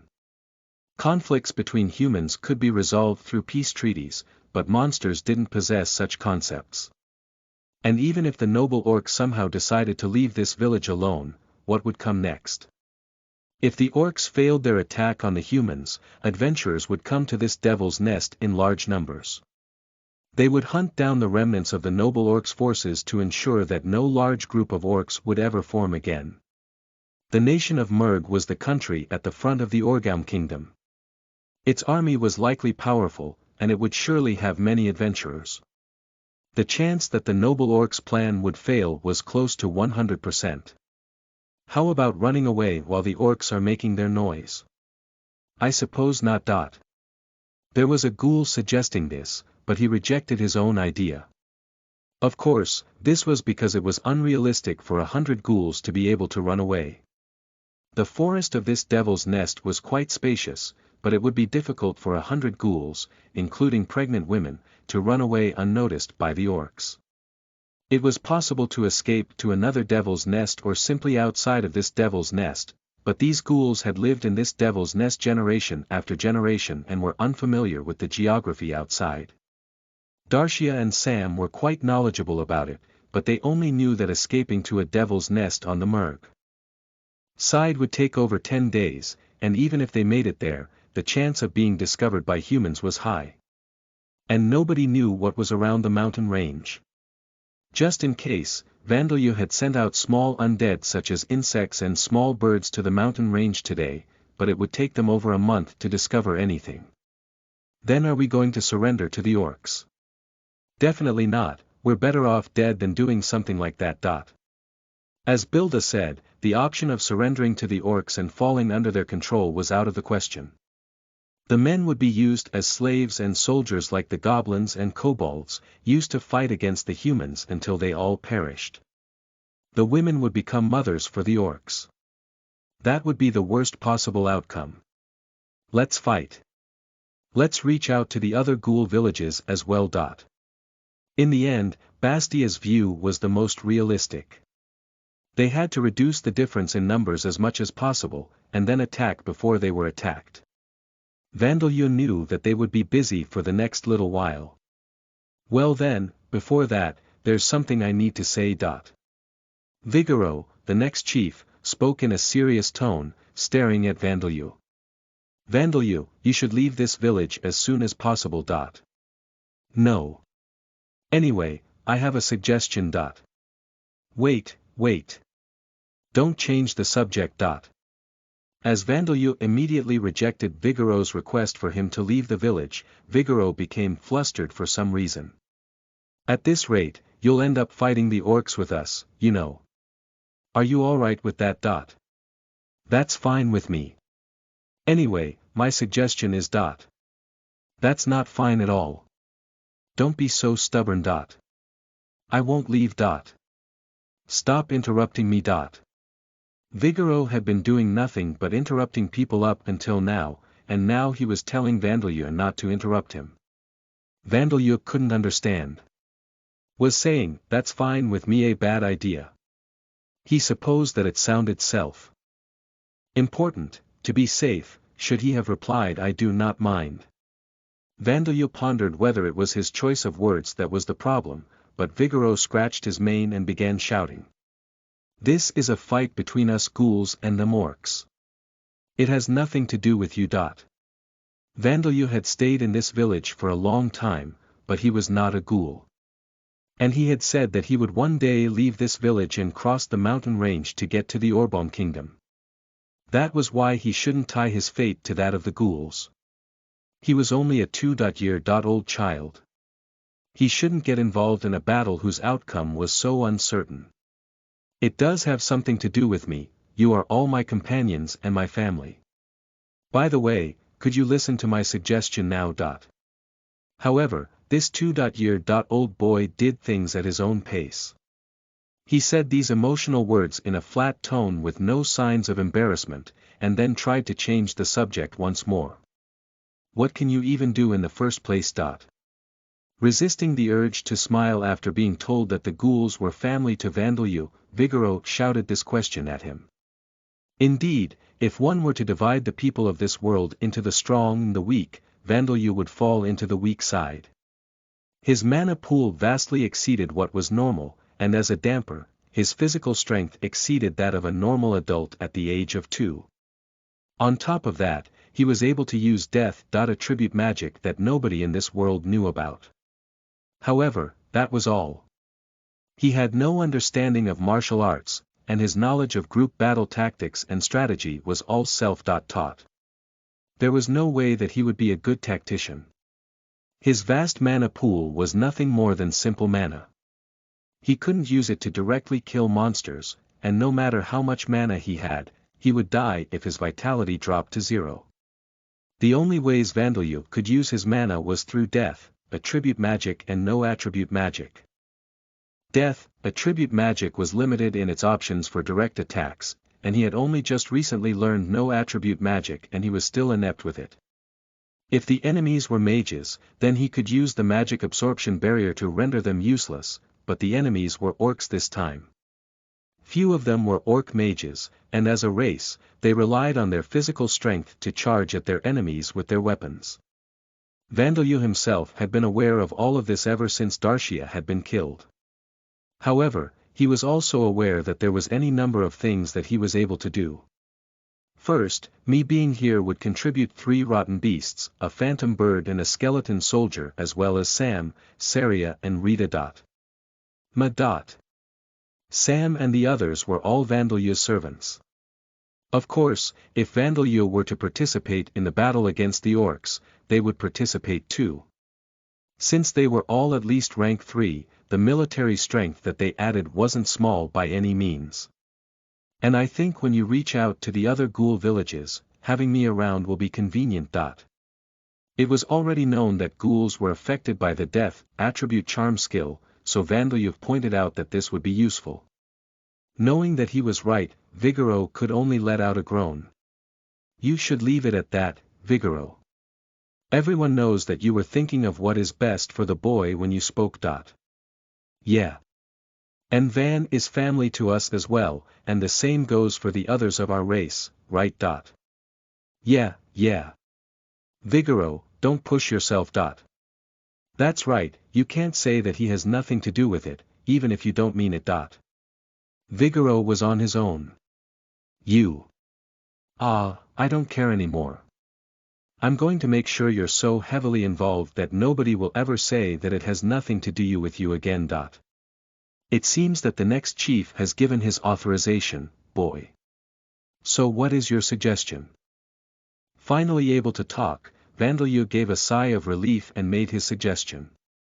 It's nothing special, but I was thinking of distributing the equipment and magic items that I'm not planning to use in the near future to everyone. But judging from everyone's reactions, it seemed that it was something special. In this world, magic items have grades. From the bottom, they are lower class. This is a poor way to say it, so these have also recently started to be called beginner class *, middle class, upper class, special class, legendary class and mythical class. Lower class items are things like swords that aren't as susceptible to rust as normal swords, leather armor that doesn't hurt the body if slept in, timers that ring an alarm after an hour, magical stoves similar to the portable gas stoves of Earth, magical street lights and the like. Many of them are plain, everyday items that people from Earth wouldn't normally think of as magic items. The real magic item-like items start at the middle class, and many items that adventurers use belong to this class. Upper class items are significantly more valuable and difficult to obtain, and special class items are few and far between, treated as national treasures. Items called artifacts such as sacred swords that only chosen heroes can wield belong to the legendary class, while the cheat-like items of myths are in the mythical class. The classification of magic items is dependent not only on their functions and the strength of the magic they contain, but also the effort and materials needed to create them as well as their rarity. Apparently, magical stoves were once considered middle class magic items before mass producing them was feasible. Line up. The magic items from the dungeon that Vandalyu was now distributing among the ghouls were of lower and middle class. When Vandalyu had first obtained the magic items, he could only tell that they were magic items and roughly how much mana was stored inside them. Even after he learned the no-attribute magic appraisal spell, he had no knowledge to make sense of the information, so he had continued hoarding them without knowing what kind of items they were. However, he thought that the ghouls needed to be stronger for a difficult mission like invading the large orc village, so he gave them out. Of course, for free. This came at a great cost to Vandalyu, but he had simply been hoarding them with no way to sell them for money anyway, and he had simply received them from the undead of the dungeon or found them inside treasure chests. He felt no attachment to them as he hadn't struggled to obtain them. And so he generously gave them away. This has a low-level agility enchantment, and this is a low-level stamina recovery accessory. Both are little more than consolation prizes, but they are indeed magic items. Then please give those to Gouda.san and Ghibli.san. Vandeleur had Zadiri's use appraisal, and then distributed the magic items one after another. If he was in a large human town, he would be able to sell them at 1,000 amid each, a price not insignificant but not exorbitant either. Even so, they were precious items in this village in the Devil's Nest, so everyone accepted them. The happy feeling of giving presents to people is a fresh experience for me. On Earth, Vandeleur had no friends or decent family, and in origin he had been a laboratory animal. Having his first opportunity to give presents to someone in Lambda, Vandeleur felt very happy. I'm going to give those orcs a beating with this. I'll give you a belly full of orc meat to repay you for this bracelet. Incidentally, orc meat was apparently tasty without any special cooking methods, unlike goblin and kobold meat. Its taste was similar to that of wild boar meat, so the ghouls were looking forward to it. Give the special battle axe that I got from the skeleton general to Vigoro. And the kite shield is for Badia. Vandeleur handed over the items that were the most valuable among the items that he had obtained in the dungeon other than the suits of armor that had become Saria and Rita's bodies and the weapons that they used. Vigoro thanked Vandeleur as he received the battle axe, and then looked at him with a serious expression. Vandeleur, you should be the king. I'm sorry. Us ghouls join forces with other villages to fight against a common enemy. When that happens, the one who stands at the top and gives the orders is the king. That should be you. I'm sorry. From Vigoro's explanation, Vandeleur understood the role of the king, but he couldn't understand why he should be the one in such an important position. Vandeleur was confused, but Badia looked happy at his response. I'm glad you've agreed, Van. No, I didn't mean yes to agree, but I'm sorry, but Van, everyone else says you're the most suitable as well. Who do you mean by, everyone? Everyone other than you, Van. When? It seemed that they had been discussing it while the magic items were being distributed. Congratulations, Bakken. This is a great success for you. We'll do our best, too. Sam and his daughters had apparently also participated in the discussions. It seemed that not a single person had any complaints. Sam's faint, white spirit form raised his hand, giving Vandeleur a thumbs up. Rita and Saria were also giving a rattling applause. Oh Vandeleur, you've become such a fine boy. Darcia had woken up without Vandeleur noticing and was now crying tears of happiness. Was she feeling like a parent whose child had been chosen as the class representative or put in the leading role in the school arts festival? No, let's not get ahead of ourselves. You might all be fine with it, but will the other villages agree? I'm a damper, you know. I'm of a different race. Will they accept such a king? It will be alright, that is not a problem. Yeah, if it were a human then there'd probably be some opposition, but since you're a damper, it'll be fine. Well, even I think that it'll probably be fine. The founder of ghouls was thought to be the younger brother or sister of the founder of vampires. A damper whose blood was half vampire was something like a relative for ghouls. In addition, dampirs were considered monsters by the Amid Empire and its nations. And Vandeleur possessed the death attribute charm skill. Even Vandeleur knew that the other ghoul villages wouldn't be strongly opposed to him being the king. And you do meet the requirements to be the king, boy, in terms of your ability and achievements. Vandeleur had once told Zadiris that he possessed the strengthened follower's skill. Boy, the strengthened follower's skill that you mentioned to me before does exactly as its name suggests, increasing the attribute points of your followers. Your followers are your undead, and we will be your followers as well. In other words, if you stand at the top position as king, you will strengthen all of the ghouls that follow your command. That skill is something like a king.specific skill. The strengthened follower's skill is something that any monster bearing the title of king possesses. Thanks to this skill, the group of monsters led by the king is stronger than normal and their numbers are also greater. Though Zadiris didn't know this, there was once a goblin king who had obtained a level 10 strengthened follower skill, and his followers fought evenly against fully armed knights, wielding only tree branches and wearing fur loincloths. There was a reason that the Adventurers Guild treated the appearance of a king as a disastrous event. You are the one who made an effort to correct our weakness of not being able to reproduce easily, did you not? You opened up our future and helped us prosper. You have already shown success in doing so as well. If these are not the achievements of a leader, then I do not know what are. Vandelya felt that Zadiris was exaggerating with her words, but difficulty with reproduction was a problem that ghouls as a race faced, and the fact that they couldn't increase their numbers had been a heavy restriction that prevented them from expanding. If the other ghouls knew that Vandelya had a way to solve this problem, they would gladly gather to follow his command. Having never imagined that solving the problem of the ghouls' declining birth rates would lead to this, Vandelya put a hand to his forehead. Vigoro seemed happy that things had gone well. He had made Vandelya heavily involved as he had said he would, but he was slightly immature about it. I understand. I will become the king. And so Vandelya became the ghoul king before even becoming an adventurer. Vandelya has acquired the title of Ghoul King. The level of the strengthened follower's skill has increased. The first job for this king was armor. Fitting. Gudon, are there any tight or hard to move parts? It's hard to move my elbows and neck, and my helmet is too tight. Ghoul men possessed the heads of lions and had arms so long that their fists would reach the ground even if they were standing upright.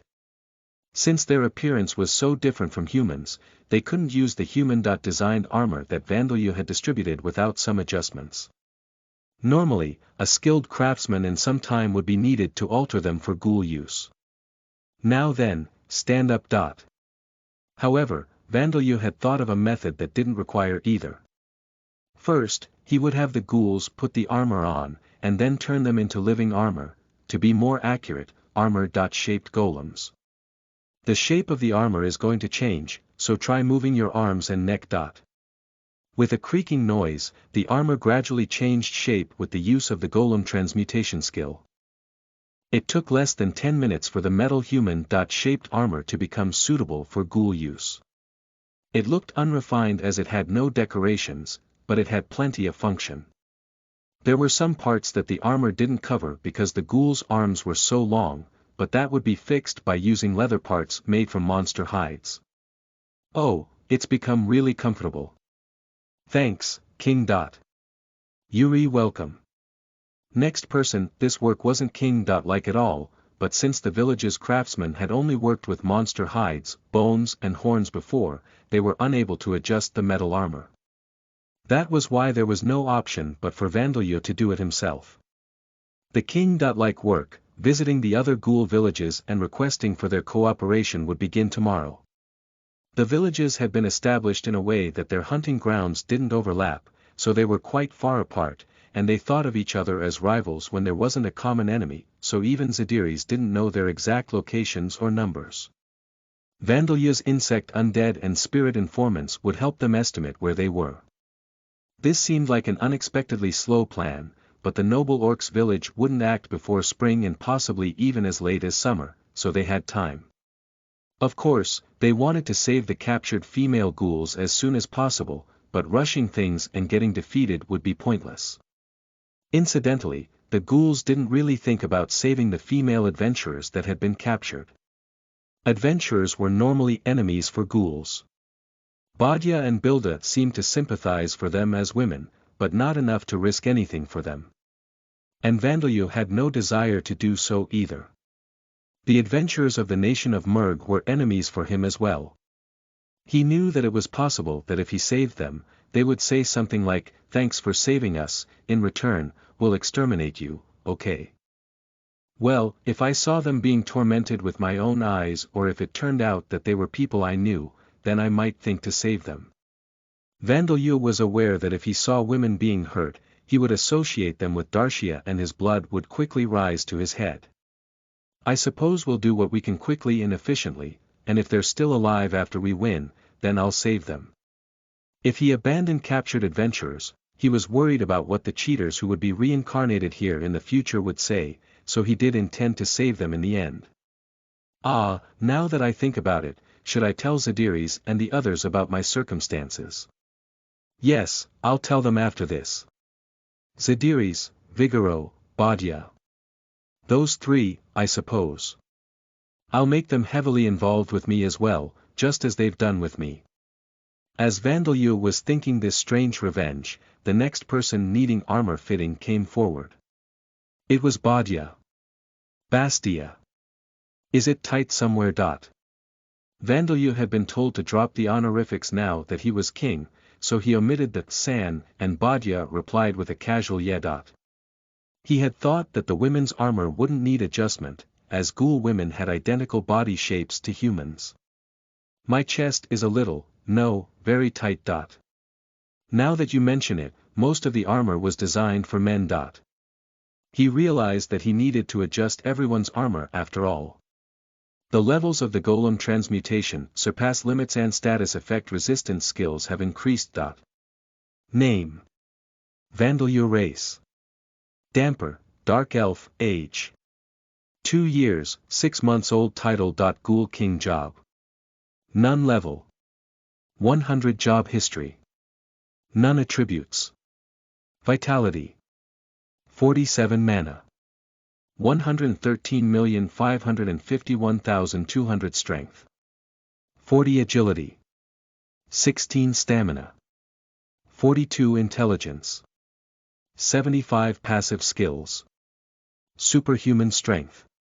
Level 1 rapid healing. Level 2 death, attribute magic. Level 3 status effect resistance. Level 4, level up. Magic resistance. Level 1 dark vision mental corruption. Level 10 death. Attribute charm. Level 3 chant revocation. Level 1 strengthen followers. Level 2, level up. Active skills. Bloodsucking. Level 3 surpass limits. Level 3, level up. Golem transmutation. Level 3, level up. No attribute magic. Level 1 mana control. Level 1 spirit form. Level 1, new. Curses experience gained in previous life not carried over. Cannot learn existing jobs. Unable to gain experience points independently. About titles. Titles are acquired when an influential individual and many other people recognize you as bearing that title. It is also known as a written name, alias, or degree. The effects of a title depends on the reason the title has been bestowed on the individual and the meaning of the title, granting new related skills or increasing the levels of existing ones and strengthening their effects. Ghoul King. This title increases the effects of the strengthened followers and death, attribute charm skills on ghouls. Also, it increases the level of the strengthened follower's skill and treats the value of the number of ghouls under its influence as double when calculating other effects. Skill explanation. Strengthened followers. This skill increases the attribute values of individuals belonging to a race under the skill bearer's influence. It also has the effect of increasing fertility and the rate at which the offspring of affected individuals develop. This skill's level increases as the number of followers increases. The skill is level 1 below 100 followers, level 2 at 200 followers and level 3 at 500 followers. The humans, elves and dwarves that are designated as people in the Amid Empire cannot acquire this skill, but the new races created by Vita can acquire it in rare cases. However, the majority of creatures that possess this skill are monsters such as Goblin Kings. Chapter 17, He was supposed to become the Ghoul King because of his skills. You are listening at novelfull.audio. Chapter 17. He was supposed to become the Ghoul King because of his skills. The noble orc was planning to attack a human town. There was fear over whether he would order his large village of orcs to attack the ghoul village before doing so. Vandalyu was to fight them with the ghouls that were his family, bearing the title of Ghoul King. Vandalyu was in the midst of an alchemy lesson. He crushed the contents of the mortar while pouring a certain amount of mana into it. Incidentally, the contents were kobold bones, magic stones from kobolds, dried poison toad organs and his own blood. He used the resulting product to draw a magic circle, and if it functioned as a magic item, he had succeeded. If not, then it would be a failure. Regardless of whether it succeeded or failed, he would repeat this process until he obtained the skill. Though the contents of the mortar varied a little, the contents of his lessons did not. An individual of a higher race of orcs, the noble orcs, was leading a group of monsters 500 strong including the goblins and kobolds under its command.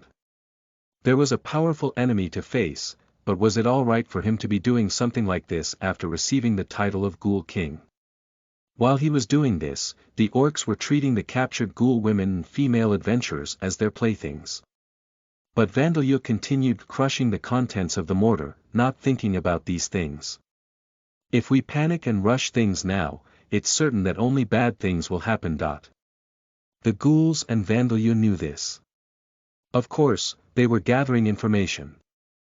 Vandalyu had distributed undead bugs to determine the location of the noble orcs' village and find other ghouls, and messengers had been sent to other ghoul villages whose locations Zadiris and the others still remembered. There was no need to move until such information had been gathered. The earliest the enemy would make a move would be spring. And it was still the end of December, not even halfway through winter. Orcs had a gestation period of half a year when they bred and they only took another half year to grow into adults. This was why the ghouls did plan to move as soon as they got the information they needed, so the enemy numbers wouldn't be too great. Still, this skill is quite hard to obtain. Vandalyu honestly found it difficult to learn. Several months had already passed since he began his alchemy lessons and he still hadn't obtained the skill. That is to be expected. In fact, you are quicker to learn it than most monsters, boy. Zadiris, however, Zadiris encouraged him. Though if you were a human, that may not be the case. Zadiris, the levels of skills generally range from 1 to 10. Those with a level 1 skill are novices that have just learned the skill. For combat-related skills, this is the level at which the user can just manage to use the skill in real battle. Those with level 1 crafting skills would be at the level of an amateur hobbyist. The average soldier possesses level 2 combat-related skills, and those with level 2 crafting skills are considered unskilled craftsmen. Adventurers and mercenaries that possess level 3 combat-related skills are considered fully qualified. Craftsmen with level 3 skills are quite skilled, but not allowed to operate independently. Those with level 4 combat-related skills are considered competent veterans in their fields. Level 4 crafting skills are the minimum requirement for an independent craftsman. Those with level 5 combat-related skills are top-class users of those skills, and it is common for class adventurers to possess skills at this level. Those with level 6 combat-related skills are fit to be instructors for nobles, and are close to being B-class adventurers. Those with level 6 crafting skills are able to run stores in large cities. Those with level 7 combat-related skills are sought after by countries and noblemen. Adventurers with skills at this level are B-class unless their behavior is considered greatly problematic. Craftsmen with level 7 skills have multiple people that apply to be their apprentices every year.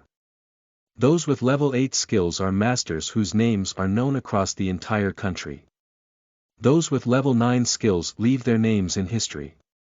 A-class adventurers possess skills at this level. Level 10 skills are in the realm of superhuman abilities. And there are rare cases where a skill surpasses level 10, becoming a transcendental skill. Possessing such a skill could make one worshipped by others. One would be called names such as Sword King or Flame Emperor, and be considered a god. It would perhaps be equivalent to Miyamoto Musashi on Earth. It is unlikely that Miyamoto Musashi could move faster than sound, fight for a week straight without eating or drinking, or cut through a mountain-sized rock that's harder than steel, however. These were Vandalyu's estimations of how skills worked, based on what he had heard from Darshia and Zadiris. With that in mind, it made sense that obtaining skills like alchemy or magic-related skills took numerous months. However, in this world, there is a component that didn't exist on Earth or in Origin. The bonuses to skills offered by jobs.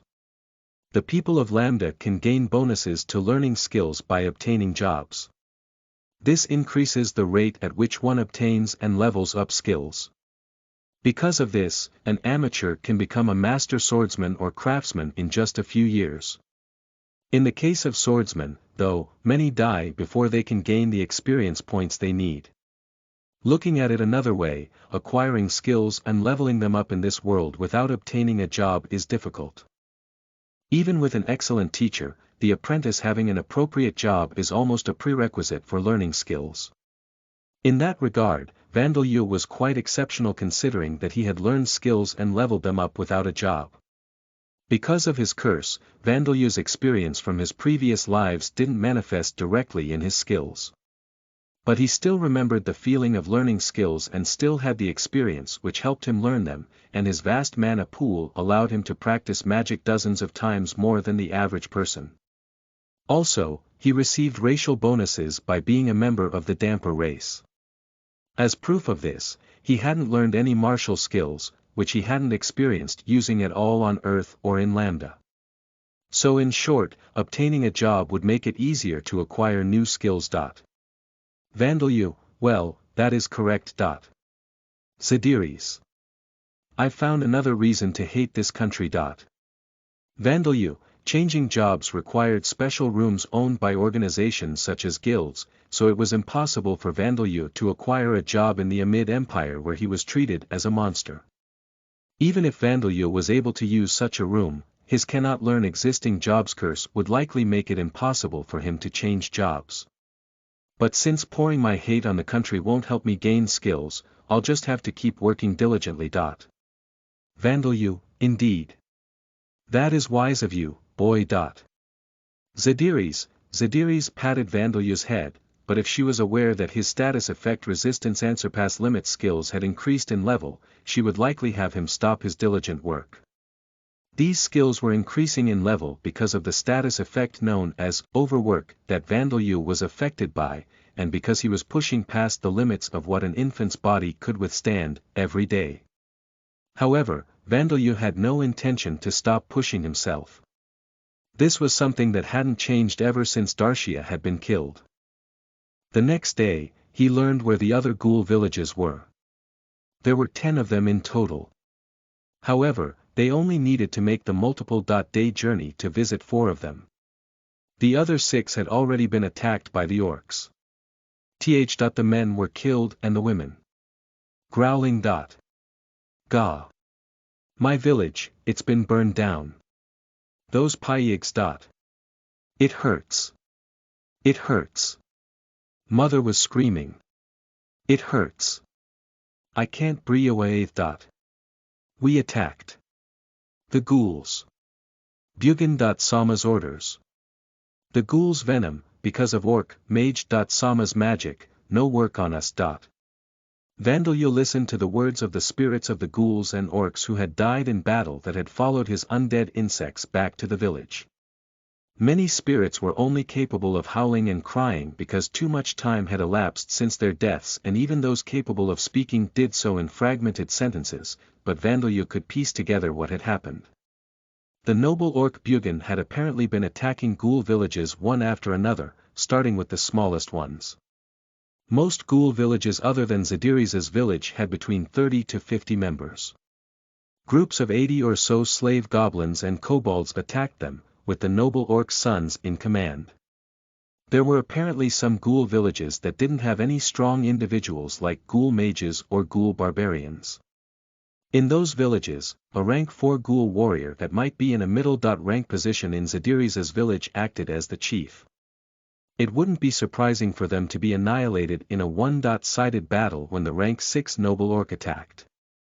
And it seemed that the numerous orc mages were able to cast spells that granted resistance against the paralyzing venom that ghouls secreted from their claws.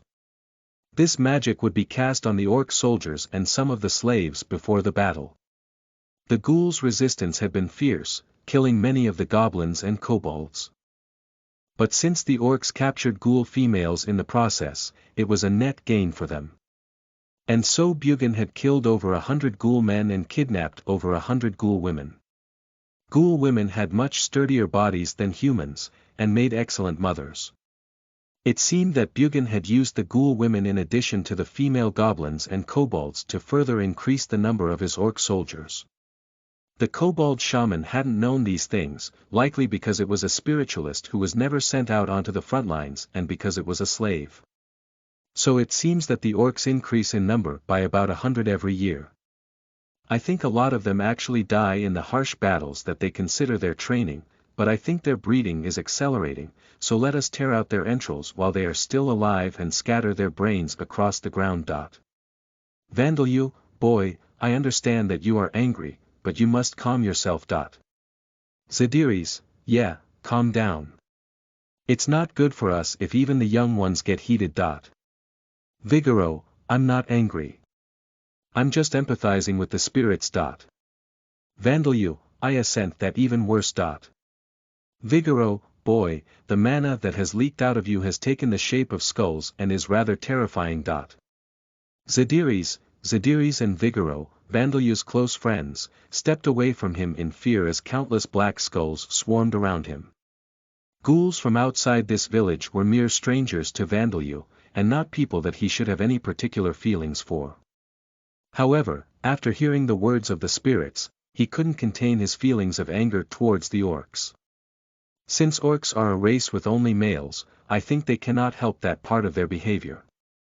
If they don't do what they're doing, then they cannot maintain their own race.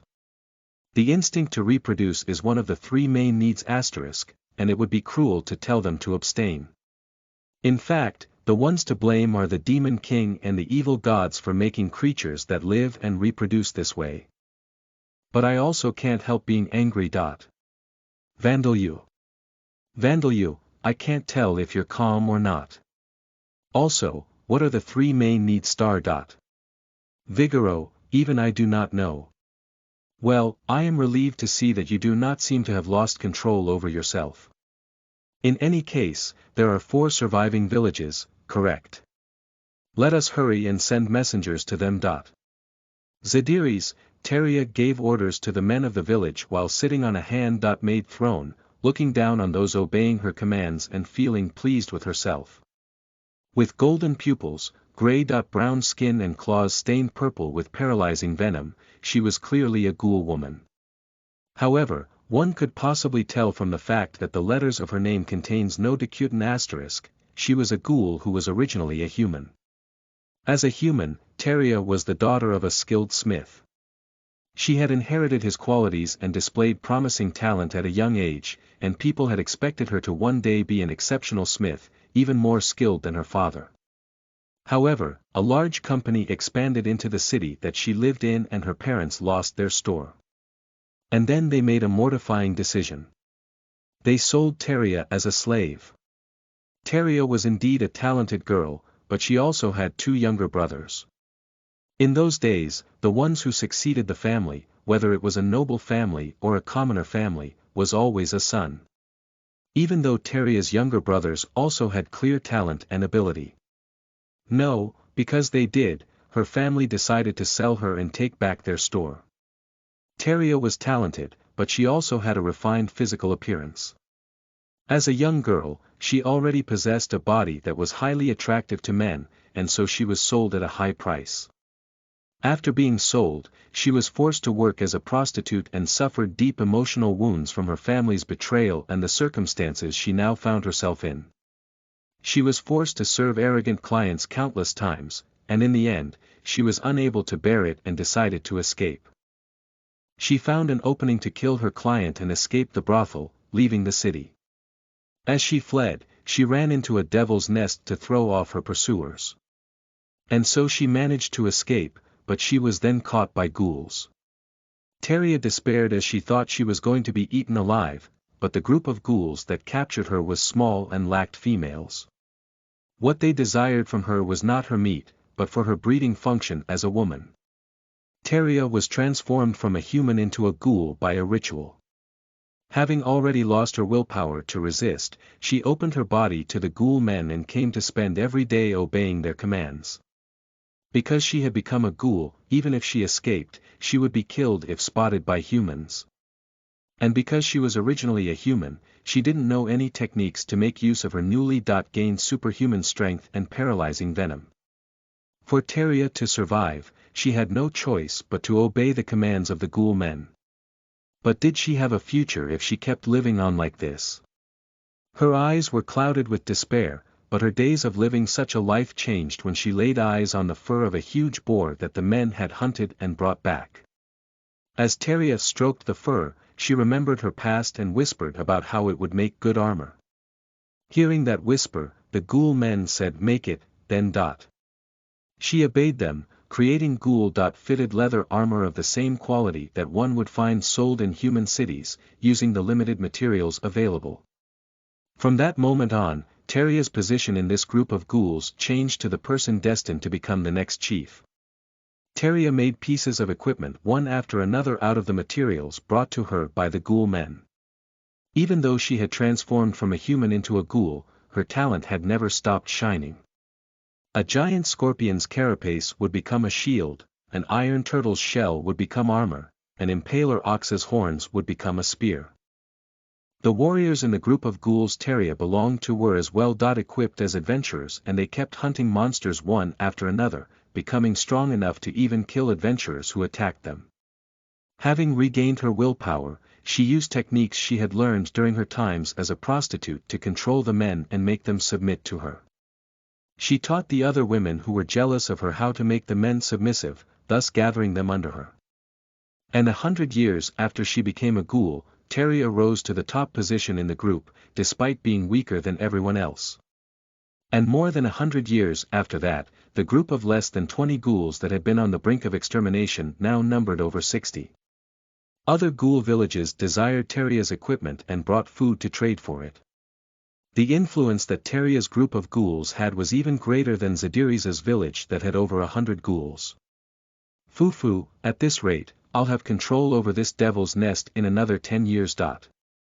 Teria sat on a comfortable throne carved out of a tray ant, her body decorated with jeweled accessories taken from the corpses of adventurers, stroking her rich black hair and hiding her mouth behind a folding fan made from the shell of an iron turtle carved thin. With this appearance, it was completely appropriate to call her a ghoul queen. Though she had made everything herself by hand, strangely enough. Teria had no contact with Zadiri's village and hadn't learned about the large group of orcs led by Bugin, so she had no doubts that her ambitions would become reality. For me, who was once a mere commoner and even fell as low as to becoming a slave, to rule this devil's nest full of monsters far more powerful than humans. Fufufu, my heart is dancing. Teria.sama, please make my shield. Teria.sama, my armor too, please. Wait a little longer. Even if you do not ask me, I will make it for you. Wondering if the chief's morning work was finished, some ghouls called out to her. Gloating to herself like this was Teria's daily routine. Chief. We all work together to defeat a metal slime. What did you say? And in the evenings, when the warriors returned from hunting, she would unconsciously stand up from her throne with her eyes sparkling. And in front of her was the silvery mucus of a metal slime in a leather bag, as heavy as iron, and the metal slime's silver-colored core. The moment she saw these, Teria's cheeks turned red and her body swayed, as if she were a maiden reuniting with her lover after a long time apart. Oh my! The materials of a metal slime, which possessed the properties of both a liquid and metal. What kind of weapon? No, armor. Ah, what should I do? I wonder what kind of lovely equipment I should make. Though her body was radiating her sex appeal indiscriminately, the words coming from her mouth had no sex appeal at all. But the ghouls of her village were used to this already, so none of them were surprised. In fact, they were happy.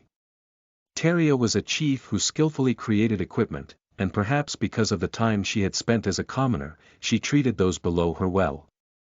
As she was over 250 years old, she had retired from her work as a woman, but even so, she was a popular leader among her people. Teria had become somewhat accustomed to the ghouls as well, and enjoyed a far more fulfilling life than the one she had as a human. Chief. There are reports from the lookouts that there is a carriage coming this way. A young ghoul delivered this news in a flustered voice. Adventurers, huh? How many are there? There was no way that there would be any monsters using a carriage in this devil's nest. In that case, it must be adventurers. As if her previous behavior towards the metal slime ingredients had never happened, Teria's expression became tense and a sharp glint appeared in her eye. That is, the carriage is surrounded by ghouls and the carriage itself apparently looks a bit like an undead. How many ghouls were there? If it is one or two, there is a possibility that they have been tamed by a tamer. Teria thought that a tamer may have positioned tamed monsters outside the carriage while concealing himself inside the carriage, but there were 5 ghouls outside the carriage.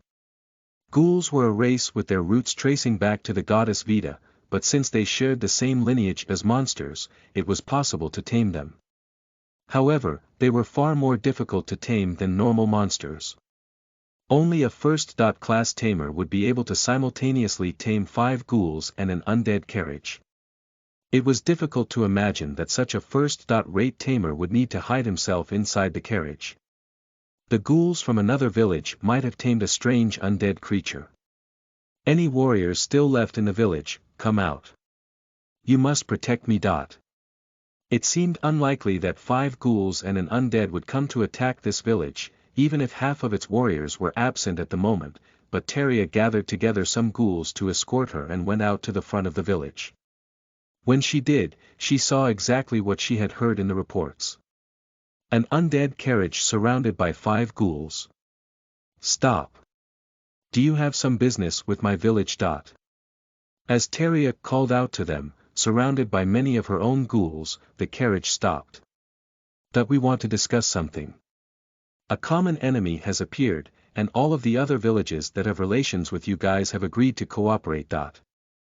A common enemy. When a common enemy appears, ghouls set up a system to work together. This is not because of some mere instinct, but because this is the best way to have the highest chance to survive. Though Teria was originally a human, she understood this well. But because she was originally a human, she had her suspicions. She suspected that they might be trying to absorb her village for the benefit of their own village. The ghouls around her seemed agitated at hearing the words, common enemy, but she calmed them by snapping her folding fan shut and stared at the unfamiliar ghouls. I don't suppose that I could hear the details. Since becoming a ghoul, Teria had learned that most ghouls had simple personalities. They didn't possess strong personalities and weren't suited to using conspiracy. That was why it was most effective to ask the question directly, in an easy to understand way. Yes. I will explain the details. A small silhouette emerged from beyond the canopy of the carriage. Teria noticed the small body and voice that could easily be hidden and overlooked among the ghouls.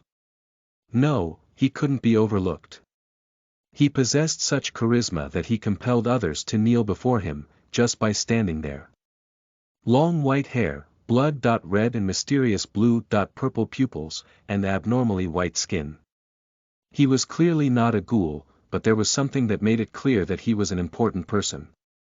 Before Teria even realized it, the other ghouls were already kneeling on the ground. Unable to resist, Teria was about to sink her own 2 knees into the dirt, but Vandalya spoke to stop her. Please be at ease. You're Teria.san, correct? My name is Vandalya, and I have been elected as the Ghoul King for this incident. The owner of this charisma felt earnestly ashamed that these ghouls were kneeling before him. Individuals possessing the title of king, such as Goblin Kings and Kobold Kings, command unconditional obedience from any members of their own race that they encounter and are able to add them to their ranks of followers. That is because the weaker members react to the strengthened followers' skill. Their instincts tell them to make themselves and the race as a whole more powerful by following the king's command. The same thing. No, something even greater than that happened in the villages that Vandeleur visited. It seemed that the strengthened follower's skill and the death, attribute charm skill combined to form an incredible synergy. Yuri amazing, King. I didn't think that they'd fall to their knees just by being spoken to. As Vandeleur's escort said, there were a lot of amazing things about this situation. It was as if he had become an elderly nobleman in a historical play. But Vandeleur wasn't happy to see adults with much larger bodies than his own kneeling before him. He felt guilty about it. He had lived about 40 years across his 3 lives, but he had only lived 17, 20 and 2 years in each of them respectively, so his personality and growth were fragmented. Vandeleur didn't think of himself as an adult at all and had only thought of his title of Ghoul King as an honorary position to improve the effectiveness of his skills, so he was greatly disturbed by the ghoul's behavior. He had learned of Teria in other villages. She was someone who held influence in multiple groups of ghouls and was even called the Ghoul Queen. Seeing even her almost kneel before him, he even felt guilty. These are the circumstances, so I humbly request that your village to lend us its strength as well, Teria.san. Of course, I don't know if I can call this a remuneration, but I can prepare some things in compensation. As a result, he was speaking extremely politely. Vandeleur's poor communication skills already caused him to speak humbly in order to avoid the other person becoming angry, and this only added to that. I see. So this compensation is. I cannot create them right now, but I can offer you items that increase the ghoul's birth rate and preserve food for a long period of time. The things one could offer ghouls, who didn't use a monetary system, were limited. The only things that Vandeleur could offer were the magic items to increase ghoul birth rates and cast the preservation spell that he would create in the near future. Is that true? But upon hearing that the ghoul's birth rate could be increased, Teria and the other ghouls let out voices of astonishment. The problem of low birth rates was something that affected not only Zadiri's village, but the entire ghoul race. Vandeleur said that he could solve this, so the ghouls stared at him as if in worship. I think my status effect resistance skill is going to level up again because of this stress, but Vandeleur couldn't say this out loud. Being told to be friendly, but don't overreact was too selfish a request.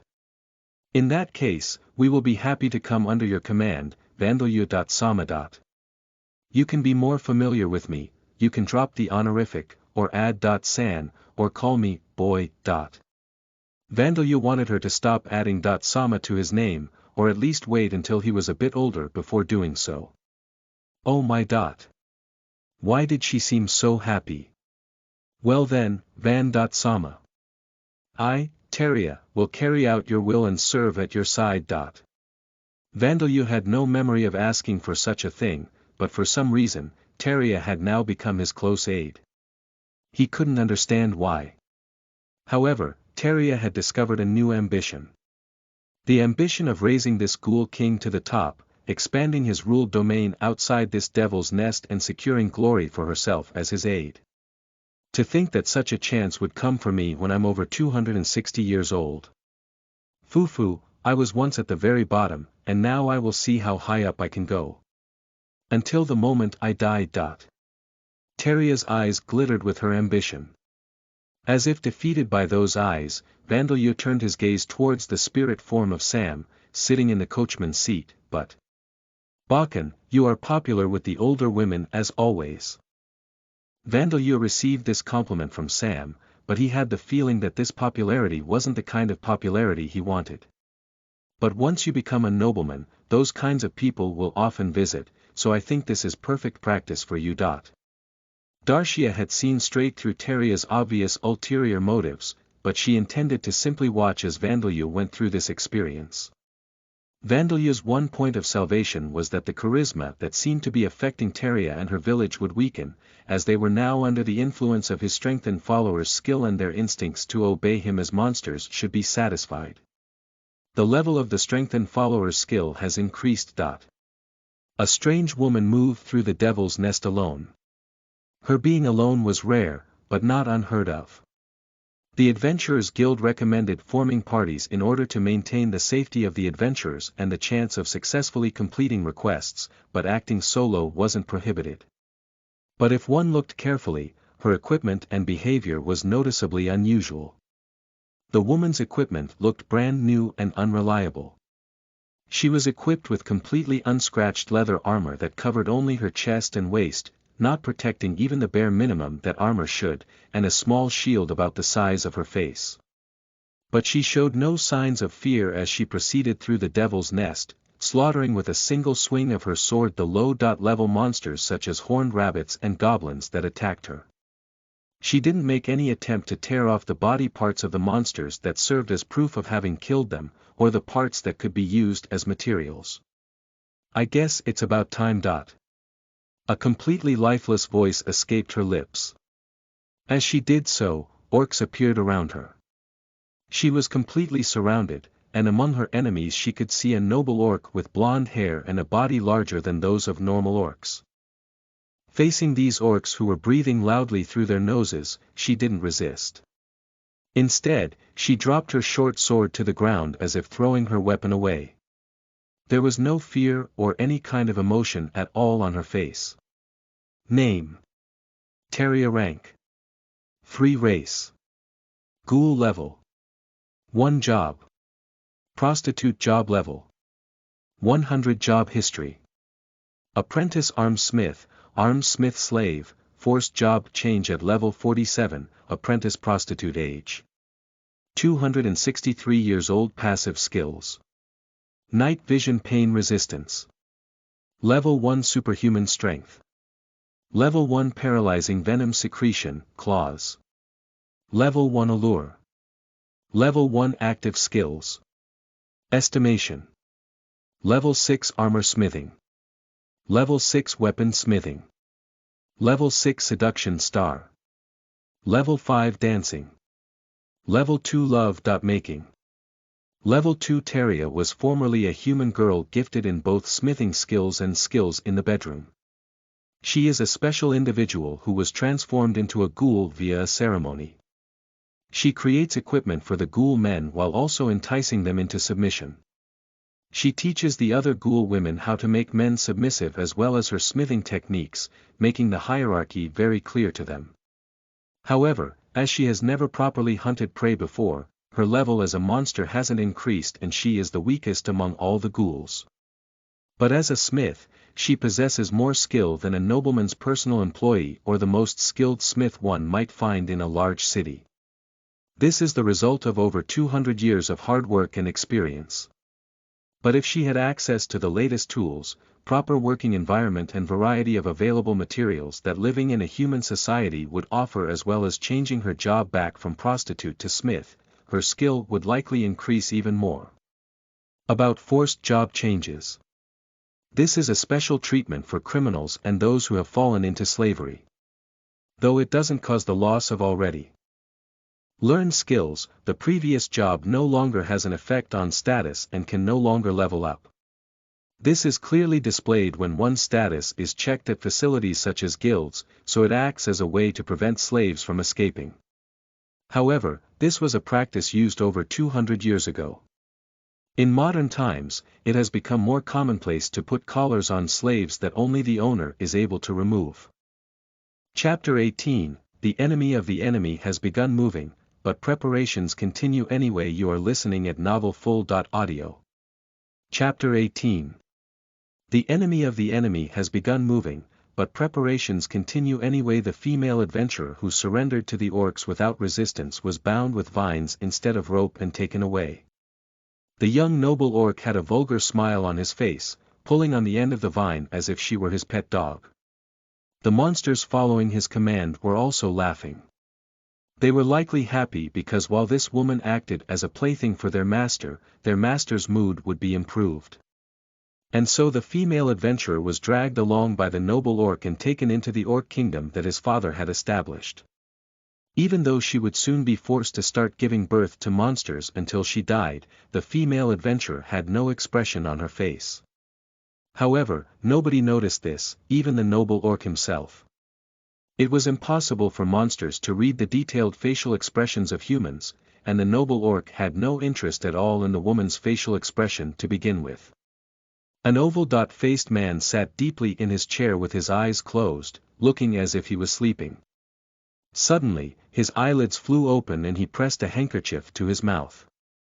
Oh, how repulsive, the bloody-smelling breath of orcs, the laughter of goblins, the cunning kobolds.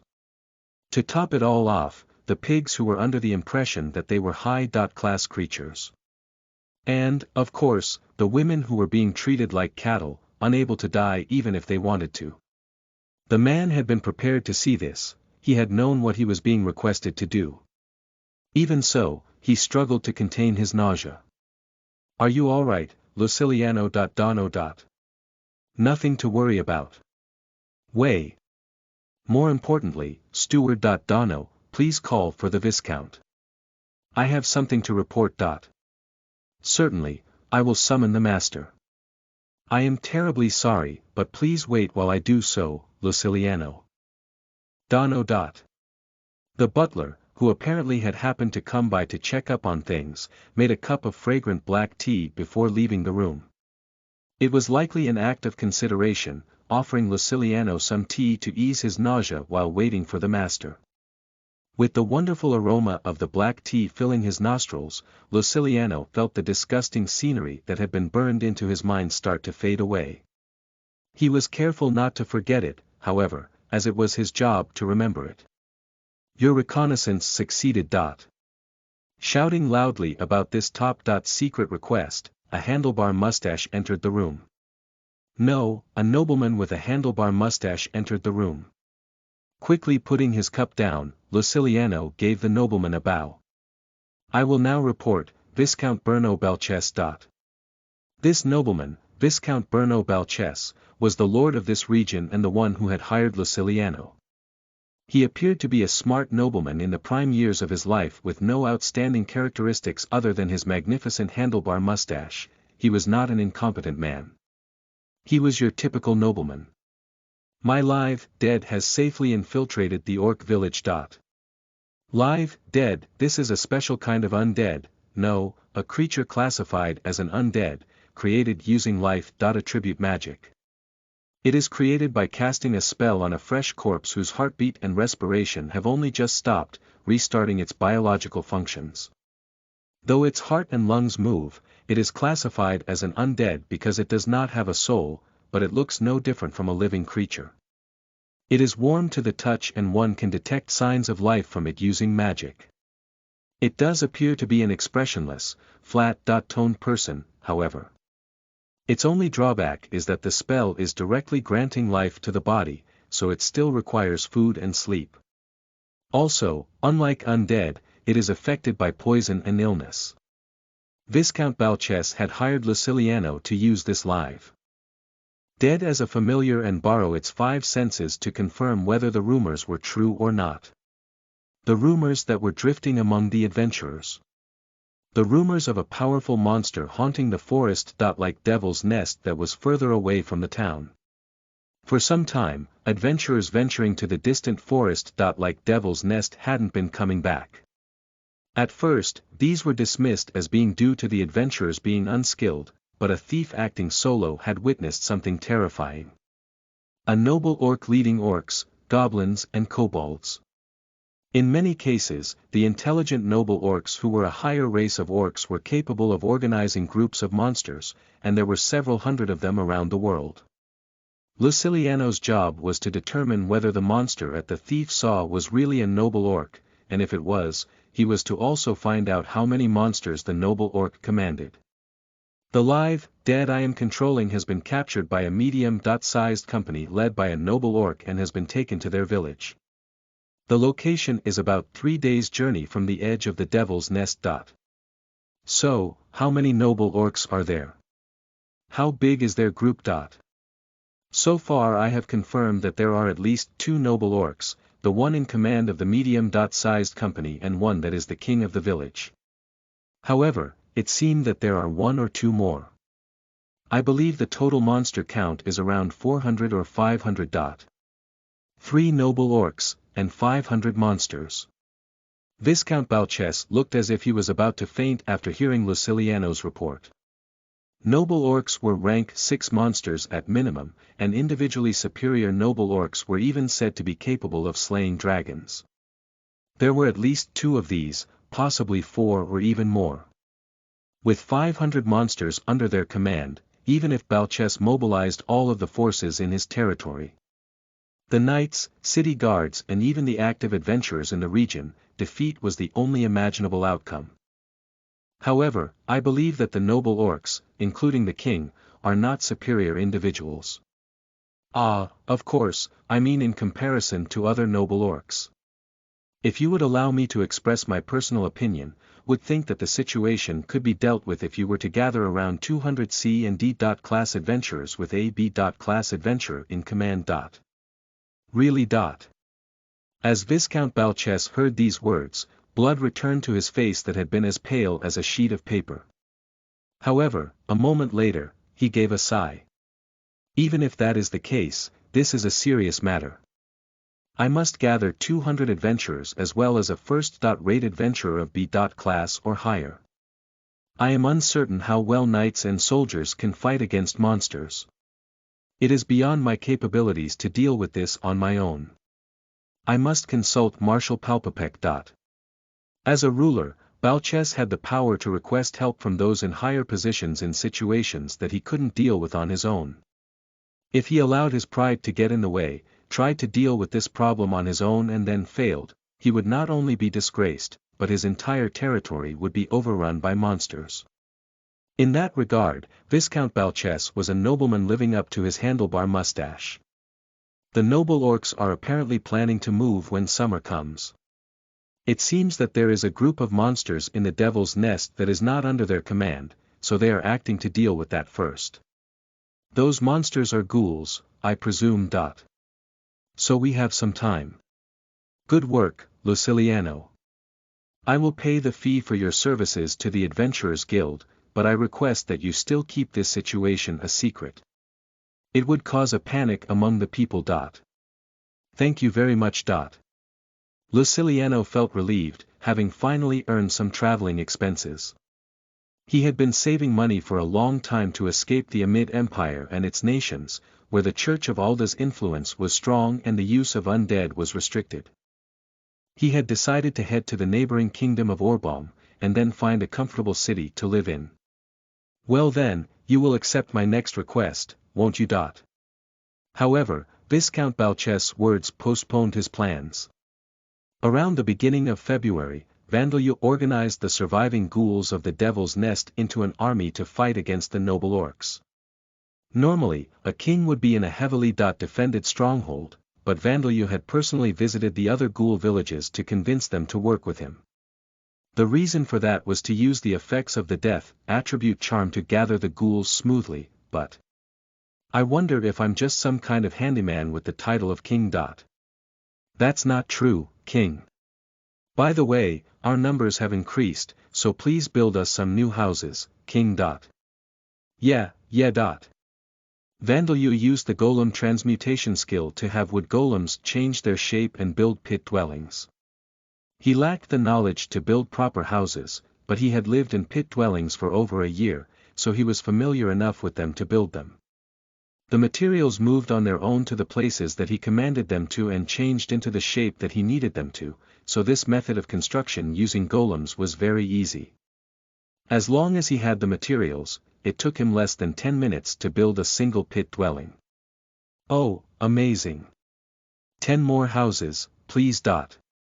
King, we're expanding the village, so please build some outer walls as well. Yeah. He turned felled trees into wood golems and changed their shape to turn them into lumber. He turned the dirt on the ground surface into an earth golem and made it move back to create holes, then began building the pit dwellings. As long as they were all in his field of vision, he could build 10 pit dwellings simultaneously. Would Vandalyu be able to make a living doing this in the Orbalm kingdom? He didn't know whether that country actually needed pit dwellings, but he was relaxed enough to wonder about these things.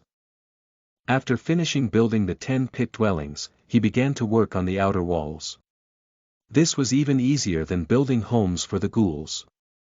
All he had to do was build sturdy walls. He just needed to give the command and the walls built themselves, so it was finished in only a few minutes. That's our king. How splendid. King, king, king. The ghouls raised their fists in the air and began chanting for their king. Ghouls were a fundamentally lazy race, so they didn't hold back as they praised Vandalyu, who was able to quickly complete all of the difficult work. It didn't seem like they were interested in following his example, however. Van. Mother is calling for you. Alright. Well then, I'm leaving the rest to you. Vandalyu gave a short bow before leaving. As the ghouls no longer had to do any hard labor thanks to him, they continued praising him for a while longer. The ghouls had absorbed 4 villages including Teria's village, and they now had over 270 members. Half of them were women, and though they were few, there were some elderly individuals as well. However, ghouls were a race whose members made excellent warriors up until they were nearly 300 years old, regardless of gender. The strongest ghouls in these villages were rank 4 ghoul warriors, and there weren't any strong rank 5 or higher ghouls like Vigoro and Zadiris, but thanks to Teria, they were all fully equipped. Armor made of iron turtle shells, possessing the defensive capabilities of full plate armor while being nowhere near as heavy. A spear with the horn of a lance bull as its tip, capable of piercing through iron armor. Even D-class adventurers wouldn't be this well equipped. Though not all of their equipment were magic items, the combat capabilities of the ghouls couldn't be judged by their rank. Humans are physically weaker than monsters and don't possess special abilities like monsters do. To defeat monsters, they rely on 3 major components. Those are their coordination with each other, their skills and their equipment. The ghouls had obtained the last of these components. However, there was also something that they were lacking. What do you mean, you can't fight properly at your age? Have you really lived 10 times longer than me? What about it? I have used my ability to smith equipment and the weapon a woman is born with to rise to this position in the world. A little girl who has never even given birth to a child should just stay quiet. Badya and Teria glared at each other. One was a 190 cm tall female warrior in her mid-20s, while the other was a small ghoul who appeared to be in her late teenage years. In reality, one was a 20.6-year-old young woman while the other was a 2.100 and 0.70-year-old female leader who had lived an incredible life. For some reason, these two didn't get along.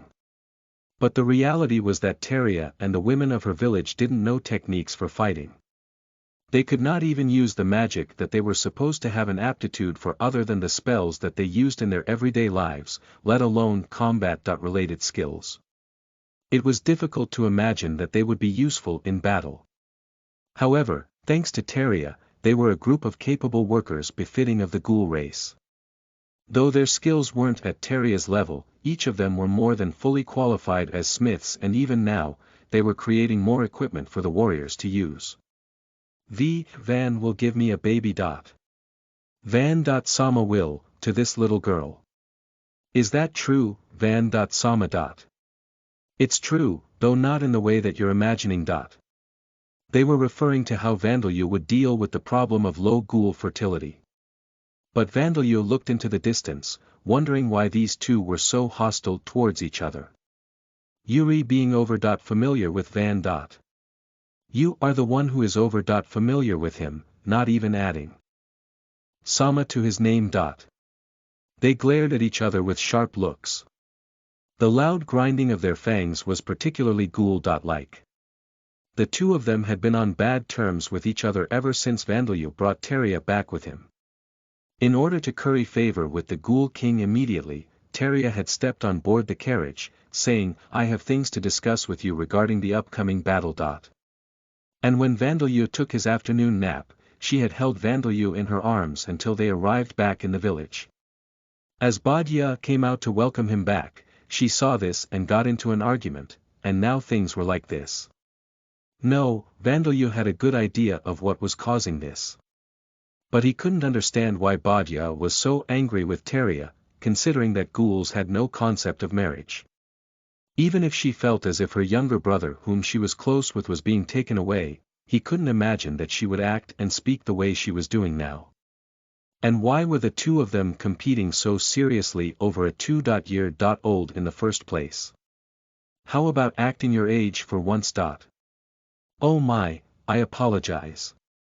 Perhaps because I was originally a human, I act as if my age was the same as my physical age without thinking. I am jealous of you, since you have grown so old. All things considered, they're quite saggy. Saggy. You are mistaken. They are not sagging, they are simply large. Really. Mine don't hang downwards at all, though. Teria lost her composure and began protesting angrily, and Badya simply looked down at her calmly. Both of them were owners of plentiful busts, and in fact, Bastia's breasts were like cannonballs that projected forwards, showing no signs of sagging. You muscle. Head. You don't know. Van likes muscles. Well, more than liking them, I admire them. Muscles were power, and those with power were strong. In other words, if Vandeleur could get muscles, he could graduate from being one of the people who were trampled over by others. Ah, how wonderful muscles were! Whether they could hear Vandeleur whispering such thoughts to himself or not, Badya and Teria continued their quarreling. As Vandeleur watched Teria shouting while Badya dealt with her calmly, he could only imagine a future where the wisdom of her years would be defeated by the youngster. However, as Teria refused to give up, that future was still distant. The future where they would have a constructive discussion about how to deal with the noble orcs, when would that come? What can I do to make them stop? Though Vandeleur asked himself this question, Zadiris was whispering, try putting yourself in my position, where you have neither muscles nor breasts. Meanwhile, Vigoro was deep in thought with his arms folded, or at least, he appeared to be. As the chiefs of the other villages were lower than Teria in the hierarchy, they seemed to be reluctant to say anything. You should stop them here, Bakken. Sam was unable to leave the carriage that was his body, so Saria was here in this place, saying these words to him. You wish to become a nobleman, do you not, Bakken? Then you must be able to do at least this much. I think the image of a nobleman that I have in my mind is going to go through a lot of changes. Noblemen struggle with relationships with women. It was no different in the noble family that we worked for. The conflict between a wife and a mistress was apparently a sight to behold. This topic reminded Vandeleur of the stories he had heard when he was living in Japan about the Edo castle's inner chambers during the Edo period. Neither Badya nor Teria were his wife or mistress, but him being the cause of their conflict was a fact. Vandeleur knew that he should be the one to stop them, so he stood up. Humph. I will settle this after one of the weapons that I created takes the noble orc's head off. Yeah, after I use your weapon to do it. Why did they finish their argument just as he stood up? Well then, I want to build a plan to defeat the noble orcs now. Vandeleur was almost satisfied with just being able to say that without trembling. Their current military forces were represented by around 230 ghouls and Vandeleur himself. Between the magic items that Vandeleur had distributed and the equipment that Teria had created, they were all fully equipped. They were at a disadvantage in terms of numbers, but their equipment was clearly superior to that of the noble orcs' troops. No matter how many orcs, goblins and kobolds the noble orcs gathered, their subordinates wouldn't become any smarter, so their equipment would only be a little superior to other groups of monsters. But they were unsure whether that alone could counteract the difference in numbers and strength. In regards to numbers, Vandeleur thought to produce golems and undead, but as this was a forest, rocks to use to create the stone golems and rock golems that would be able to fight against orcs were scarce, and so the idea of using golems was rejected. Undead created from the corpses and bones of monsters would be rank 1, hardly of any use against orcs, so undead were also rejected. There was also the option of creating more living armors, but using suits of armor to equip the ghouls better was a more effective way to increase their strength, so that idea was also rejected. It was a difficult situation. First of all, we are going to be the ones who attack them. I believe that this has already been decided. Everyone agreed with Vandalyu's words. Since they were at a large disadvantage in numbers and the enemy was a little stronger than them as well, there was no other choice but to attack first. The orcs that represented most of the enemy's strength were monsters with exceptional charging abilities and superhuman strength. Only humans who build strong fortresses would be able to defend against such enemies. The wooden walls surrounding the ghoul village would only last seconds in a defending situation. On the other hand, orcs were also not suited to defending. We have already established where the enemy is positioned, and I have already finished scouting them through the eyes of my undead insects. The map that I produced with great effort is here. Vandalyu couldn't make out fine details through the composite eyes of insects, but they had been sufficient to figure out the layout of the buildings. The ghouls stirred as they were presented with a map drawn by using dyes on an animal hide in place of paper. This is a map, ha. What is this square? Yuri, amazing, Van, you can even draw a map, ha. Van. Sama, ghouls do not normally use maps. I believe more explanation is needed. But my hard work, he had lived here for almost 2 years, so he had forgotten just how much of a culture difference there was between humans and ghouls. Thinking about how much time and effort he had put into drawing the map easily made him feel depressed. Vandalyu used golem transmutation to make an earth golem out of the ground surface inside the pit dwelling and create a model of the noble orcs village. It was a satisfactory piece of work. Boy! If you had used this method from the beginning, perhaps you would not have had to put so much effort into creating a map. Yeah, Vandalyu was quite depressed. Oh, this is amazing. Is this earth attribute magic? But I've never seen someone with this level of fine control. This is even more amazing, Van. It's much easier to understand than the map. His audience even valued this higher. Vandalyu decided in his mind that from now on, he would simply make models like this instead of going through the bothersome process of drawing a map. Putting that aside, the enemy village has outer walls made of logs and 2 entrances, one to the west and one to the east.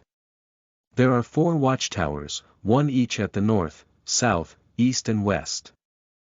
However, they are manned by goblins or kobolds. Orcs have heavy bodies. It's unlikely that they would enjoy climbing the towers.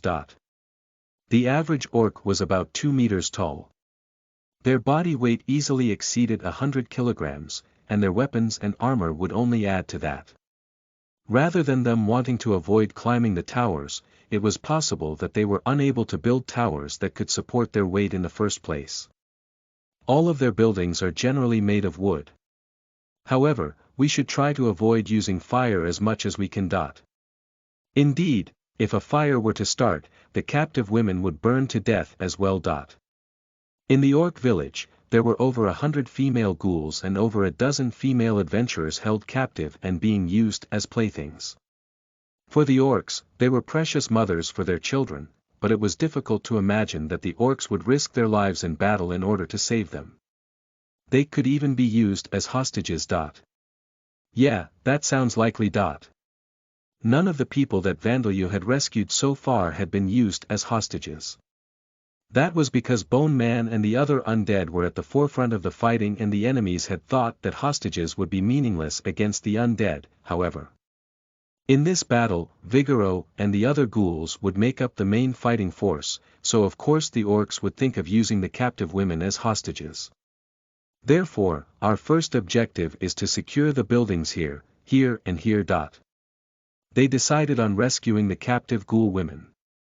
Many of the ghouls' spirits were begging Vandalyu to do so, and even Zadiris and the other ghouls had decided that they should rescue them during the attack, so no objections arose. What are you planning to do with the human women? We will rescue them, too. As for what to do with them afterwards, let's decide after we rescue them. Vandalyu gave this reply to Vigoro's question. Even though they were being held captive, the female adventurers were enemies to both Vandeleur and the ghouls. There was no guarantee that they would feel grateful for being rescued. From their point of view, they might think that the situation hadn't changed and that their masters were now ghouls instead of orcs. In fact, there was the possibility that they would run away in the confusion of battle, or in the worst case, even attack the ghouls, but this was unlikely. There was no way that the orcs were behaving in a gentlemanly way towards the women. They would be physically and mentally worn down and thus unlikely to be able to move very well. Vandeleur also wanted to save them if possible because he wanted to give the cheaters reincarnating here in the future as few excuses to attack him as possible. Well then, on Vandeleur's signal, we'll charge in and then secure the women. After that, we'll kill the enemies until they start running away. This is fine, right? In the end, they're just a group of monsters being ruled through fear.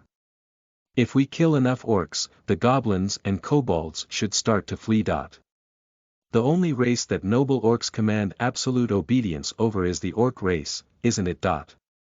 Leaders of monster groups generally ruled through fear.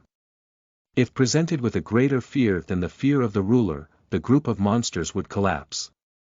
Orcs would obey the noble orcs that were their superior race, but the ghouls needed them to stay where they were. If they quickly ran away and built another large village in a few years' time, there would be no end to this cycle. And I think we should defeat the problematic noble orcs, with Vandeleur's support. Vigoro, the most combat-capable individual present here, suspected that he could fight evenly against a noble orc 1 or 2 ranks higher than himself if he had Vandeleur's support. Until the noble orc that rules the village comes out, I will leave Vigoro and Zadiris in command. We will be conducting hit and run attacks. I think it is questionable for a king to be conducting hit and run attacks, but that is indeed the most effective way to make use of your abilities, boy. However, you must prepare undead for scouting as well as a way to communicate with the rest of us. None of us can hear the words of the undead insects or the spirits other than you, boy. Vandeleur had been inaugurated as Ghoul King, but as he had said when he first accepted the title, he didn't have the ability to command others in a group battle.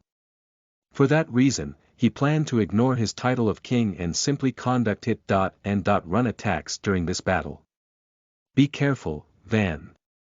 Your life doesn't belong to just you. Yes, in regards to the ghoul children, my life is more than just my own. I still have more things that I want to do as well, so I will take care. Vandeleur had to learn the alchemy skill and solve the ghoul's birth rate problem. After that, he wanted to try making walnut miso and acorn miso, and he wanted to create a magic item that cast the maturation spell, and a refrigerator that used the demon light spell before he departed for the Orbaum Kingdom as well. There were a lot of things that he wanted to do for the ghouls, and there were also many reasons that the noble orcs needed to be killed. He had to be careful and not take any risks. On top of that, he had to revive Darcia and achieve his revenge. There was no shortage of reasons that he couldn't die here. Well then, let's leave in 3 days from now. Bubu star. Several insects flapped their wings loudly, flying further and further west. There were undead rhinoceros beetles, flies, dragonflies and ladybirds. Some of the insects among them were natural predators of the others, but they paid no attention to this as they continued flying. These were the undead insects that Vandeleur had released just in case. Their mission was to find another devil's nest, for the very unlikely event that the ghouls decided that they should run away. And their other purpose was to discover what was along the way, as Vandeleur would one day make the journey to cross the western mountain range. Day and night, the insects flew on. Some were lost to birds and others to living insects, but still they continued. Crossing cliffs with rocks as sharp as blades and hills where terrifying carnivorous plants grew freely, they flew on and on. And then the insects stopped a little past the mountain range, at a section of an enormous stone wall. It was so large that one might have thought that it was part of the mountain range itself, but there were cracks in its surface here and there, and parts of it had crumbled away. The insects flew near the wall's surroundings, investigating it, and then finally attached themselves onto it. They had completed their mission. Now they were to wait here for their master to contact them. They would remain here until then. Name. Bone Man rank. Free race. Skeleton soldier level. 100 passive skills. Dark vision superhuman strength. Level 2, level up. Active skills. Swordsmanship. Level 1 shield technique. Level 1 archery. Level 1 silent steps. Level 1 coordination. Level 1, new. Name. Bone bird rank. Free race.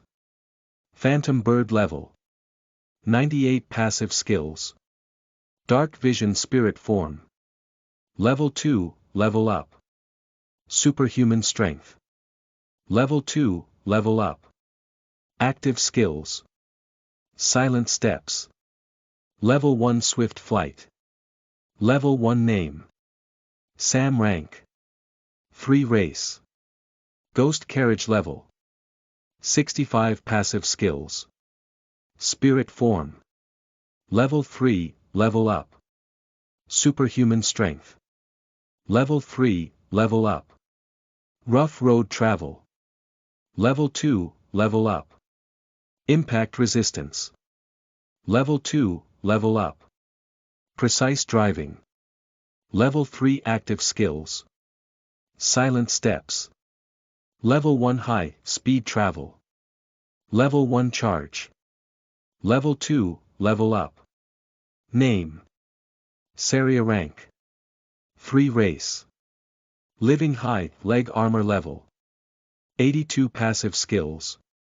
Special 5 senses physical ability enhancement. Level 2 water element resistance.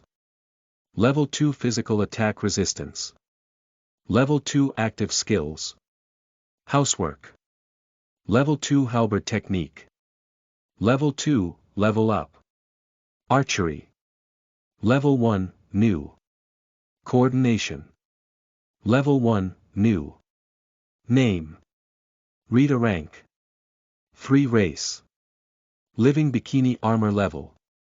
81 passive skills. Special 5 senses physical ability enhancement. Level 2 fire element resistance. Level 2 physical attack resistance. Level 2 active skills. Housework. Level 1 Naginata technique. Level 2, level up. Archery. Level 1, new. Coordination. Level 1, new. Chapter 19, Carrying Out a Dirty Attack. You are listening at novelfull.audio. Chapter 19. Carrying out a dirty attack. The large village of orcs ruled by the noble orc Bugin was peaceful at night. To be more descriptive, the screams of the captive ghoul women and female adventurers could be heard, and one of Bugin's sons, Bubobio, could be seen executing goblins who had made small mistakes. However, these were everyday occurrences and nobody paid them any attention. There were no signs of anything that wasn't an everyday occurrence, such as an attack by other monsters. Peaceful days were more common than non-peaceful ones. This was the village ruled by a noble orc. When creating villages in devil's nests, weak monsters such as goblins and kobolds tend to do so in places that are difficult to spot from the outside by digging caverns and tunnels. However, groups of monsters that include high-rank monsters build their villages boldly on the Earth's surface. That is because they generally have no need to worry about the enemies outside the village. The monsters created by the Demon King and the evil gods that had appeared from another world have no concept of living in harmony with other monsters. Some races even kill and eat other members of their own race. However, monsters do not dare to attack monsters that are clearly superior to them. They have no interest in committing suicide. For example, most monsters wouldn't dare try and mess with a monster like a noble orc. Other monsters would instinctively sense Bugin's presence and avoid the village. There were incidents of inferior monsters incapable of understanding this throwing themselves at the outer wall of the village, however. Watchtowers had been built along the outer wall and bow-wielding goblins and kobolds were stationed on them to prevent that from happening. Jai. Kihihi. However, the guards in the watchtowers were not very diligent with their work. They were confident in the wall's durability. Severed logs had been driven into the ground in a row to form a 3-meter tall wall. They were tougher than they appeared and resistant to fire. This was because the logs used to build the wall came from plant monsters called Ents. The wall was strong enough to withstand a ramming attack from a 5-meter long mad boar, providing a stronger defense than a stone wall would. Rather than defend such a wall, the goblins were more interested in discussing when the orcs would next hand them a used woman. But that was a mistake. Just a little before the moon was high in the sky, the outer wall that was supposed to be unyielding gave a creak. The startled goblins readied their bows in panic, but there weren't any targets for their arrows to be seen. But every single log that made up the outer wall was creaking. What on earth was this? Right before the confused goblins' eyes, the wall transformed. Gee. Boonun. They transformed into wood golems that let out screams that sounded just like the high-pitched creaking of wood being split and roars that sounded like those of vengeful ghosts. Jai. Gyahi. As the outer wall that was supposed to protect the village from outside enemies turned into outside enemies itself, the watchtowers that the kobolds had built fell to pieces and the goblins were thrown into the ground. The goblins should have been vigilant. However, it was also true that even if they had been vigilant, there was nothing they could have done. The first stage is a success. For some reason, it was hard to have my mana absorbed by the wood, but I did manage to create wood golems. Vandalya nodded as he confirmed that the difficult to break outer wall had joined his own forces. He had done the same thing as when he had turned the outer walls of Evbegia into rock golems, but because he had obtained the mana control skill and his golem transmutation skill had increased in level, things had gone more efficiently this time. Well, they're still only wood golems. However, destroying the wall would have taken time. You have saved us that time while also attacking from every direction, it is not bad at all. Zadiris was holding a staff and wearing battle garments decorated with feathers. As she said, the preemptive strike was a great success. If the enemy village had only goblins and kobolds, this alone might have been enough to secure victory. Bugua. However, the main force of the enemy was comprised of orcs, who rampaged more like wild boars than pigs when their blood rushed into their heads. Though the bizarre situation of the outer wall turning into attacking golems would render normal soldiers unable to move from astonishment for a while, the orcs began fighting back immediately. Making the decision on their own to charge in with their heavy weapons was a foolhardy action, but it was far more problematic than if they had stood still or started running around aimlessly. But those wood golems are holding up better than I'd expected. They're harder than they look, huh? Van, is this the power of death? Attribute magic as well. The ghouls were unaware that the outer wall had been built from Ents and were as hard as iron. As they saw the wood golems fighting better than they had expected, they assumed this was because of Vandalya's magic and got fired up. Now then. Gaur. Using the howls that ghouls used to communicate during battle, Zadiris gave orders each group. The contents of these orders were each group is to begin the attack.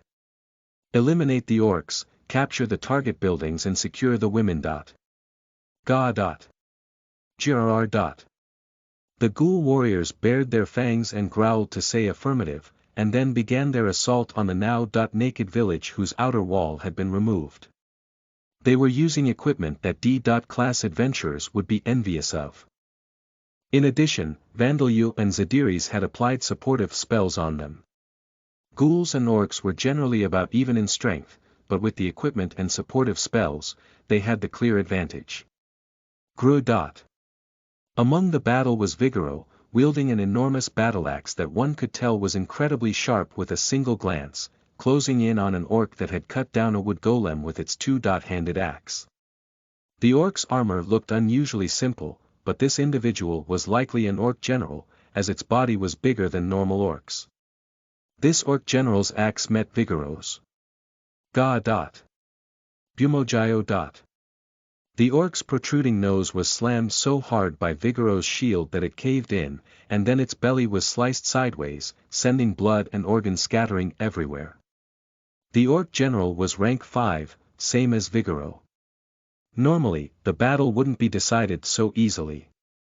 But there was a large difference in their strengths due to the training that Vigoro did every day that wasn't reflected in his level or rank, the support spells, the effects of the strengthened follower's skill, and most importantly, the battle axe that was a magic item that Vandalyu had given him.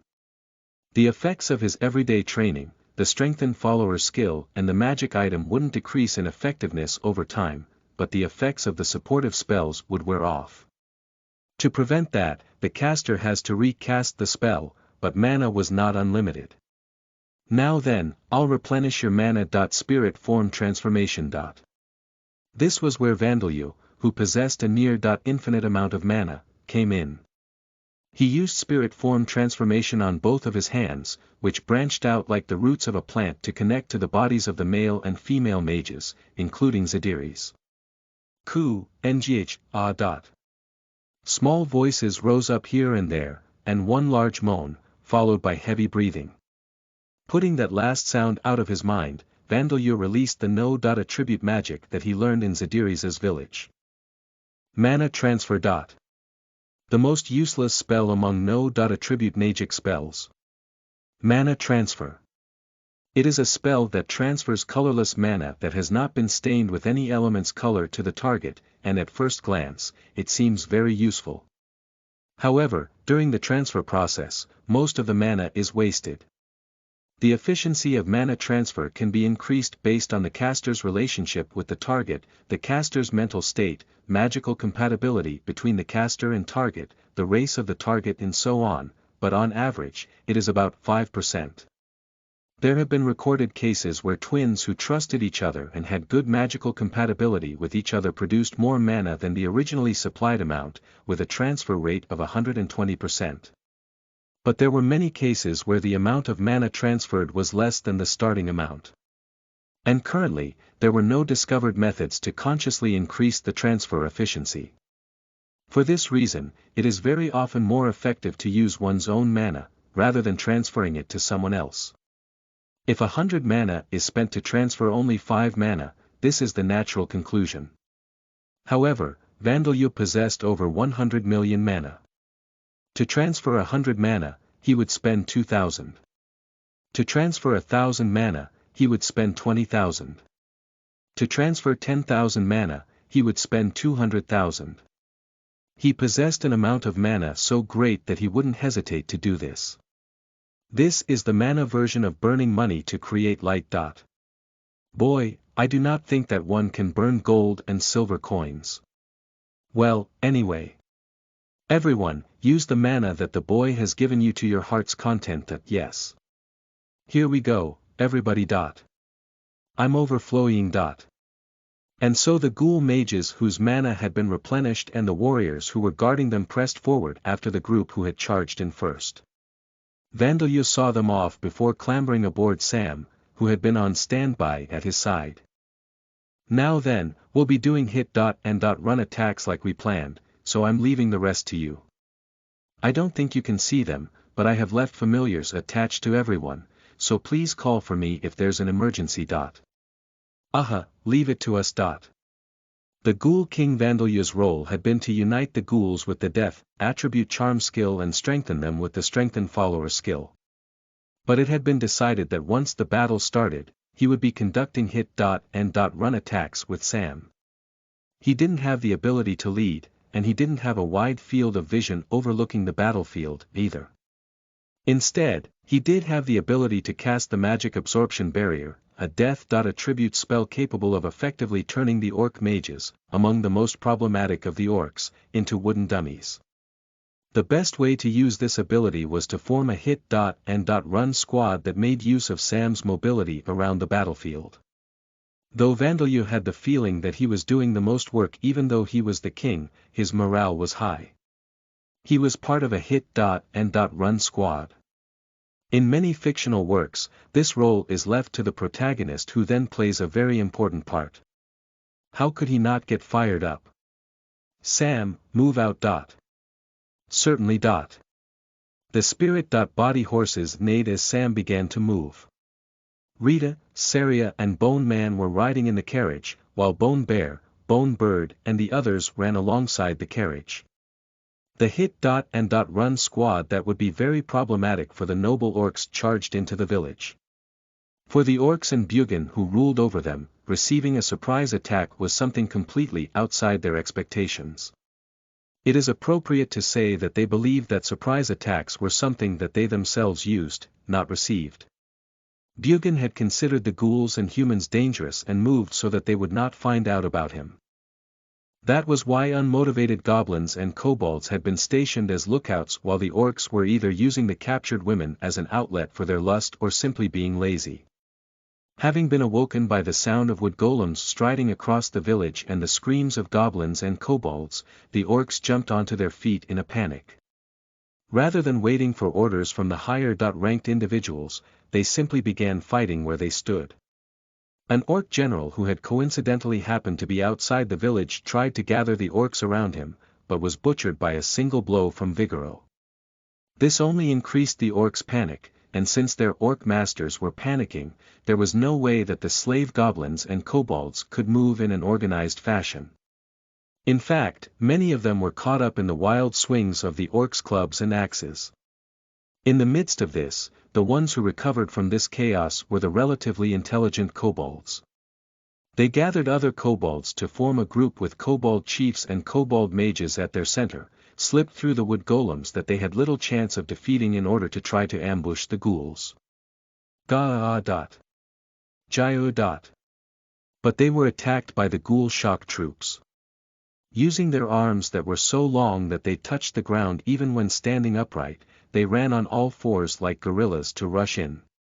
The male ghouls with their lions' heads looked quite comical at a glance when they were running like this, but with their muscle strength increased by the superhuman strength skill, their speed was equivalent to a war horse's charge.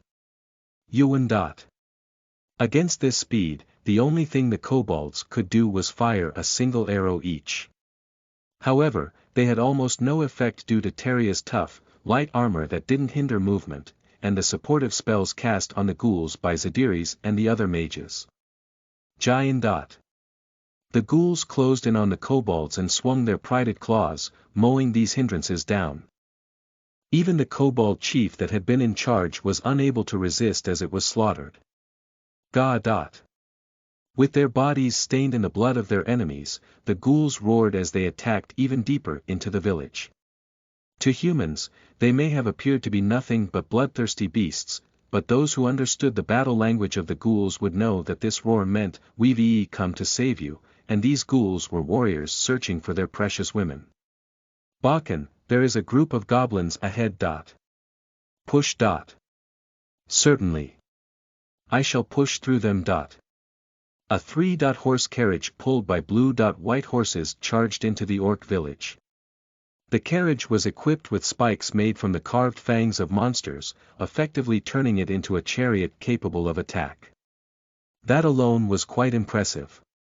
But the most fearsome thing was the coachman, Sam, with his blood-red eyes shining, a white-blue face and a grin that exposed his teeth. Jayabu. Jayahaya. Gyuj. Gejgegaja. The goblin soldiers and knights readied their spears and shields to try and stop the carriage, but they were unable to stop its momentum at all. They were trampled by hooves, gouged by spikes and caught up in the carriage's wheels. Normally, there would have been some damage done to the carriage as well, but numerous end parts had been used to rebuild the carriage, so there wasn't even a scratch. Fuhahaha. This is truly exhilarating, Bakken. Father, you're getting carried away, you know. Yay. Go. Don't you get carried away too, Rita. Thanks to the group of ghoul craftsmen under Terria's instruction, the carriage that was Sam's body had been substantially remodeled with the extravagant use of monster materials. It was similar to performing surgery to turn a human into a cyborg with no anesthesia, but according to Sam, there was no problem changing up to 90% of the parts as long as his body remained carriage. Like in shape. Vandeleur had been replacing broken and cracked bones for Bone Monkey and the others, but he hadn't thought that replacing almost all of the bones wouldn't cause problems, so he was surprised by this. Though Sam was still a rank 3 monster, one could clearly see the effects of the reconstruction on his effectiveness in battle. Bakken. This time, there is a group of orcs in front. There was a group of 3 orcs straight ahead, breathing wildly through their noses, armed with a club, an axe and a spear. Like Sam, they were rank 3, and as their individual body weights easily exceeded 100 kilograms, they were far heavier than goblins. Their heads were those of pigs and they had plenty of fat on their bodies, and beneath that were powerful, thick muscles that protected their bones and organs. Their bones themselves were far more durable than those of humans. Saria and Rita fired arrows upon which Vandeleur had cast bloodshed enhancement, but they were unable to penetrate the walls of fat and muscle, instead only making the orcs angrier. The magic cast on the arrows should have been decreasing their vitality, but it wasn't having any visible effect. Vandeleur opened his mouth to suggest going around to avoid them. Safety. Certainly. Prioritizing safety first, I will run them down. How absurd. Before Vandeleur could say this, Sam increased his speed. Planning to kill the 3 horses and then destroy the carriage, the orcs readied their weapons. Boogu. Single flash, bisection, double thrust. These were level 1 and 2 martial skills that even novice adventurers could use, but used by the inhumanly strong orcs, they were incredibly powerful. But in this case, they had picked a bad opponent to use them on. As the club, axe and spear touched the blue-white horses, the orcs only felt the sensation of cutting through a thick liquid, their weapons passed straight through them. Bugo. Bugya. The unexpected consistency of the horses' bodies caused the orcs to lose their balance from their attacks, and then their lives were ended as they were sent flying like rubber balls by Sam's charge. At first glance, the 3 horses pulling the carriage simply looked like blue-white horses. However, they were only a part of Sam's body manifested by his spirit form skill, they were astral-type monsters that were mostly unaffected by physical attacks. No matter how hard a mass of steel was swung at them, it would be meaningless. The orcs, not knowing this, lost their balance and had no way of withstanding Sam's charge. Truly exhilarating. Each time I crush the life out of an enemy, I am filled with power. Ah, you're gaining experience points. You can earn as many experience points as you like, but please drive safely. Certainly. Sam had been the spirit of a kind-hearted old man, but the joy of gaining experience points was steadily causing his pupils, his whole eyes to shine with a piercing light. It was evident that people could easily change, though his daughters didn't seem to mind as they thought their father was very cool. But could a single carriage act as both a high-class limousine and as a tank of annihilation? Vandeleur questioned Sam's future, but hearing a loud cry from Bone Bird, he directed his attention to other things. Aun. The battle was proceeding well behind him. Bone Bear was using his strength to gouge out orc stomachs and Bone Monkey was delivering final blows to other orcs weakened by Bone Wolf's poisonous breath. Bone Bird was reporting each individual orc's movements from the sky above, moving precisely around the battlefield to attack the orc commanders, causing more chaos in the enemy ranks. My army is overwhelming, isn't it? Feeling like a true commander, Vandeleur felt relaxed enough to say a line like this. The reason for that was the spirits of the enemies gathering to him after being killed, one after another. They were not only the enemies killed by Sam, Bone Monkey and the rest of the Hit. and Run squad, but also the enemies defeated by Vigoro, Badya, and the other ghouls. In other words, half of the enemies had already been defeated. There wasn't a single spirit from his allies. The enemy had lost around 50% of their numbers, while Vandalyu's side had sustained no losses. If their enemy was a human army, they could firmly believe that they would be victorious. But our enemy is a group of monsters. The noble orcs haven't come out yet, either. I suppose it's time to make proper use of my lemurs. Sam's carriage ran freely around the village, but at present there seemed to be no allies in the midst of fierce battle. The buildings in which the captive ghoul women were being held were already fully under their control. However, the noble orc boss had yet to show himself. Wary of this, Vandalyu began to make use of one of the fruits of his lessons with Zadiris, the lemur. Each attribute of magic has a spell that creates a familiar. Mana dyed with an attribute is made to hold a shape, and a spell formula is written to make the familiar obey the caster to create something like a remote control drone that uses mana to move. Their abilities and shapes vary greatly depending on the caster. Many of them resemble small animals such as butterflies made of flames and small birds made of wind. The shape Vandalyu had chosen was a skull that could fly through the sky. The resulting lemur was in the shape of a mostly transparent skull. Other than the basic abilities that all familiars have, such as being able to share its 5 senses with its master, it was hard to spot, and also had one other ability. Bugga. Boo. An orc general leading orc knights appeared in front with perfect timing, so Vandalyu decided to test it out. Bakken, shall we avoid them? The way they held up their shields was the same as the goblins had done earlier, but Sam knew that the power of their charge would be vastly different, so he calmly asked Vandalyu this question. However, Vandalyu gave the brief reply of, charge. Certainly. Sam used charge for the 3rd time. Seeing this, the orc general's pig-like face twisted into an expression of ridicule. He was able to perform a shield bash capable of sending even a 5-meter long mad boar flying, and he had 2 orc knights supporting him. This carriage charging directly at him from the front would definitely be broken to pieces. Confidently believing this, the orc general and his subordinates quickly moved to perform their shield bash skills. But right behind them, they felt a terrifying bloodthirst, the presence of death. If they didn't do something about it, they would be killed. The orc general felt this biologically fundamental fear in the core of its heart. He and his subordinates quickly turned around and raised their shields to face this dreadful enemy. However, after turning around, they saw nothing there. That powerful bloodthirst had vanished, leaving the orc general and his subordinates dumbfounded. And then Sam ran them down. No matter how good the orcs were at charging the enemy down or defending against attacks, they couldn't withstand being run down from behind with their shields not even raised. Boohi. The fact that the orc general was still alive was perhaps to be expected from a rank 5 monster. He attempted to get back onto his feet unsteadily, but did not succeed. Sam, stop. And then reverse.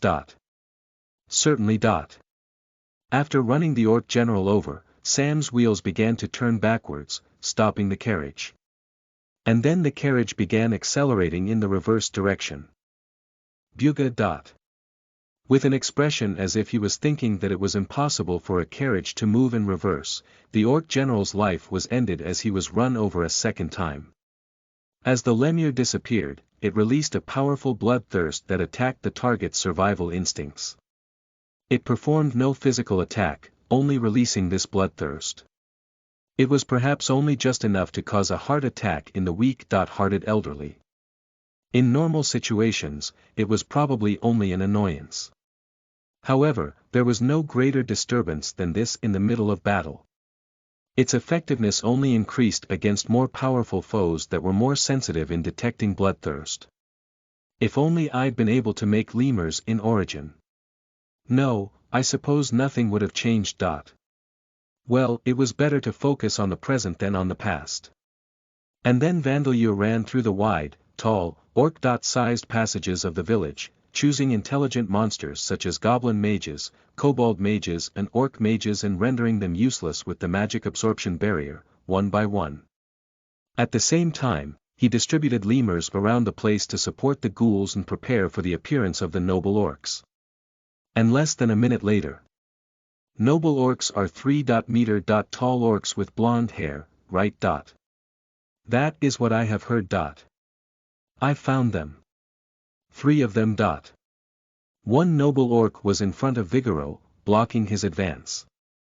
The second was closing in on the rear guard that Zadiris was leading. The third was headed towards the group of warriors that Badya was in. Each of them was larger than the orc general that Sam had just run over, with golden hair that gleamed in the moonlight. They were likely the sons of the noble orc that was the leader of the village. According to the kobold shaman spirit, they were rank 6 monsters whose abilities were far above that of an orc general. They were far stronger than any of the ghouls, including Vigoro and Zadiris.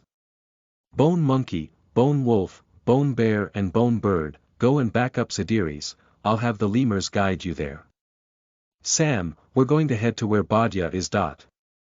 Luciliano was reluctantly investigating what the noble orcs were doing tonight as well, through his live, dead. He had originally wanted to hurry and be on his way to the Orbom kingdom, but Viscount Balchest's Grand Chamberlain had discovered that as long as Luciliano's live, dead familiar was still in good health, he was able to borrow its 5 senses. And thus Luciliano was in the difficult situation of having to accept the Viscount's direct high-priority request in exchange for a purse packed full of gold coins. This is torture. The Viscount and Adventurers Guild are trying to destroy my healthy heart. Luciliano possessed life. Attribute magic that was unique and unparalleled in its ability to gather information on the noble orc's movements at no risk. However, there was a simple reason that he hated it so much. Upon receiving Viscount Balchest's request, Luciliano had turned the fresh corpse of a female into a live, dead. For some reason, the noble orc Bugin had taken a great liking to it. Luciliano, who had learned the language of the orcs, had involuntarily let out a scream when he heard Bugin declare, I will grant this female adventurer the great honor of giving me my 4th son. Sharing the 5 senses of the live, dead during that process meant experiencing being raped by a noble orc from the woman's point of view, something that could be called an assault, no, a disaster for his eyes. In this vast world, there were apparently some with peculiar tastes who would feel aroused at the sight of beautiful women being sexually assaulted by beasts and monsters, but he had never heard of a fetish where one would want their vision to be filled with the sight of a hideous orc breathing wildly through its nose. Even though Luciliano possessed the title of degenerate, he had no such tastes, at least. Fortunately, the live-dead sense of touch was almost non-existent and its sense of smell was weak, so his task had still been somewhat bearable. Still, I managed to hear a variety of bits of information. I suppose even monsters loosen their tongues and they talk to themselves in bed. Bugin had no suspicions regarding the live, dead that Luciliano controlled. That was to be expected, for Bugin, the live, dead was an instrument that would give birth to a son that wasn't rebellious and showed no reaction to anything.